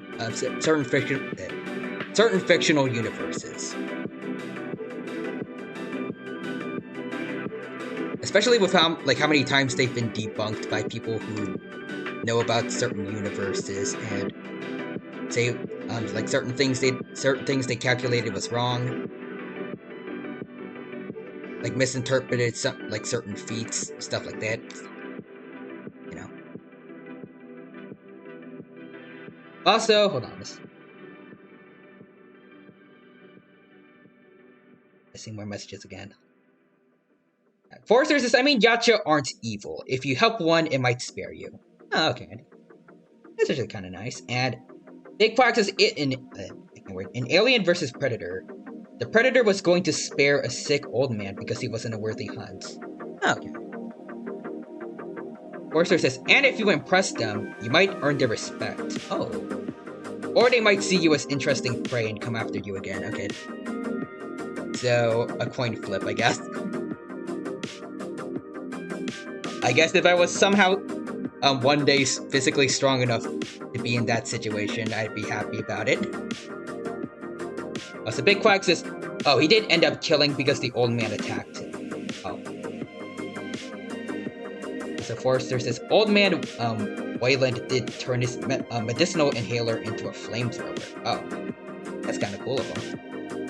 At least he went, I don't know if he wanted it to go out that way, but he did go out fighting at least. Good on him. I know, I feel like if I came across a Yacha, maybe even like just because of their appearance alone, I would just be terrified. As the Big Quack says, Orga knows Godzilla isn't intelligent, but wants to kill him because he's a threat to his existence. Wait.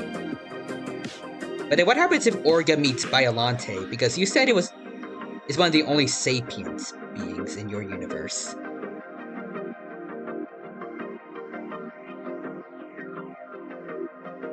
That would be she would be perfect prey for him probably, right?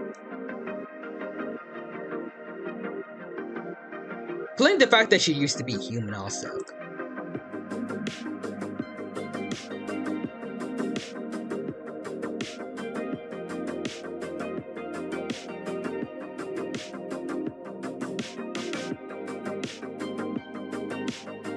Well, she did mention that he doesn't really discriminate against any humans like a Yacha would.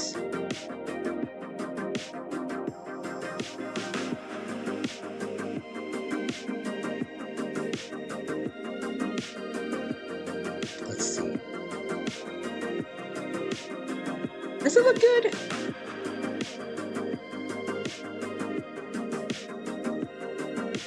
I feel like maybe this part of the foot looks a little bit off, but I kind of like how the toes, most of the toes look. Let's look at good old Hank as a reference. Let's see. Yeah, it looks alright. I do want to add these actually. I don't know what they're called, but they look cool. And then I also wanted to see the vestigial toes. Okay. I think it's on that side, so I shouldn't be drawing it on this foot. I'm gonna make sure though.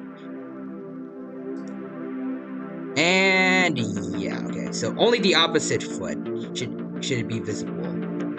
This one should be over here, so we shouldn't be able to see it. Okay.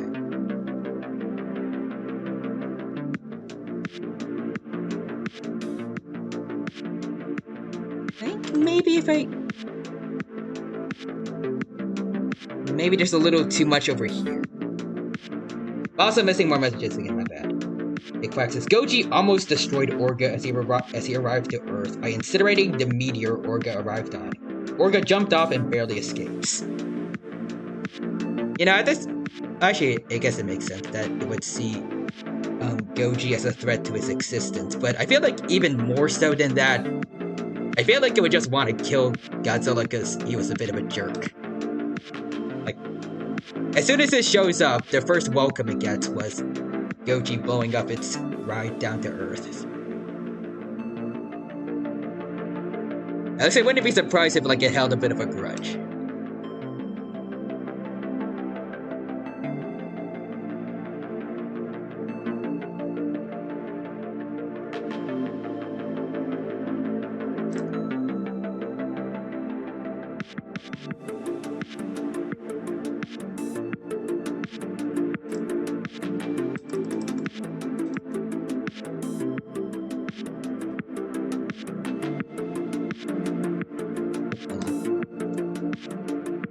Got it, and actually, yeah, I think I like this a little. I like this look a lot more.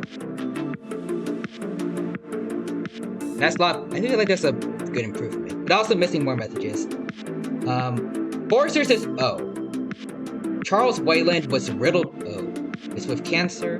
He was dead either way, and he knew when he let his makeshift flamethrower rip that it was a death sentence. Better to die saving others and fighting than wither away and wonder if anyone will ever care to give her love.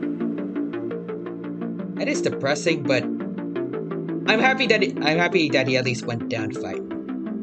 Respect to Mr. Wayland.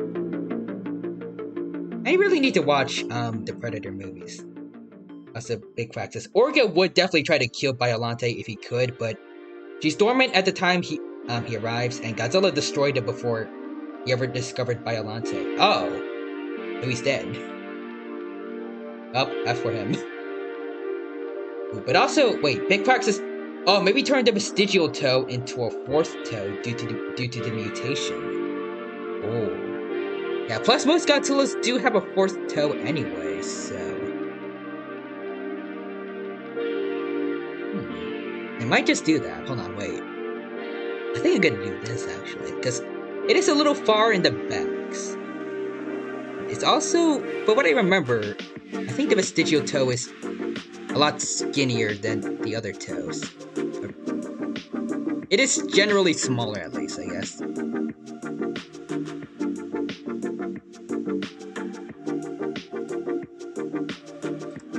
Maybe it's like off to the side, like dangling, or?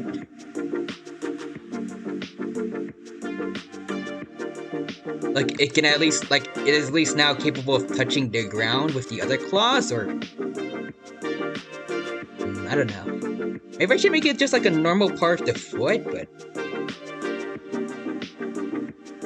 there's something kind of creepy about this, actually. I don't know.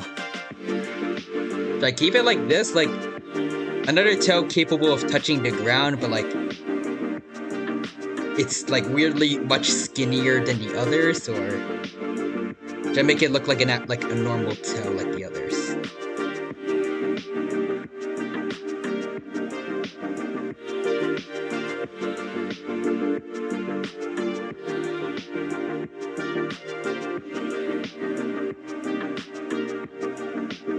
Also, Big Quack said earlier, also, Godzilla was unaware Orga was on the meteor. He was just protecting his home from the impacts.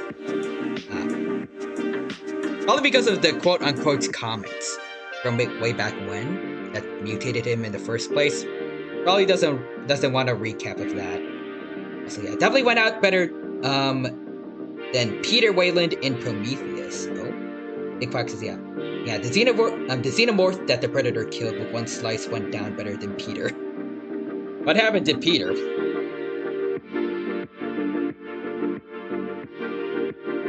Sounds like whatever happened to him was horrific. Also, the fact that he has the same last name as Charles, apparently, but died worse. Also, wait.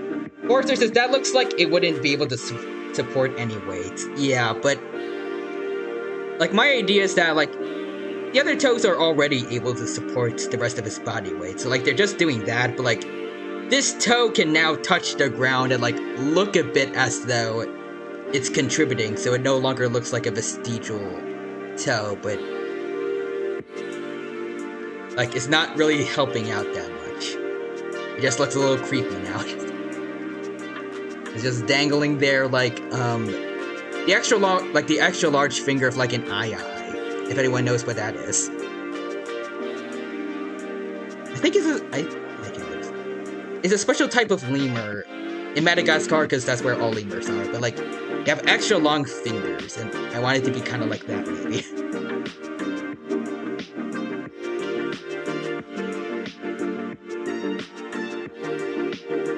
Also, Big Quack says, please note that Alien vs. Predator isn't canon to either verse, if I recall correctly. Okay.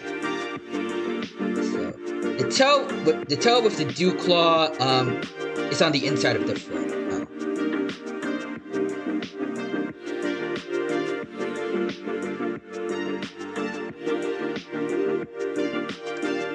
Also, he got beat with the head of his surrogate android son, David. Oh, yikes. Forces his troop, they are their own thing. if you're talking about like this claw over here, like I can't read, but I kind of want to go for like that claw like becoming mutated to become something like this, but I don't know if it.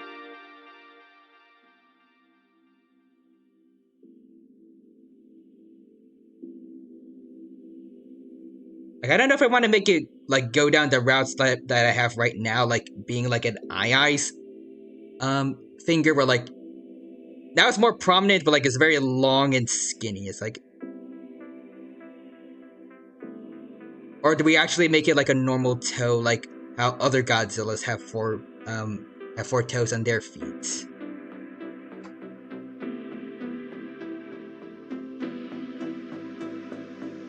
Because I could see like, I mean, granted, I can do whatever I want, but like with, like since it's Godzilla, you know, fictional creature. Like we could just say like maybe the toe, the bones within this toe extend to be like these toes here, but I don't know, like I guess maybe I want to do something like help make it still stand out compared to the others, but I don't know if this is quite the way to go. In retrospect, it does feel look a bit weird.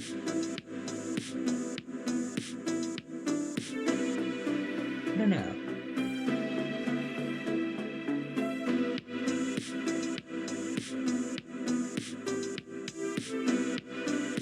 Maybe it's like constantly dragging around, or no, that would.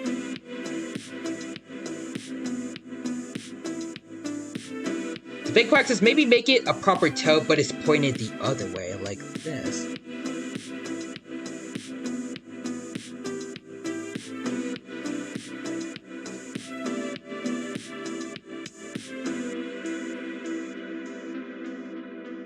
Oh, actually, well, actually, I don't think I drew it quite well, but it kind of makes the foot look a bit more like a hand.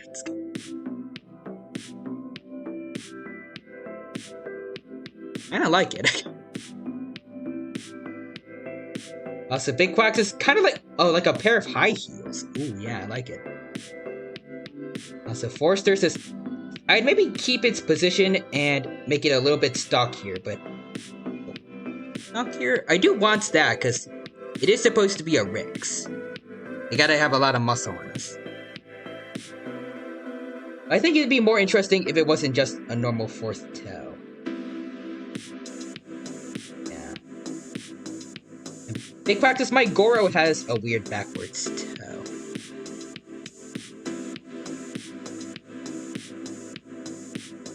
I want to try that. This time, better drawn. Let's see.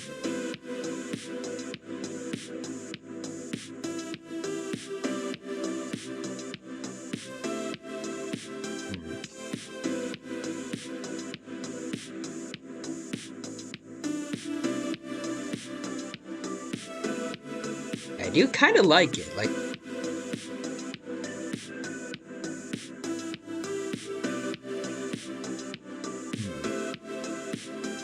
Should the other? No, guys, they said like a proper toe, but in reverse. But like, since it's naturally supposed to be pointed this way with the others, should it look like upside down? Like the claw should be pointing upwards instead of downwards now, or?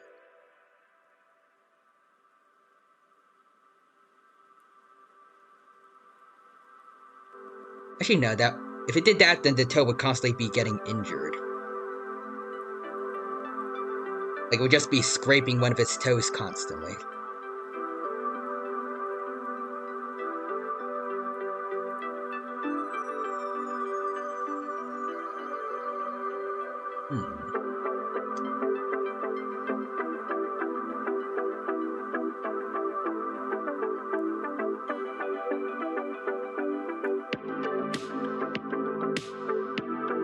Also, Big Box is, that could be neat. Maybe. Also, I think my Goro is the single weirdest kaiju I've made. It's getting a redesign soon, but only to make it look more stable. kind of intrigued as to what it would look like, but also Big Quack says true.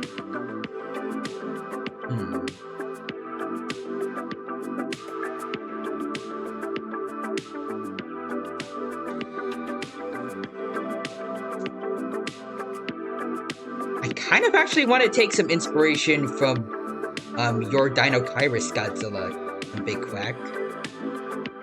What if we make the vestigial toe with the claw? What if we have it extending outwards? Like this, like over here, and it's now like a spore.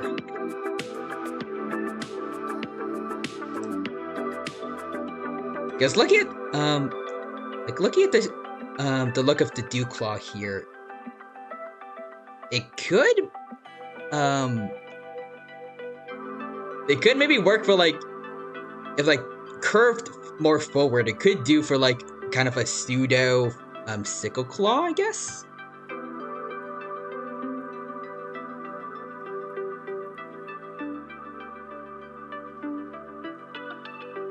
Also, Big Quack, because I've seen the weird goober.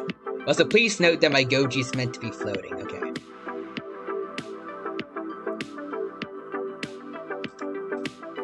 Oh, I've sent it, alright. Hold on.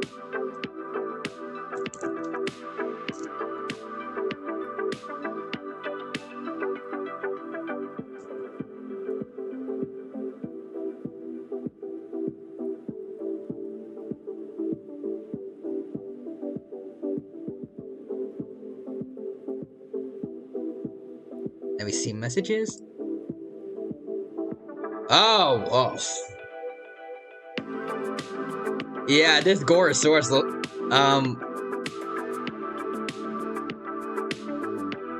it does look a lot like an eldritch horror. Look at this. Whoa.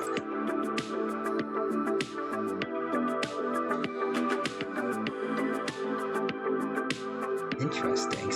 Also, Big Quack says, oh, it was a Hollow Earth Kaiju, by the way, not a mutation. You know, actually, because of the horn, the nasal horn and the multiple eyes, it reminds me of the Red Death, from How to Train Your Dragon.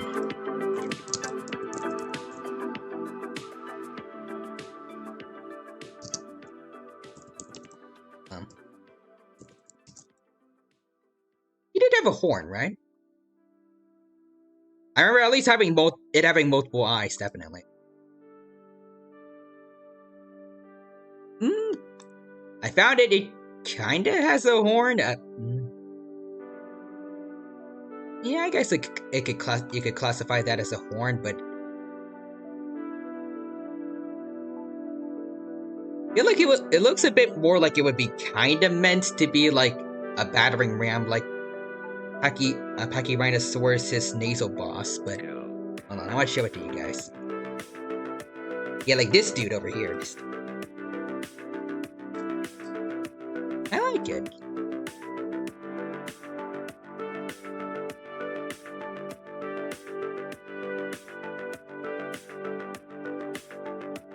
Also, ooh, it's got a scorpion.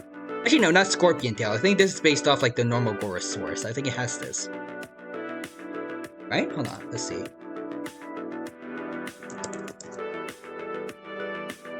Oh, yep, no. I was right. Gorosaurus does have the little spike on its tail.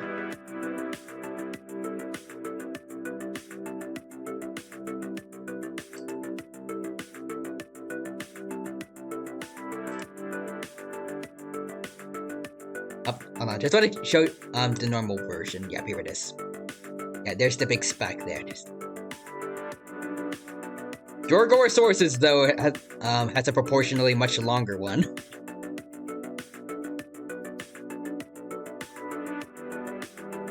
Well, actually, speaking... Oh, hold on.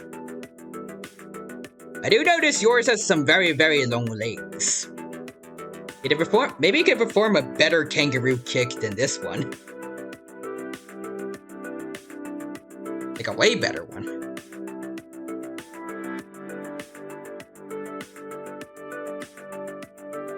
Also, hold on, listen. Big Quack says, yeah, his weird body shape is based off a kangaroo, and the horn was taken from Ceratosaurus. Oh, I see. And yes, he hops. And yeah, that's based off the original Goro, and I added the extra eye just to add some weirdo energy to him. I see. Again, it reminds me of the Red Death, so I like it a lot. How to Train Your Dragon is one of my favorite one of my favorite franchises when it comes to creature design.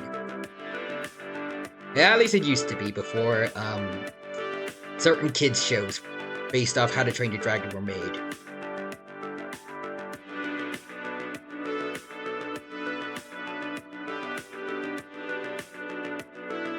But like the designs from like the original movies, at least 1 to 2, I love them a lot. 3 is a bit meh when it comes to creature designs, I feel like. Like, yeah. Also, apparently a kangaroo kicks Kairos Goji into a canyon. Oh, yikes. So is this one a dinosaur, or is it a different creature?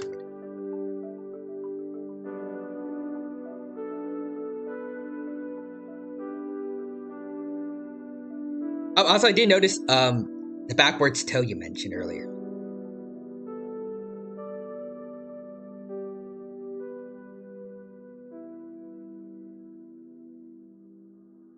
I guess if it it's like maybe our.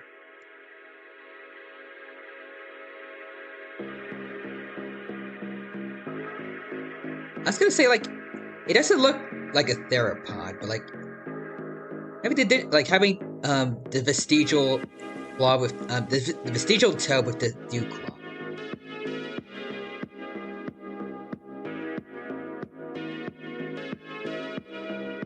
Is it like a highly evolved theropod or like a prosauropod that's because they could go be both bipedal and quadrupedal, like a mutated, like some kind of prosauropod that got mutated. Oh wait, also no, he's descended from Ceratosaurus that escaped into the Hollow Earth. Oh, I see. I guess that explains the horn.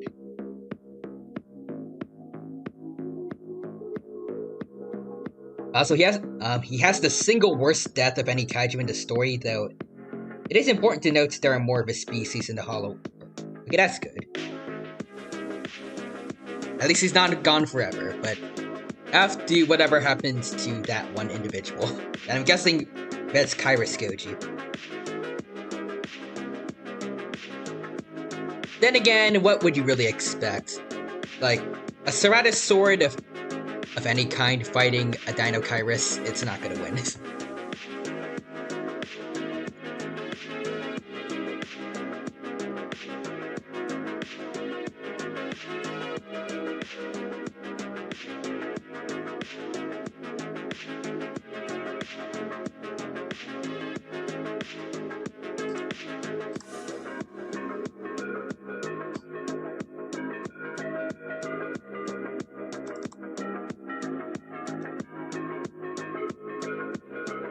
And we did try at least. But also, want to go back to what I said before about my iteration of Gorosaurus. I'm making it a Gorgosaurus because I mean, as I said before, like I just listened to the name. Gorosaurus, Gorgosaurus. They're basically the same except one G is removed.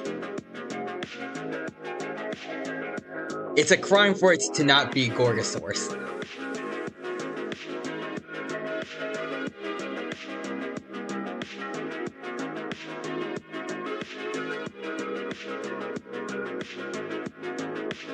Still, hold on. Nick Wax says he's the first kaiju Goji fights and is kicking his butt due to experience. But then Goji gets the upper hand in some way, and then I'm guessing he's gonna meet with a very tragic fate.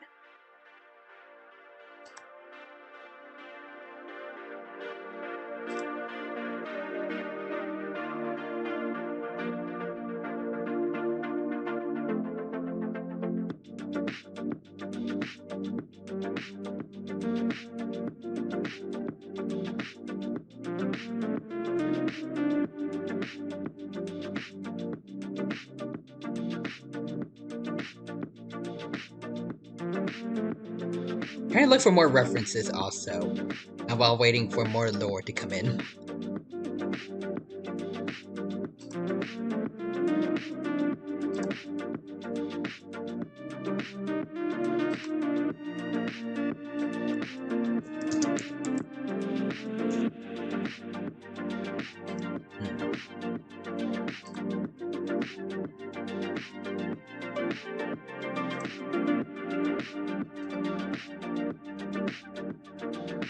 I'm specifically trying to get a good look at a T-Rex foot.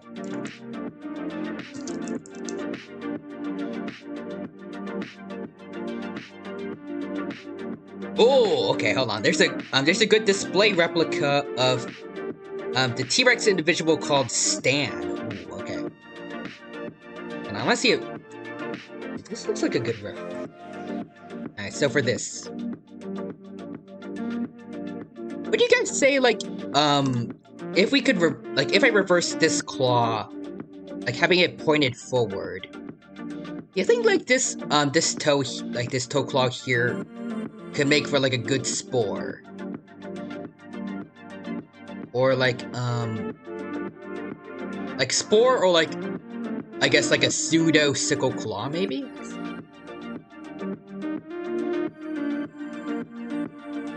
Also, yeah, wait, I got more. No, let me see. The Big Quack says, then the Dino-Carus Godzilla gets incredibly angry, it makes sense, bites down on Gorosaurus' neck, and fires his breath point blank into Goro's neck, vaporizing his neck and head, and severely damaging Goji's own throat and face. Oh. Even knocks some of his own teeth out. Oh, that is horrific. Again, though, it does help show that, like, that Goji is not a creature that is meant to exist, because, like, how bad his own weapon is severely injuring it. Like, a weapon that is specifically a weapon that is supposed to be part of his own body is causing that much damage to it. So Big Quack says, maybe try pulling up a skeletal, and that could be cool, like a rooster spore. Because of that, first I want to look up a rooster spore, and then let's see. Oh, wow.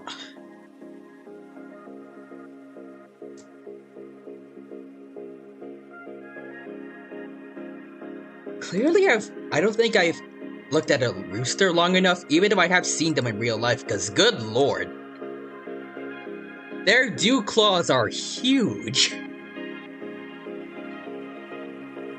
Hold on, I want to see, like, is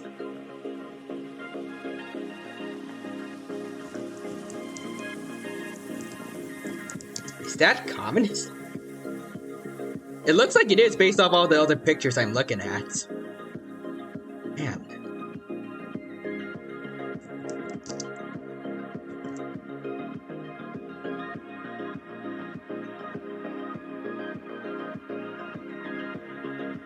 Avian dinosaurs really are a lot cooler than people are giving them credit for.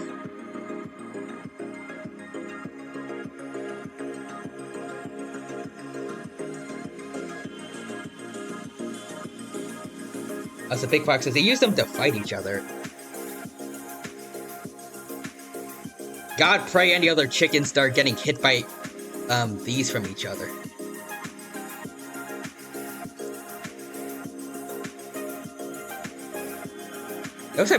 Those look like they're big enough to qualify as, like, the blades on a scythe. Yeah, I definitely want to go down this route. Especially if I decide to make this Godzilla a bit more agile. Like the 1998 the 1998 Godzilla, and, like, maybe somehow it could be capable of jumping. That's gonna be a horrific time for it, any other monster it fights. So I do want to get a T-Rex skeletal, like you mentioned. Also, Big Quack says, yeah, he is nature's mistake. Hey, you really do a good job of showing it. Also, I dare say, like, even more so than Shin Godzilla, and everything about Shin is just screaming out, like, I am in pain. Please send me back to before I was mutated.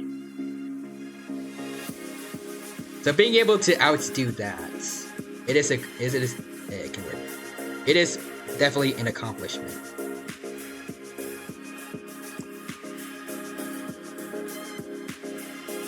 Also, Big Quack says, it's why Chimkin fighting is so common, sadly.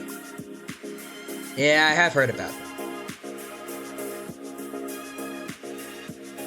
You know, with how popular boxing is, and you know the fact that it is a perfectly legal sport, like I don't know why the people that get into things like that and also dogfighting exist. Like, just get into boxing. You don't need to force animals to do that.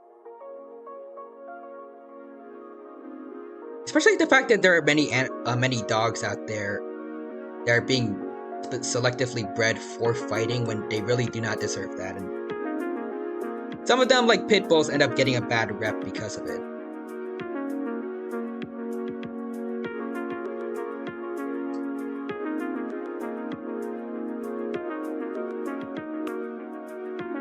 At least with the case of chickens, these are actually helpful for them in their everyday life because, you know, animals like hawks and foxes getting into chicken coops. Like, this is definitely gonna help them defend themselves from predators like that, but like, the dog's being bred for fighting. For the most part, you don't need your dog to go out and fight something.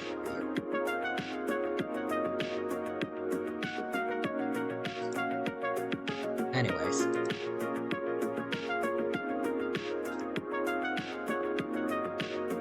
Yeah, I think I want to go with this idea. Like having like a chicken-like spore.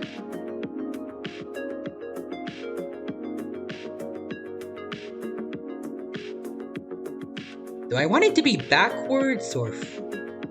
Actually... Chicken feet, I want to say now, are also like very weirdly splayed out, but... Are these claws still to the side, or...?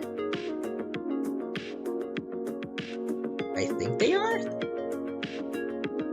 Like, are these two over here the middle toes, or...?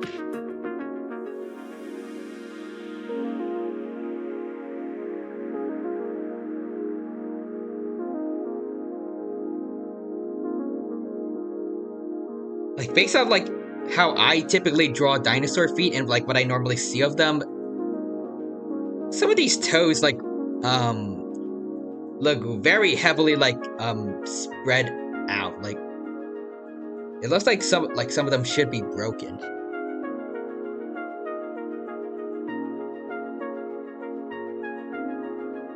Also, Big Quack's fun fact, when Kairos Goji's lair was finally discovered, a well-preserved Dinochirus skeleton and fossilized eggs were found in the rocks.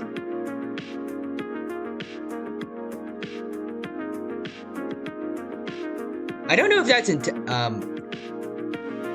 I don't know if it's intentional, but I do like the idea of like the Dinochirus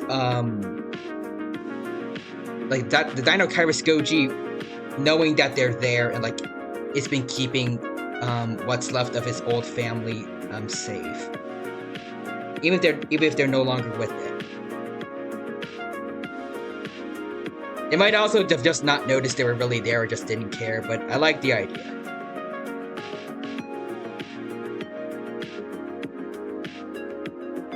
It is my own headcanon that I've created now. But also, Big Quack says, the chicken's foot is being viewed from behind, by the way. Okay, so... These are the sides, and I'm guessing this is supposed to be the left toe, right toe, middle toe, and then here is left, middle, and then right. In which case, I'll still say, like, the toes on the side can splay out really, really far.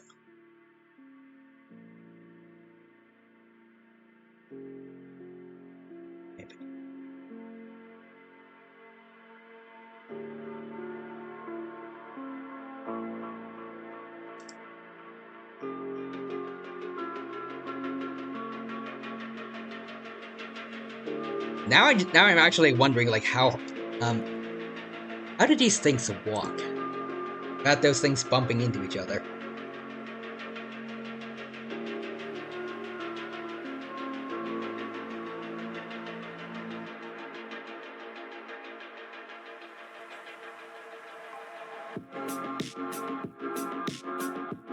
Alright, there we go. Maybe it could be bigger, but I'll workshop it later, maybe. Actually, now it kind of looks a bit like the thumb spike of an iguanodon now, but on the foot instead of the hand.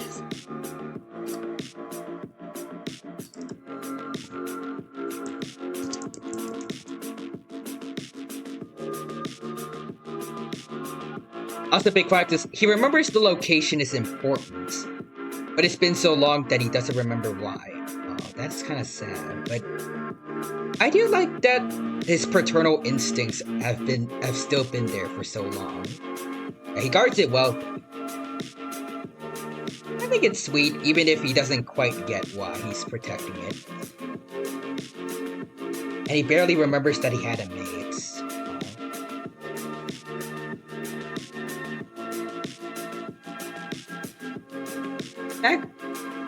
The Dinokairos Goji really is a tragic creature.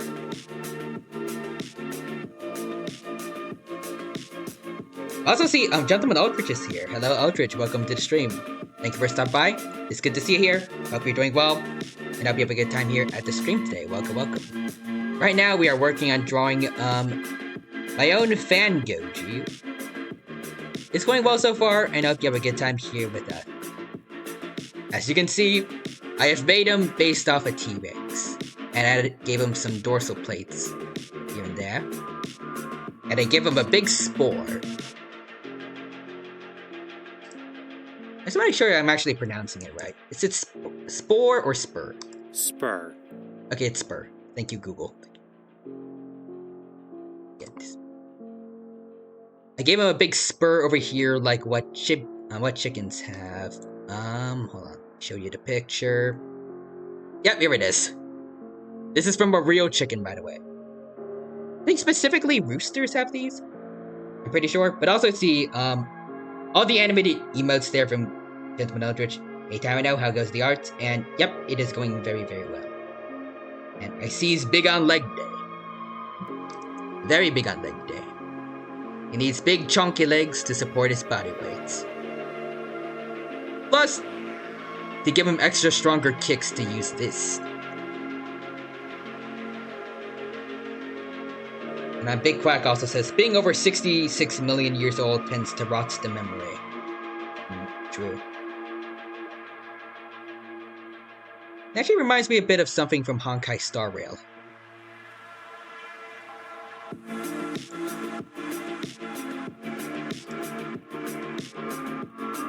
I think like the I can't word, but one of the main things that they said in the Sanshao Lofu story. I don't know if you saw any of that story. You were just there for the companion quest, but basically there's a large spaceship full of life forms that live for a very, very, very long time, but one of the main curses they say there is in regards to being immortal or just being a long life species, as they call it, is the fact that as time goes on, lots of their memories start to fade. But the only memories that get left behind are usually, of course, the most traumatic and scarring ones that stick with them for life. And then for long life species, the longer they live, the longer it's like torture to them because of those bad memories being the only thing they really remember.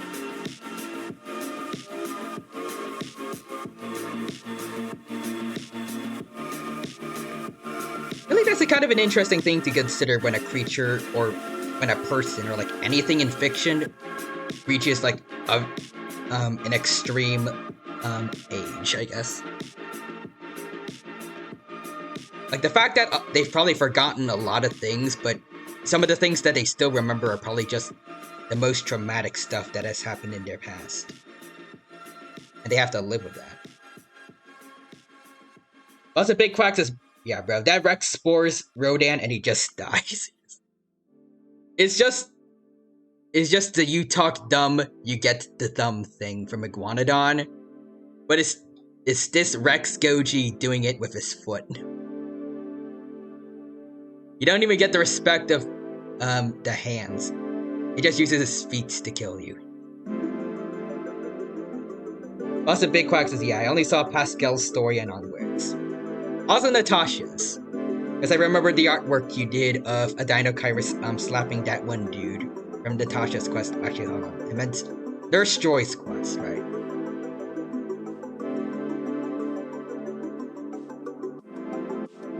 Also, speaking of which, apparently there is a part 2 to that quest. So we might get to see Nurse Joy again soon, and maybe the nerd emoji guy, we'll see.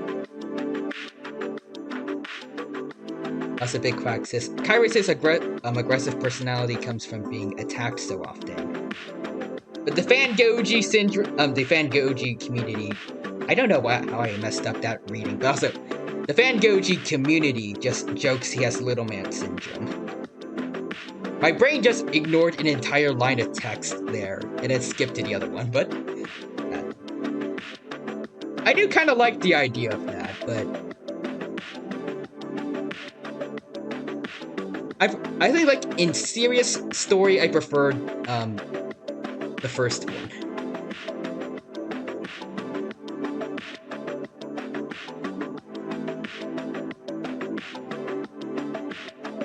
I do really feel like it would be funny to have a kaiju with like a chihuahua kind of personality.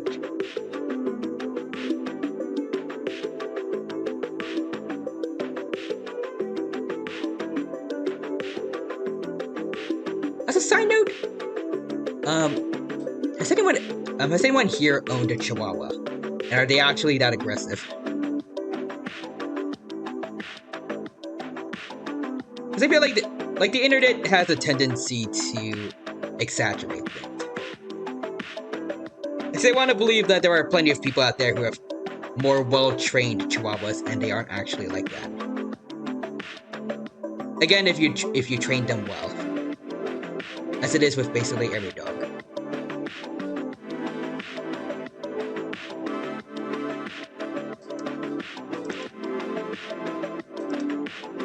Also, yeah, I was also thinking about that, yeah. It wouldn't make sense in canon because he's, in his own verse, he's pretty average sized. But would he be considered 6 foot tall by kaiju standards in his verse?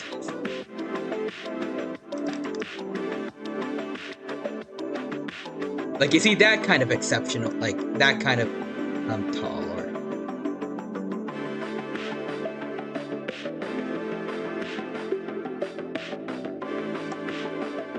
I don't know what 6 foot tall would be for a kaiju, though.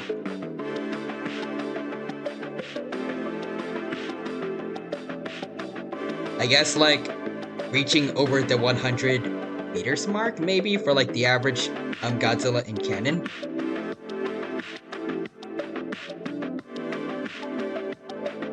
Also, Big Quack says, yeah, I'd say so.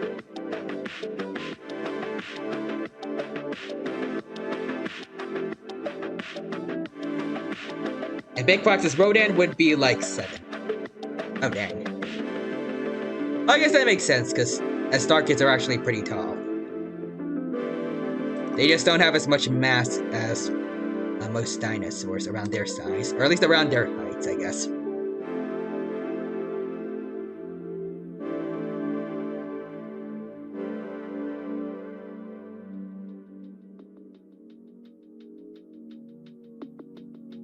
But also, if you notice on the Gorosaurus art, he was listed as 20 meters. Oh, I didn't notice, but thank you for letting me know.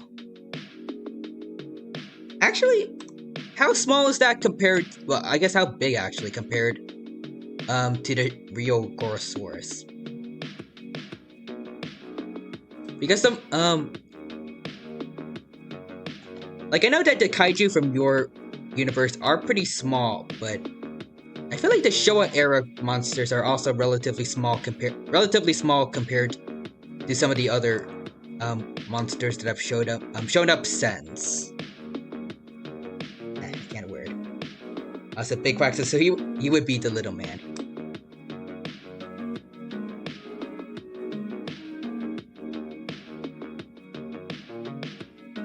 I don't know too much about the sizes of the Showa era monsters.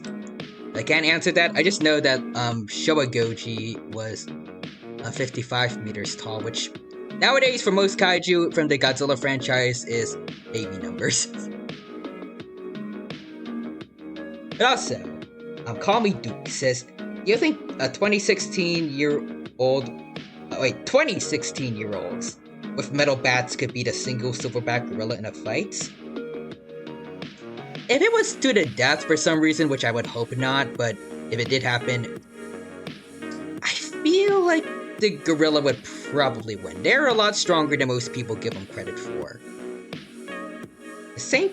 But like if we introduce like actual behaviors for these animals, like for the people and also the gorilla,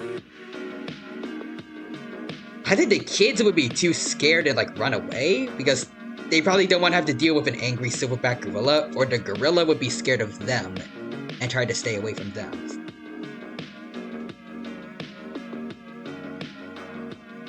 I guess also have to consider like the environments. Like if they're in a coliseum where like they can't really run away from each other, then maybe reluctantly they would fight to the death. But like if it's like a bunch of 16-year-olds that for some reason got stranded, like the mountainous regions where gorillas live, and they have they all for some reason have metal bats to keep themselves safe.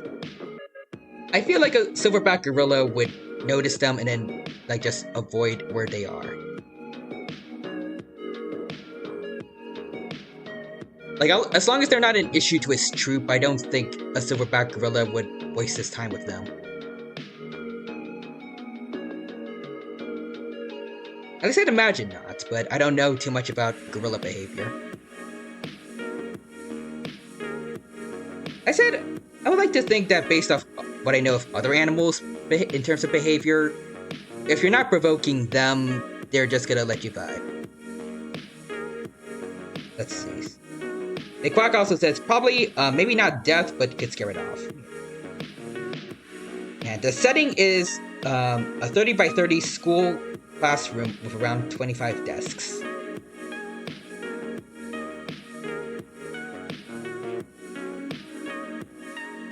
I mean, in that case, maybe the gorilla would actually be the aggressor in that situation because it's in an unknown environment with a bunch of people with weapons that might... I don't know what they would be doing exactly, but like, if they show signs that they want to hurt them, then the gorilla's probably gonna fight. And in that case, I feel like it could probably win. Because I feel like it's been said before, but for anyone who doesn't know, I think the saying goes that the most dangerous animal is a cornered and scared animal.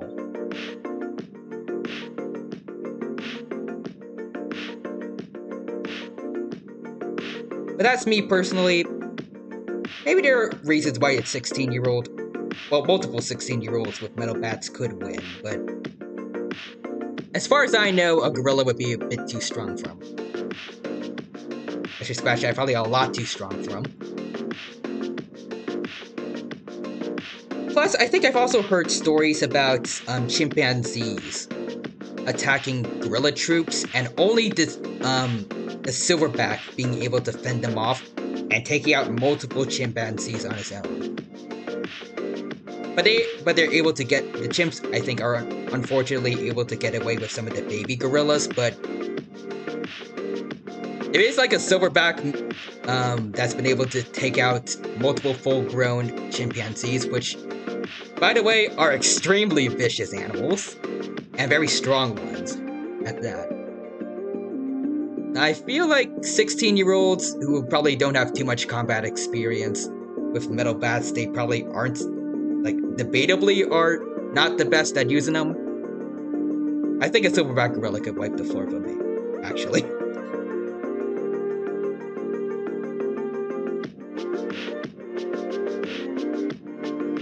Also, Big Quack says in his debut film, Gorosaurus was 35 meters tall. Oh, okay. making him shorter than Kyrus Biolante in a rose formed by a meteor. Okay, so yeah, Gorosaurus actually is pretty small. So not that much bigger than his Kyrus verse iteration, I guess. And call me Duke Despair. Opinion on Raisin Bran. I don't know who that is, but also Big Quack says, I don't know. Gorillas occasionally get clapped by leopards, so I want to say 95% the gorilla wins, but that 5% chance I think they could do it. Then again, I feel like that's because, at least I imagine, based off how other big cats tend to attack their prey, and because of leopards with their exceptional climbing, I feel like that was just because they can get the surprise attack on a gorilla by going for the neck, either by pouncing or just dropping onto it from a tree and going straight for the neck to take it out before it can properly fight back. I haven't really seen a real leopard gorilla hunt though, so maybe it can actually overpower it, I'm not sure, but I guess there is possibly a 5% chance one of the kids can get a clean hit on the gorilla to the back of the head, which could work basically similar to a leopard bite, probably more so. This blunt force is a powerful thing. That could be enough to take out the gorilla, but I don't know.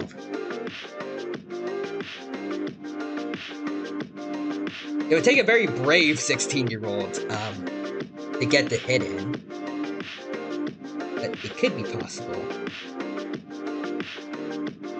Oh, wait, what? Wait, Big Quack says leopards have been known to beat silverbacks in straight-up fights occasionally after the gorilla attacked them. Oh, okay. Huh. Well, props to the leopard then. Apparently, they decided to learn a thing or two from their cousins over in South America. Because that sounds like something a jaguar could do.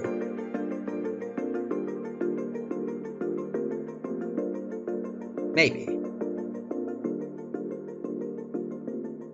I would definitely say jaguars are... They're basically like the professional, they're the professional bodybuilders of big cats.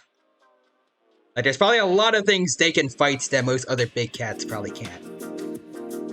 So, yeah. Though note, it usually starts with the silverback trying to defend its troop. Yeah. Gorillas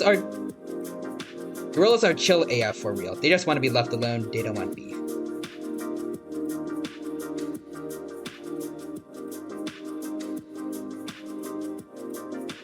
They're actually pretty nice to human children that fall into their enclosures every now and then. Not just female gorillas, but I've also heard a story of a male one. Observing a kid to make sure it's okay after it fell into his pen. And then I think he commanded the rest of his troop to stay back while zookeepers were trying to get the kid back. Really wish that gorilla's luck also transferred over to Harambe, but I think with Harambe's situation, for some reason, unlike other cases of kids falling into gorilla enclosures, people were like screaming at Harambe and throwing stuff at him, causing him to get aggressive. And I think from what I saw in the video, he was like dragging the kid around in the water.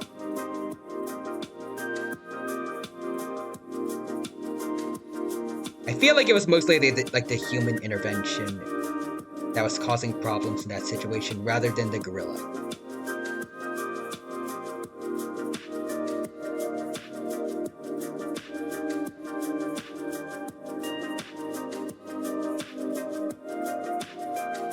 But also I see Big Quack says, jaguars are built different and I love them. Yeah, those guys are awesome. Also, Big Quack says, there was a case of a jaguar, killing a female black bear when it wandered up into an egg. I have heard a bit about that. I think, at least going up as far as Mexico, I think jaguars making their way to North America, and I mean, considering what else they can kill, like, in its natural habitats, killing a female black bear is probably, like, a Friday for him.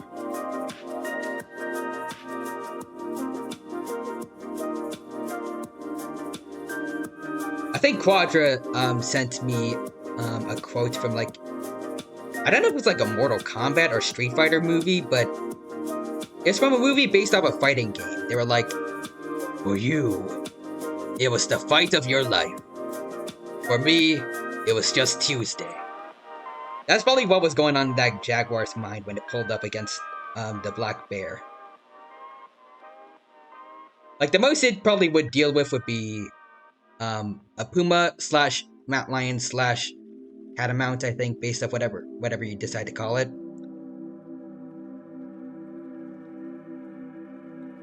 But a jaguar is on a whole other level from that. Oh, also, wait, Big Quack says, I'm gonna be real. I don't think there was any way they could have saved Harambe other than preventing the kid from falling in.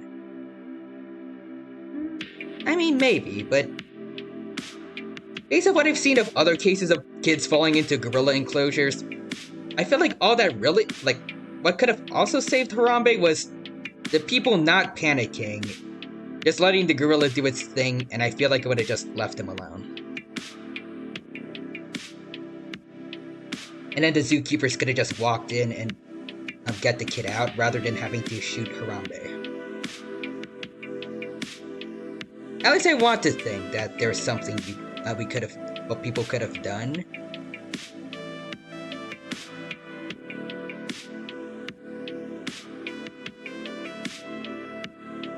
Then again, though, like, I don't know too much about gorillas, so maybe maybe it was at that point it was just too late. And I just feel bad for Harambe for being in that situation. Also, Big Quack says, I think they made it all the way to Arizona and Texas before too. Oh dang.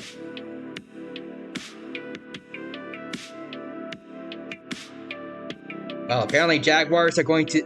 Apparently they had enough of just wrecking everyone in South America. They're making their way further up north, become apex predators there. Also, Big Quack says, nah, not Texas, my bad, but there was that one beep-bopped in the first place. There was one that beep-bopped into Arizona. Also, if Harambe wasn't freaked out, sure, but my man's was hecka freaked out.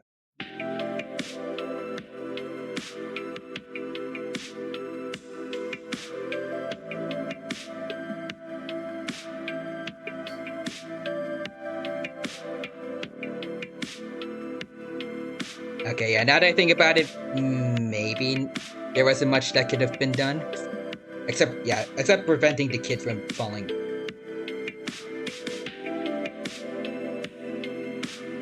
You know, actually, now that I think about it, like, I feel like there's something a lot of zoos can do to keep people safe. And that would be, hold on. Yeah, this will work. So, you said this dot over here is the people. This is the gorilla. And the defense will just be this. Like this part here. Like, it could be made of glass or like whatever, but like you just have something like this to prevent people from climbing over, like any dumb people that try to climb over the fence to get over to the gorillas. People are going to know. Like, and there's gonna be enough time for people to actually get to them before they jump in. And you would need like the worst possible parents to get the kids in there.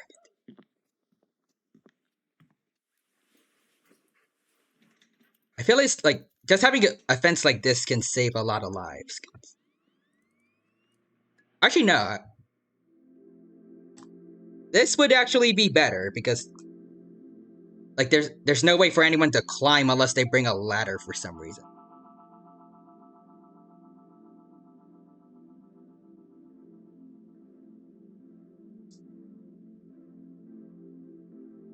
Also, Big Quack says, there wasn't much that could be done. Yeah, they had to make a sad choice to save the kid. Yeah, I have heard that if they tried to tranquilize him, since tranquilizers aren't instant like some people think, it would need time to take effect. Shooting Harambe with a tranquilizer dart would just cause him to panic, and that could have turned out really bad. Yeah, there should have been no way he could have fallen in the first place, and his parents should have kept a better eye on him. Yeah. That's a big flex. Could have been worse. Oh, yeah, I've heard of that. Yeah. Could have been that kid that fell into the African wild dog habitat.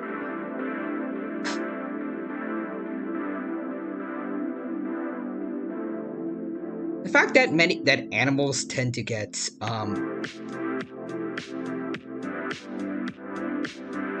I don't know what's the good word for it, but like they tend to get let go, I guess, after incidents like that when it was absolutely the human's fault. Or at least a human's fault.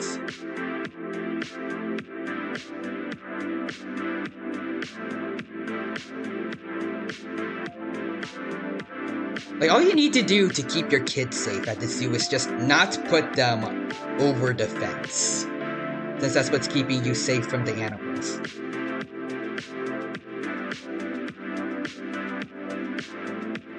But for some reason, there's way too many stories of people doing the opposite of that, and then their kids fall. Or worse, there's this one story I heard of kids intentionally going into a polar bear exhibit because of a dare.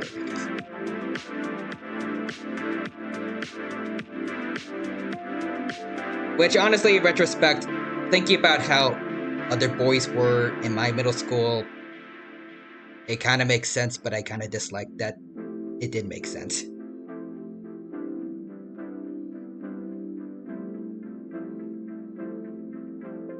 That's a big quaxus. Yeah, not only did the kid die, yeah, several of the dogs were put down by court order. Like, they didn't do anything wrong. I mean, I guess they kind of did, but like, they were just doing their thing.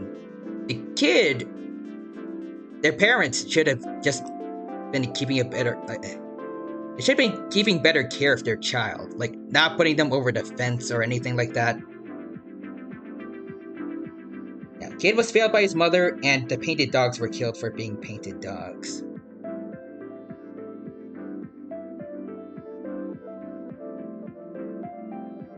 I remember hearing about something from one comedian, talking about, like, I think it was a tiger attacking someone that paid, to interact with that tiger. Like it was in those kind of, I don't know what they're called, like, that word. It's like one of those kind of places where, like, they let you, get, close-up encounters with big cats, like their cubs, and for some reason sometimes the adult versions. And the comedian said something that I feel like a lot of people should like take more to heart. Like the tiger did not go rogue. The tiger went tiger. Like lots of these animals that attack people, they're just being themselves. Whereas the human put themselves in that situation for no good reason when there are better things they could have been doing. Like, rather than spending hundreds or thousands, maybe even of dollars to get up close to a tiger, like, you could have paid for rents, you could have gotten more food for yourself, you could have gotten yourself a nice car or something, but for some reason some people decide to go up to a tiger.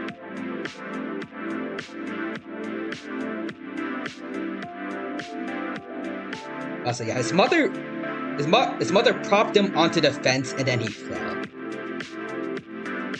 Oh, good lord. Yeah, how do you fail that hard as a mother? I don't know. Another quote I've heard about a lot from the internet that I feel like she resonates well here. Every child deserves a parent, but not every parent deserves a child. That mother is one of those parents. Like, even if you just want your kids to, like, better see the animals, you can move to, like, a different side of the fence or something if the painted dogs were too hard to see. Or even if not, then there's no room. I would rather just make do by trying to get your face as much through the fence as possible, I guess, to look.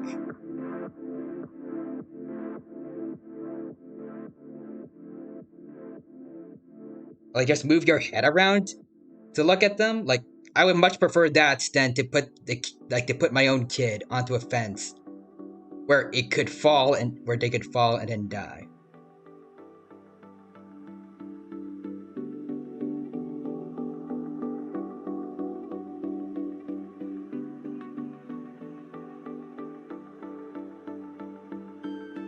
And also, again, like the thing I proposed before, of like this kind of fence. Just make sure that the people cannot, are like completely unable to climb and then get into the animals' enclosure. That would be great.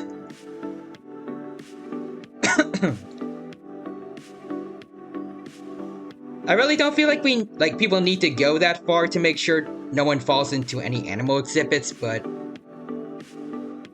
there are people that tell me that have proven otherwise.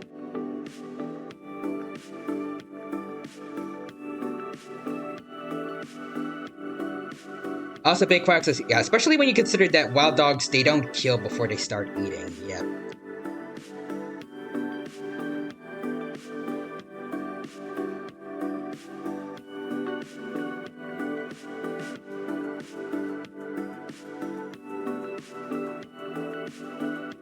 That kid went through possibly the worst possible death. Well, I mean, no death should ever happen to a kid that young, but still one of the worst possible kind of ways a kid could die. One of the most painful kinds possible. All because their mom was dumb.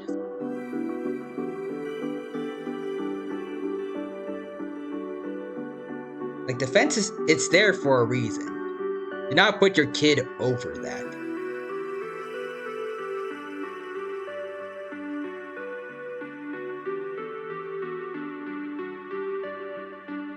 I don't know if, like, maybe there could have even been, like, a downstairs platform they could have gone to see the painted dogs better, maybe? I don't remember exactly what the layout of that exhibit was like. It's been a while since I learned about that story, but again, even if not, like, it wouldn't have been worth like potentially having your kid die, or in her case, having her kid die, just to get a better look at the painted dogs. I don't know.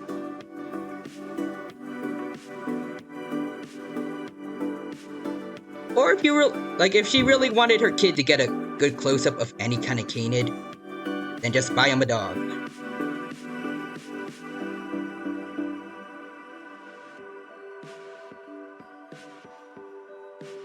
Also, speaking of doggos, my dog keeps looking at me and licking my nose. What do you mean by that, Shiloh? He's wondering why. He's wondering why you don't sweat through your nose, like he does.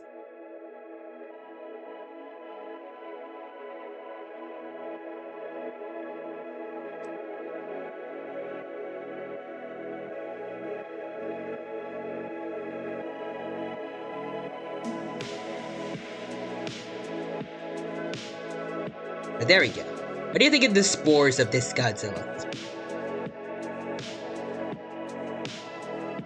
I think they look good. Also, big quacks is, hearing all these zoo horror stories. Yeah, man, the dinosaurs from I'm guessing from Jurassic Park, where they would have not needed to break out to eat people. Shaking my head. Good lord. I like to imagine, like, if the original Jurassic Park opened, like, there were people. I think the worst part is, since people can exit the Jurassic Park jeeps easily, someone would just run up to the T-Rex's exhibit and then electrocute themselves. And then Rexy would be looking at them and just being like, what is wrong with this guy? What is wrong with this guy? And then in the case of Jurassic World, if people go up to the same balcony that Chris Pratt and also that one dude from security that they were talking on top of, as well as that one guy that was trying to feed the raptors but got dragged down by them. I feel like at least once some crazy dude would just jump into the raptor's pen and then get eaten by Blue and her sisters. And I feel like a lot of Baryonyxes and Suchomimus would have a feast in the river thing that they had for Jurassic World. I forgot its name, but there are just some people that should not be allowed in a zoo. Big Quack says somebody would drop their kid in the Velociraptor habitats day one, I swear. Oh, good lord. Probably. The big one, Kim and Randy would be having a field day.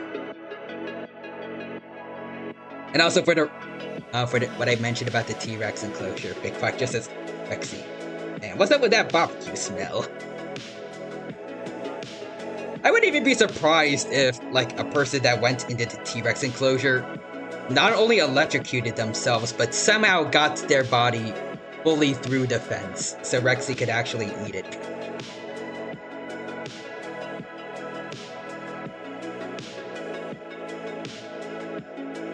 That's a big practice. Yeah, not to mention all the people the herbivores would kill. Oh, especially because in Jurassic World, like, you know how those two kids were able to fully control the gyrosphere? Yeah, so many people would just be bumping into the herbivores constantly and just bothering them and provoking them until several herbivores just have enough.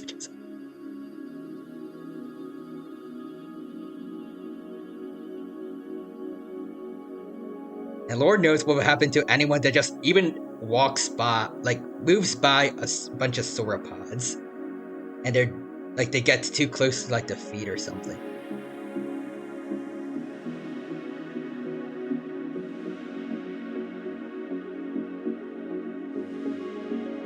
Yeah, also Big Quack says bison attack more people in Yellowstone than the bears and wolves combined. Just because people don't respect their space because people think they're tame for some reason. Look at this big fluffy cow with big massive horns and a huge body mass that can run me over if it gets upset. I'm sure it's a nice animal to befriend.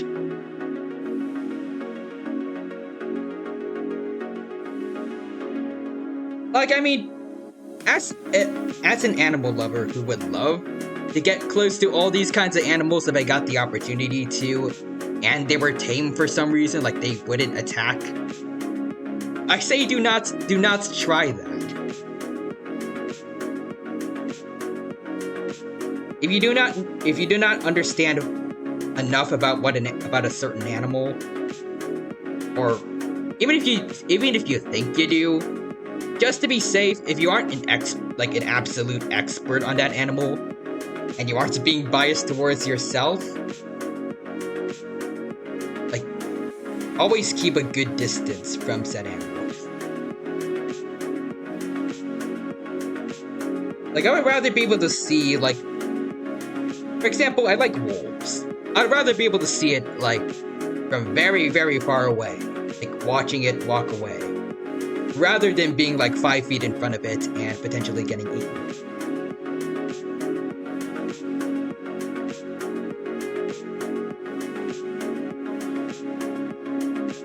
Like, it doesn't, for me, like, I feel like for most people in general, but also for me, like, it shouldn't matter, like, how far of a distance you are from an animal. If you can see it in real life, that's good enough. You don't need to go so close and, like, get to the point that you're invading its personal space.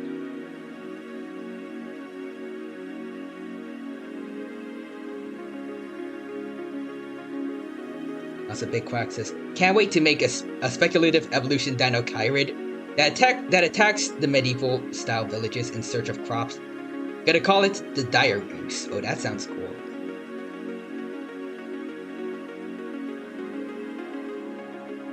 Also, Big Fox is even. Oh yeah, even experts on 100% safe gestures sadly towards Steve Irwin. Yeah, that was an unfortunate situation. I don't remember even exactly what he was doing, but I remember he did say like. I'm not sure if he exactly said like to forgive it or like.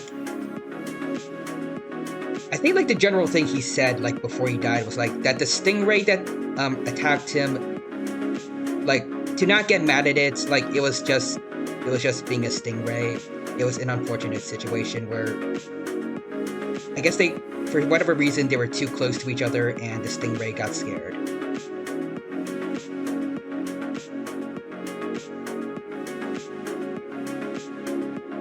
Like it wasn't doing it out of maliciousness. I just spooked the stingray by getting too close.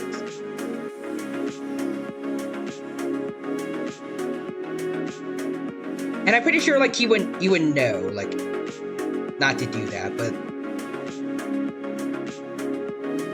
like maybe he swam too close and then ended up realizing suddenly that he was right there, or I'm not sure, but I think it was just a case of like unfortunate circumstance. Actually, yeah, now that you mentioned that, like it really goes to show that like everyone, even experts, should stay a really good safe distance away from animals.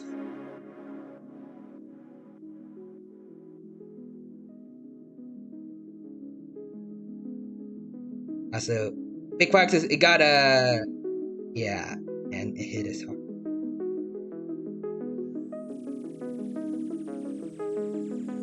Again, very, very unfortunate circumstances for him. I will say though, like I have to give him props for not being mad at it, as he was dying. It really goes to show that like, he really did love those animals. And also makes it a lot more disappointing that like he still isn't around to promote their conservation. But I think his son has taken up after him, so that's good at least.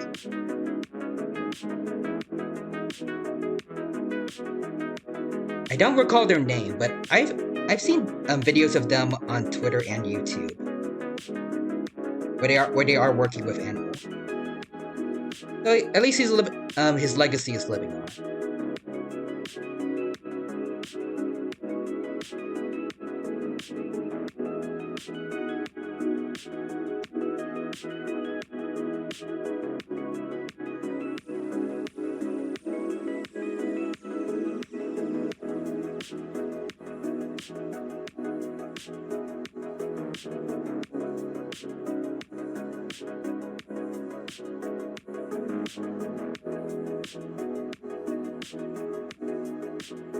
I feel like this stream has definitely taken a bit of a downward spiral in terms of mood. I'm sorry about that. But also, Big Quack says Steve did amazing work and was my childhood hero.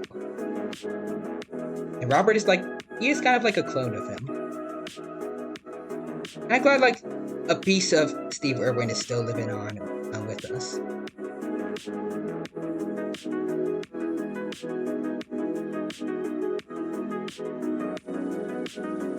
I think one of the most interesting things I learned from him were the fact that he always wrestled the crocodilians that he interacted with, rather than tranquilizing them, because I remember he said that because crocodilians, they metabolize drugs differently than mammals do. I think also because they're conscious breathers, though I'm not sure. Like if you tranquilize a crocodilian, they aren't going to wake up, unfortunately. I don't know if it's like a guaranteed death sentence, but it probably is like just the better option in general. The fact that he is also choosing an option that's like more dangerous for him, but safer for the animals. I'm glad he did. I'm glad that he did that.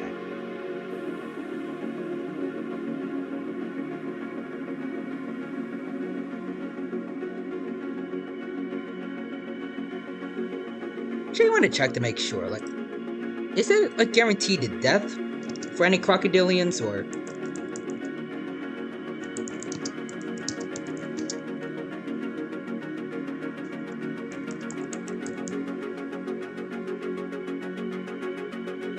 Let's see. According to Google, use of some drugs on large crocodiles under stress can cause acidosis and death. Okay.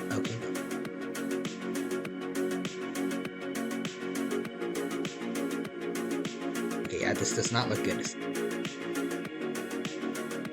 Yeah, it would be very bad for any crocodilians when they get tranquilized.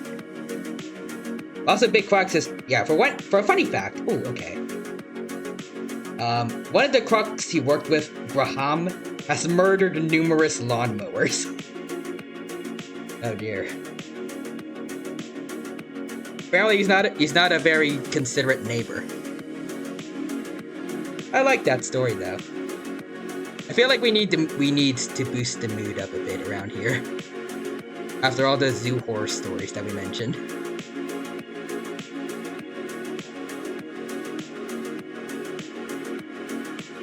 Also, Big Practice, I believe Graham is still alive to this day and still lives in the zoo.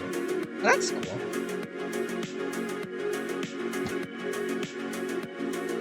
Glad to see that he's doing alright. Also, I don't think it's a death sentence, but it is super risky.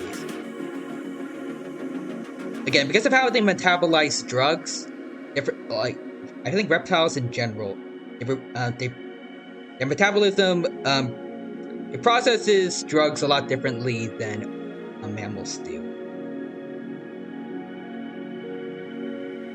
So again, I do feel like I'm glad. I can't read, but I feel like it's very sweet that he goes for an option that's a lot, again, more dangerous for him but safer for the animal. Like, he has to make sure that he doesn't get bitten by some of the strongest jaws of any living day animal to get around it and then close his mouth with tape. Meanwhile, for the crocodile, again, it just has some humans sitting on his back for a bit. Tape strapped onto his mouth. It's gonna get taken off and then it gets transported somewhere safe. Whereas if it gets tranquilized, then a lot of bad stuff would be going on inside of it, which has a decent chance of causing death.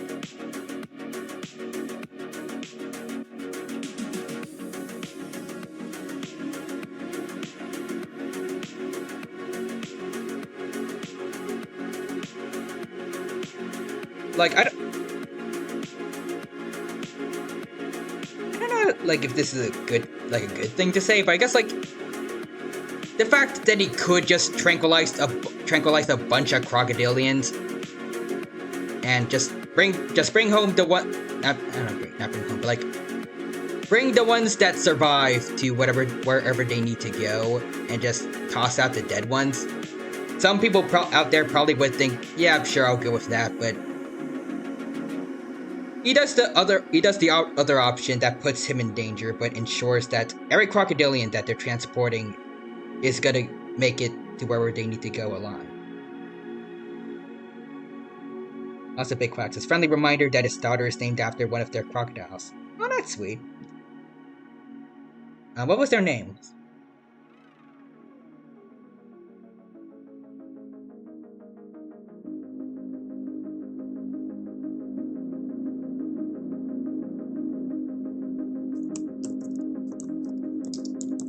I want to look up crocodiles that Steve Irwin interacted with.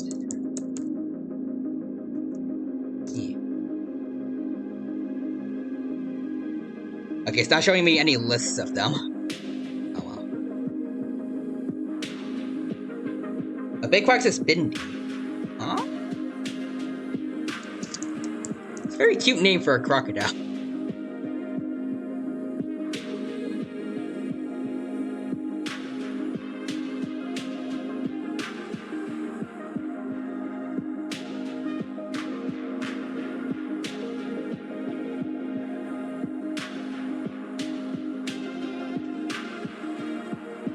I found a picture of his daughter. Hold on. Let me show it to you guys. And I love the little I think this is an American alligator, young hatchling, not hatchling, but it looks like a young American alligator that they're here with. I look at him. I'm pretty sure it's one. It doesn't look like a crocodile. Definitely like an alligatorid of some kind.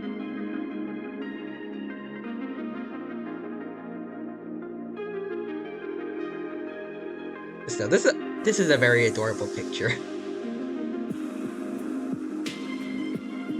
I would feel scared about putting my hands a little too close to the head of this little fella, but yeah, everyone's keeping their hands, like all their body parts, pretty safely away from like the back of like around his head.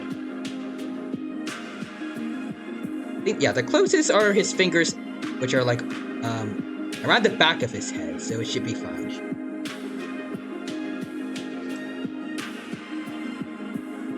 Also, Fake Quacks, she's married with a kid nowadays, and that's nice. And they had American alligators at the zoo, so maybe. That's my best guess. I mean, it could also be some kind of caiman or like a Chinese alligator, as far as I know, but my best guess is American alligator.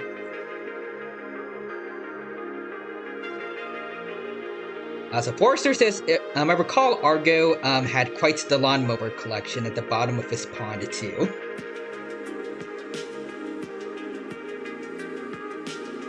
So Graham and Argo, apparently two crocodiles, but two crocodilians.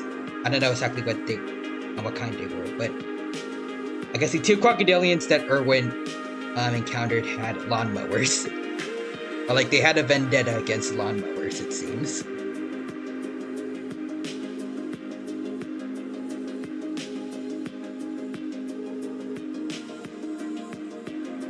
I guess they didn't like the noise. I don't know. Big Quack says now. It might have been aggro, I was thinking.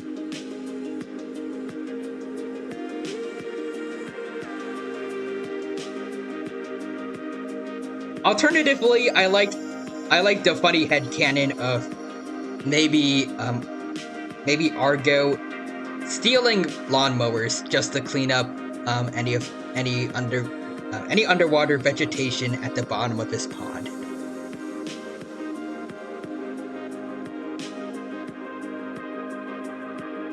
Oh, okay, we got hit with something big here.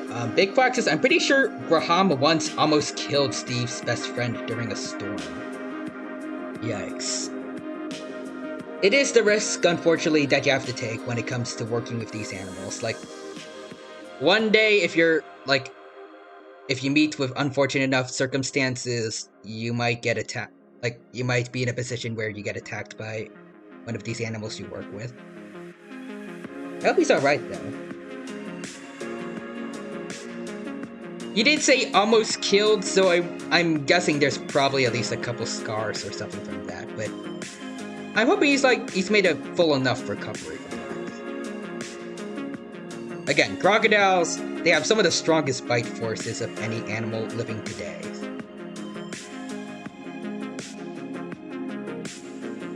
So that is very concerning.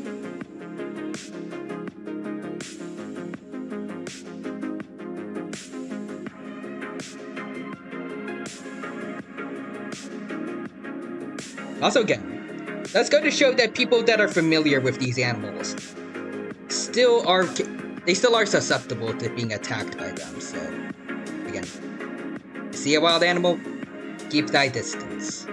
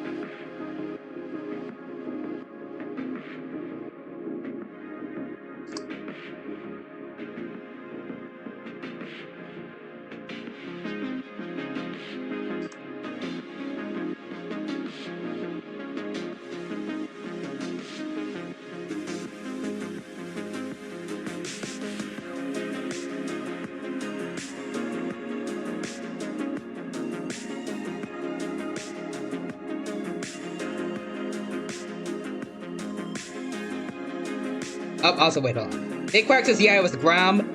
Steve saved Wes's life by jumping on Graham. Very brave of him again, and also, I'm glad that Graham. I'm pretty sure he didn't get put down for that. As we mentioned before, that does tend to happen with certain animals.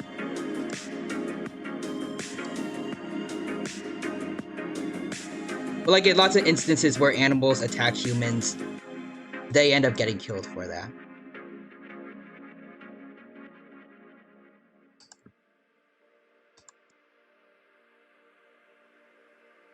So yeah, they held no ill will towards him because yeah, he was just being a crocodile.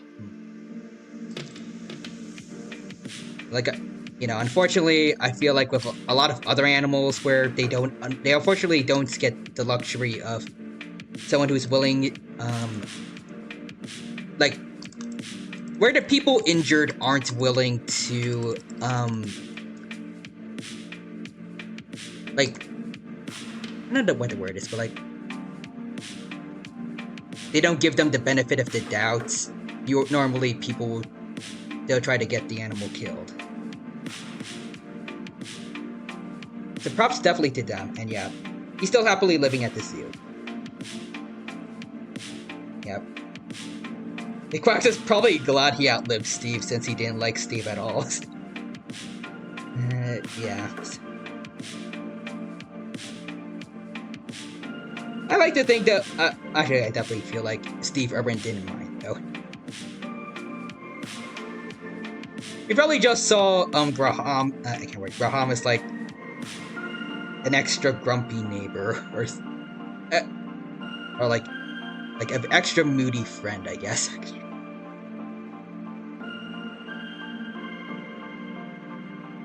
He's probably, like, he was okay with it.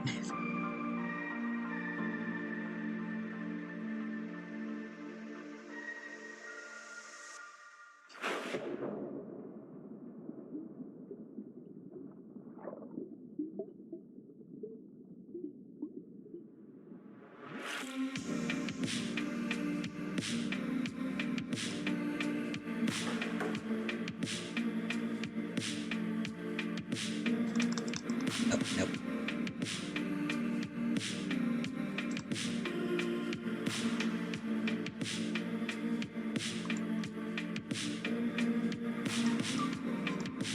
Yeah, I just gotta get rid of this. Big Quack says, "Oh no, yeah, he adored Graham, and even gave him his favorite crocodile Bindi as a mate. Oh, that's nice. Did they ever have any clutches of eggs?"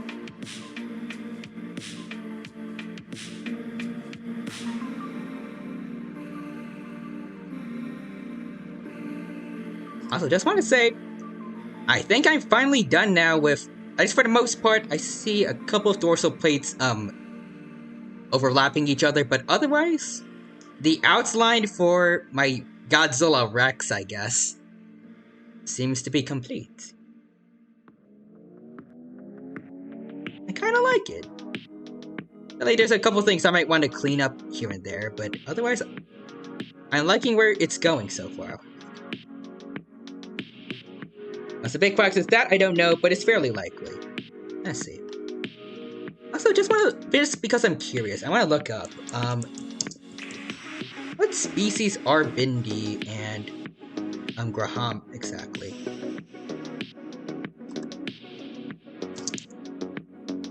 Trying to look up Bindi the crocodile. Oh, wait, Bindi and Graham, okay.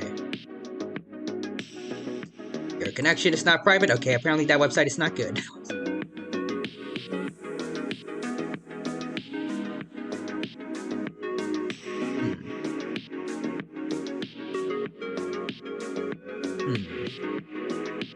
From what I can see, I think Graham is oh, yeah, a male saltwater crocodile. Okay, damn.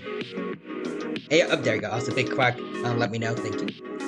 Yeah, they're saltwater crocodiles, aka the largest living land, but no, not just land, but the largest living reptile, I believe, today.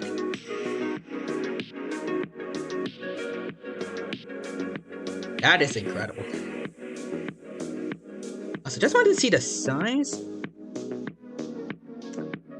According to this, I don't think official wiki, it says that he's around a little less than 12 feet long.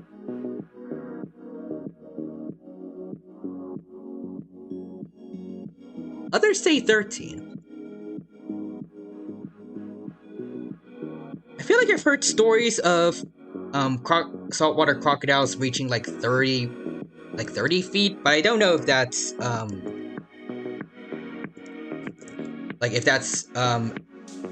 ever been confirmed or not.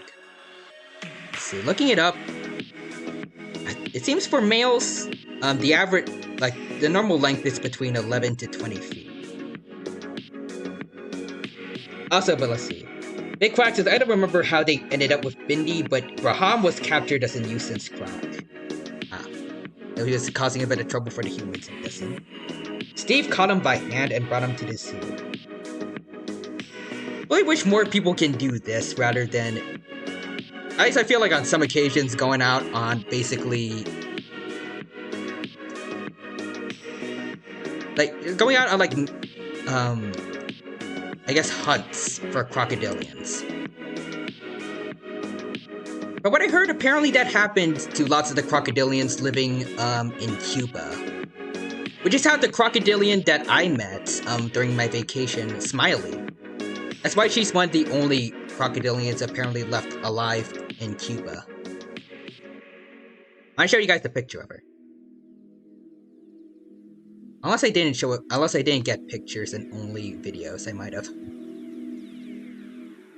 Well, let's hope for the best.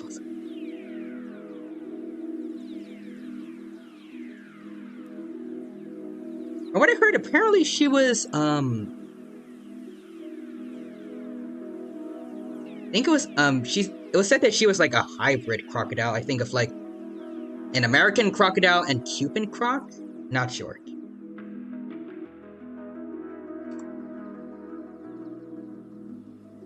Let's say though, regardless, it was definitely one of the, I feel like it was probably the highlight of the vacation for me.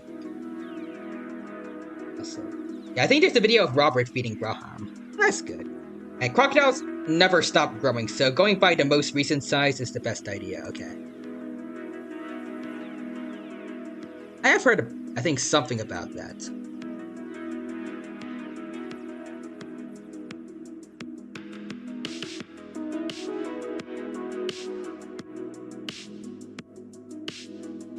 I'm trying to find the pictures of Smiley on my Google Drive, but I took so many pictures of food just because I felt pressured by the rest of my family doing it. Now I have to deal with so much stuff that I gotta scroll through. Or rather just click through. Oh, there were some lovebirds that I had on my hand during the vacation. Those guys were cute. Their claws hurt a lot more than I thought, though. Like, not significantly, but it did feel like people were it did feel as though I was being constantly pinched.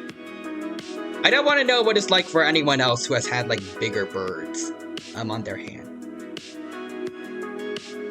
Like, if someone for some reason going into falconry didn't wear a leather glove when a bird of prey like a hawk or falcon lands on them.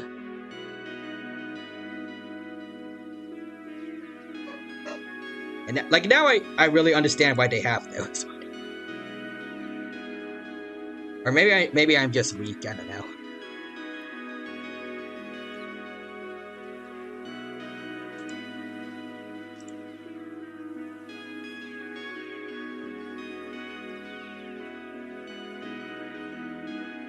Dang it, I didn't find it.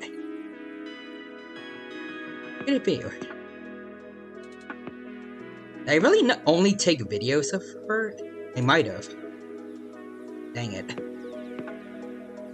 I guess in that case, like if you want to see Smiley, you have to go back to when I did the thread of all the pictures and videos I took during the vacation. Oh well. She was still really cool to see during my vacation.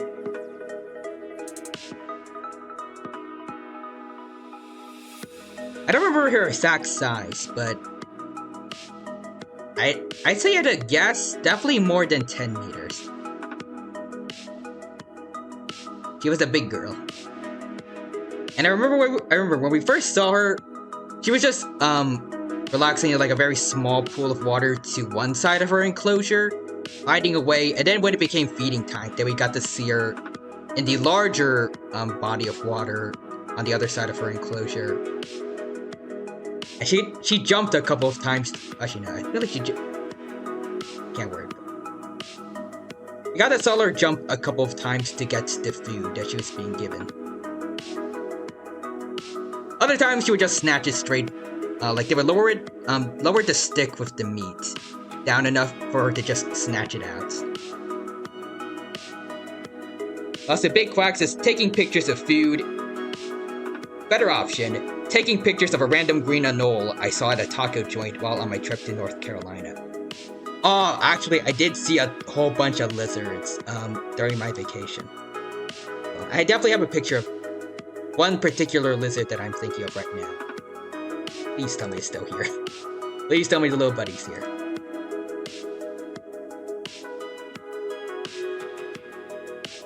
Oh boy.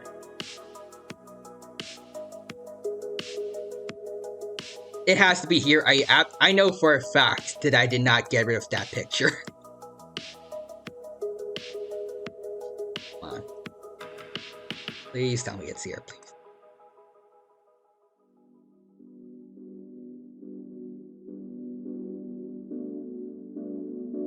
Actually, you know what? Maybe we'll just... Hold on. I'm gonna go over to Twitter and then find the picture directly. Because I want you guys to see it.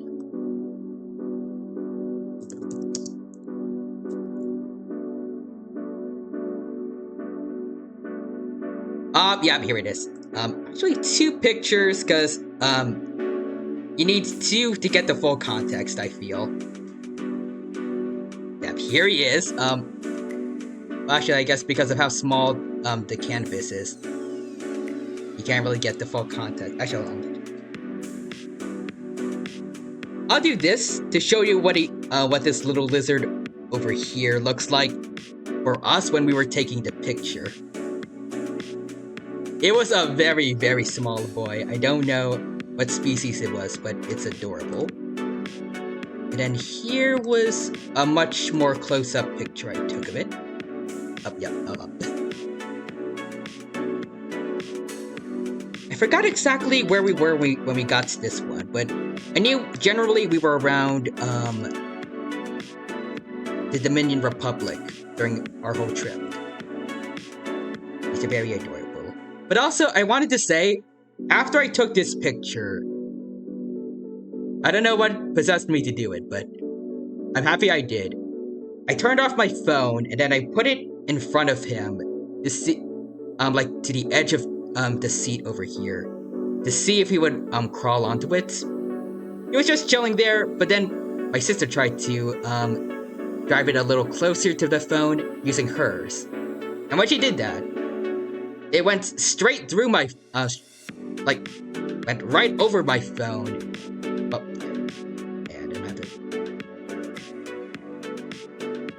It can't work, but like, it went onto my phone, and then crawled, like, almost immediately onto my hand. And then started crawling up my shoulder, and then onto the strap of one of the straps on my backpack. And then he just hitched a ride on me, basically. We walked around with him for a bit, and then I think later down the line, my sister and my little brother said that he jumped off a bit.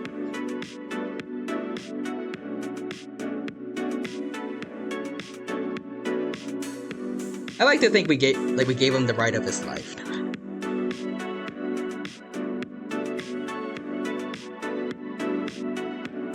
And like maybe at least for like a little bit, he felt like a giant, just hitching a ride on us.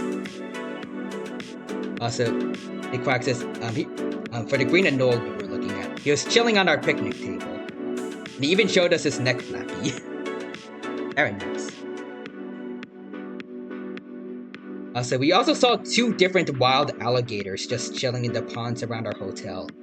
Oh, nice.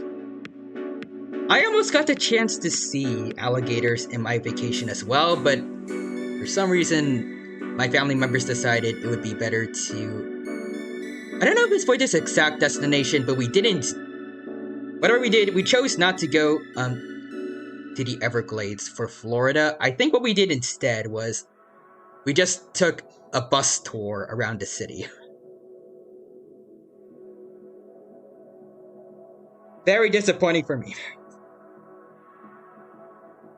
Like, they even said, like, in the brochure, there was guaranteed to be, like, we were guaranteed to see an alligator at least once, even if for some reason they were all shy during the Everglades tour, because there was, like, during it, there was going to be an alligator feeding show. So I could have gotten to see both an alligator and a crocodile during the vacation, but nope. And my family also passed on a manatee encounter for some reason as well.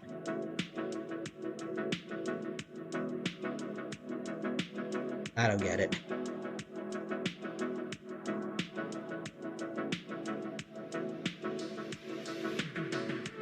But yeah.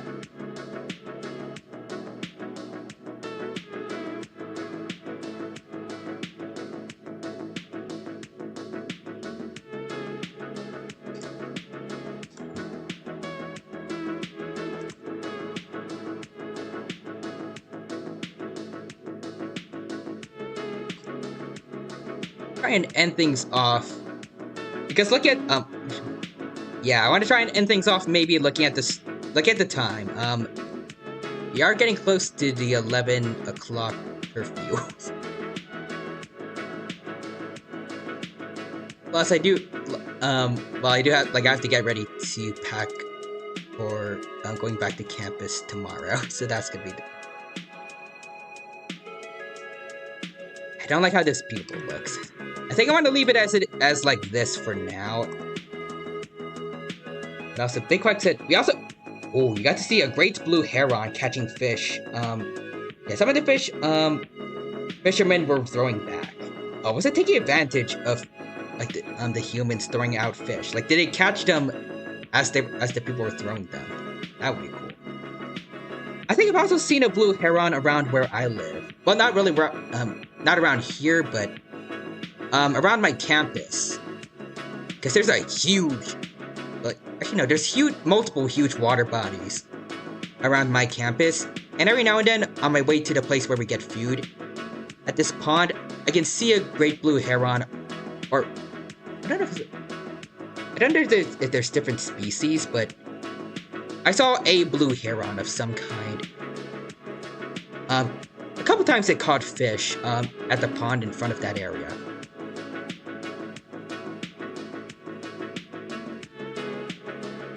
And also at a pond nearby, I actually got to see, I feel like basically the full, parent, I guess, the creation of a goose family. Like, I saw a whole flock of geese together one point during the fall or spring. Noticed two of them stuck close together a lot. Eventually, lots of the other geese left, but those two were still together. Grazing and, like, just walking around and grazing, and then at one point I started noticing that one of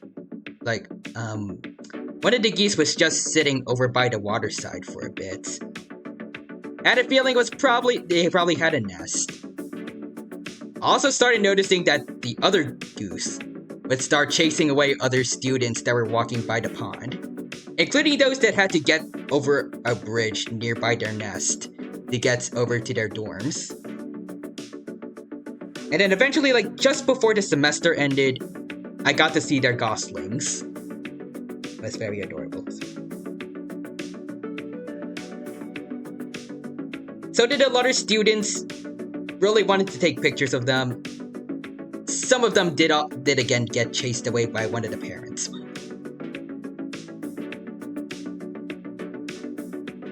Yeah, so Big Quack says, L family, imagine passing up an Everglades tour. Why? I don't know.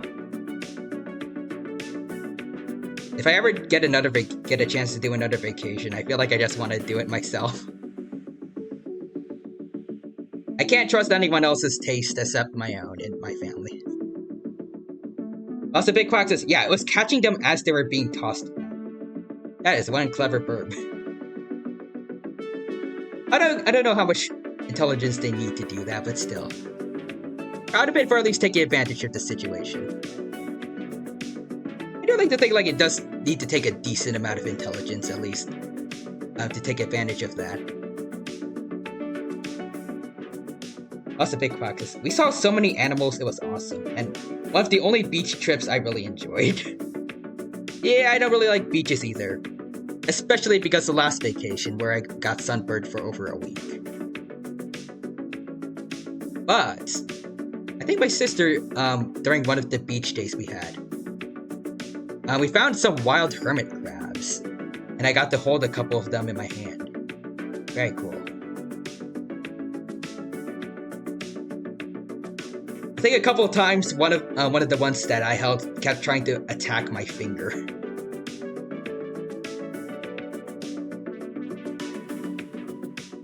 That was fun.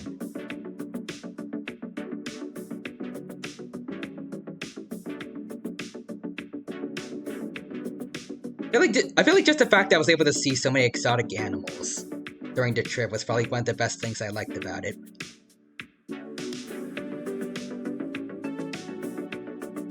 The other main thing I really enjoyed from that was also the food and being able to get whenever I got the chance to feel air conditioning after going back inside to a place, because all the places we went to, their climates, they were not good for me.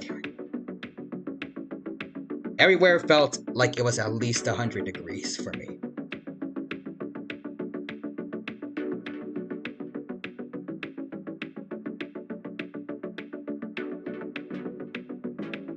Becky. Now I do want to save and let's see. Yeah, Godzilla Rex. Save it as a created. Actually, no, not just a created document. Gotta save it as a PNG because I do want to show people it for Twitter. But yeah, I really am proud of how far I've gone with this thing after about almost 6 hours worth of streaming. Feel like I probably could have done more, but I'm proud of what we got done today.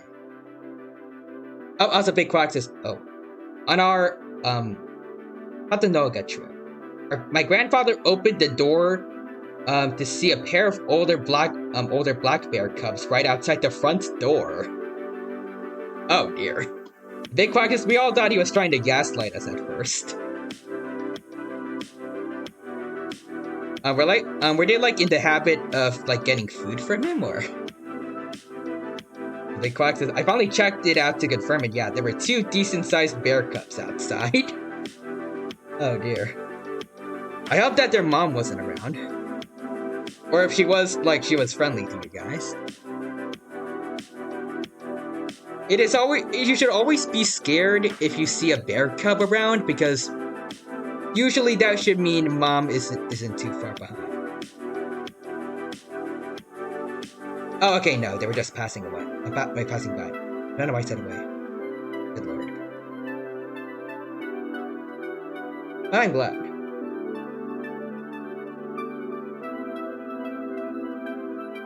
Was their mom, like, farther ahead of them, or? So, that is a crazy encounter. I don't know if I've ever seen a... Yeah, we didn't bother them, and they left shortly after. That's good. I feel like I've barely ever seen, like, a bear in real life. Except maybe some grizzly bears during one zoo trip, I think.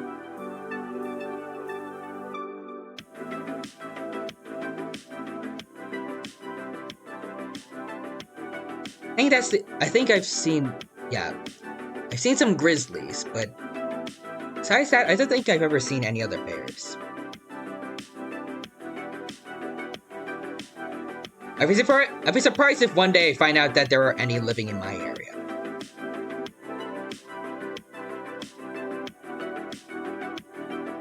Also, big quacks, yeah, but it was cool seeing them, and we never saw their mom. It's possible due to their size, she wasn't right up with them. Maybe.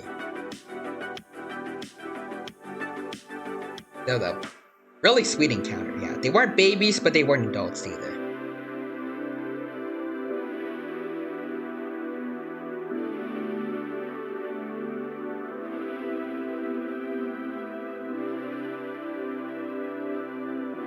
I would love to, I don't know if I want to move to somewhere where there's maybe more wild animals to look at, but I mean, I think where I live, I've seen a fox once as a kid. Passing by, I think it was when I was on a bus ride back home. I was back in elementary school and I saw a fox cross the road. But that was about it. I don't think, besides that, I don't think I've ever seen a fox around here. Only because they're just too sneaky and are just constantly hanging out around the more foresty areas of where I live. Maybe someday I'll get to see another one. We do get a lot of deer here, though. Like a lot of deer. To the point, some of them a lot of them come around to eat the plants in the garden in the back, which my parents do not like.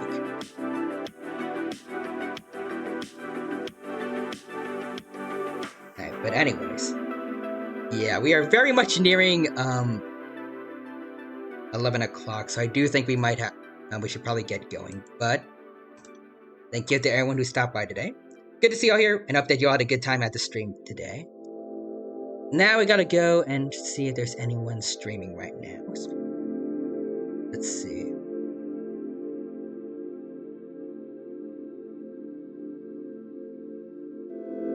For some reason, Automod helped something. Let's see. Big Quack said, I've seen garter snakes, box turtles, numerous deer, and a few foxes. A rabbit. Oh, we get lots of rabbits around here too. A coon? Raccoon. Yeah, I think that's what. For some reason, I think that's what Twitch censored. I don't know why, but a great blue heron and an army of opossums. Opossums, I think. I don't think I've ever seen a possum before, and I live in a suburban neighborhood. I think so, me too. Suburban or urban? I don't know the difference. Let me look up urban neighborhood. Oh, no, not this. Suburban. Oh, yeah, this looks a lot more like where I live. Yes, it's a suburban one. I feel like where you live is a lot cooler than mine. I think I've seen a turtle a couple of times, maybe, but I don't know if they were specifically box turtles, like maybe some of the more infestive, like red-eared sliders. At least I've heard they're invasive because people keep tossing out their pet turtles for some reason. I don't know why, but I also see Forrester with the marshmallow emote. Thank you for that, Forrester. I appreciate it. Alright. But yeah, let's see. I was right in the middle of trying to find someone to raid. Yeah. And we got fellow T-Rex, K Diggity, right now, who's playing Armored Core 6, I think. Actually, I think this is the same game that Fodra was playing earlier, right? I think so. Yeah. Let's go raid him today. Also, Big Quack said, the heron was snatching frogs crossing the road during a storm. It was super cool. Oh, nice. And props to that heron working under those conditions. They're a lot more animals in general are a lot more tolerant of rain than I am. The second drops start to fall, I am running for either my house or my dorm, depending on where I am at the point, wherever I'm living at the time. I hate rain.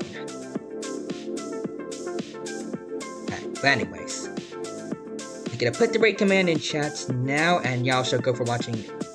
Well, I'm a T-Rex drawing to a fellow T-Rex playing, what was it called again? Armored Core 6.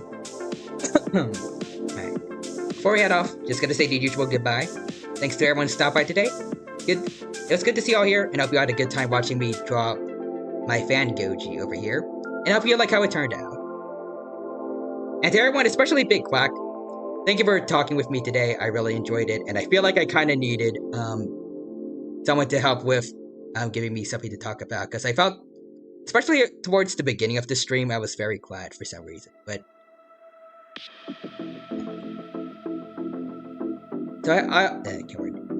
so after today, I shall be going back to college for the foreseeable future, but I hope during my next semester that y'all will still be here, having a good time with me whenever I'm able to stream.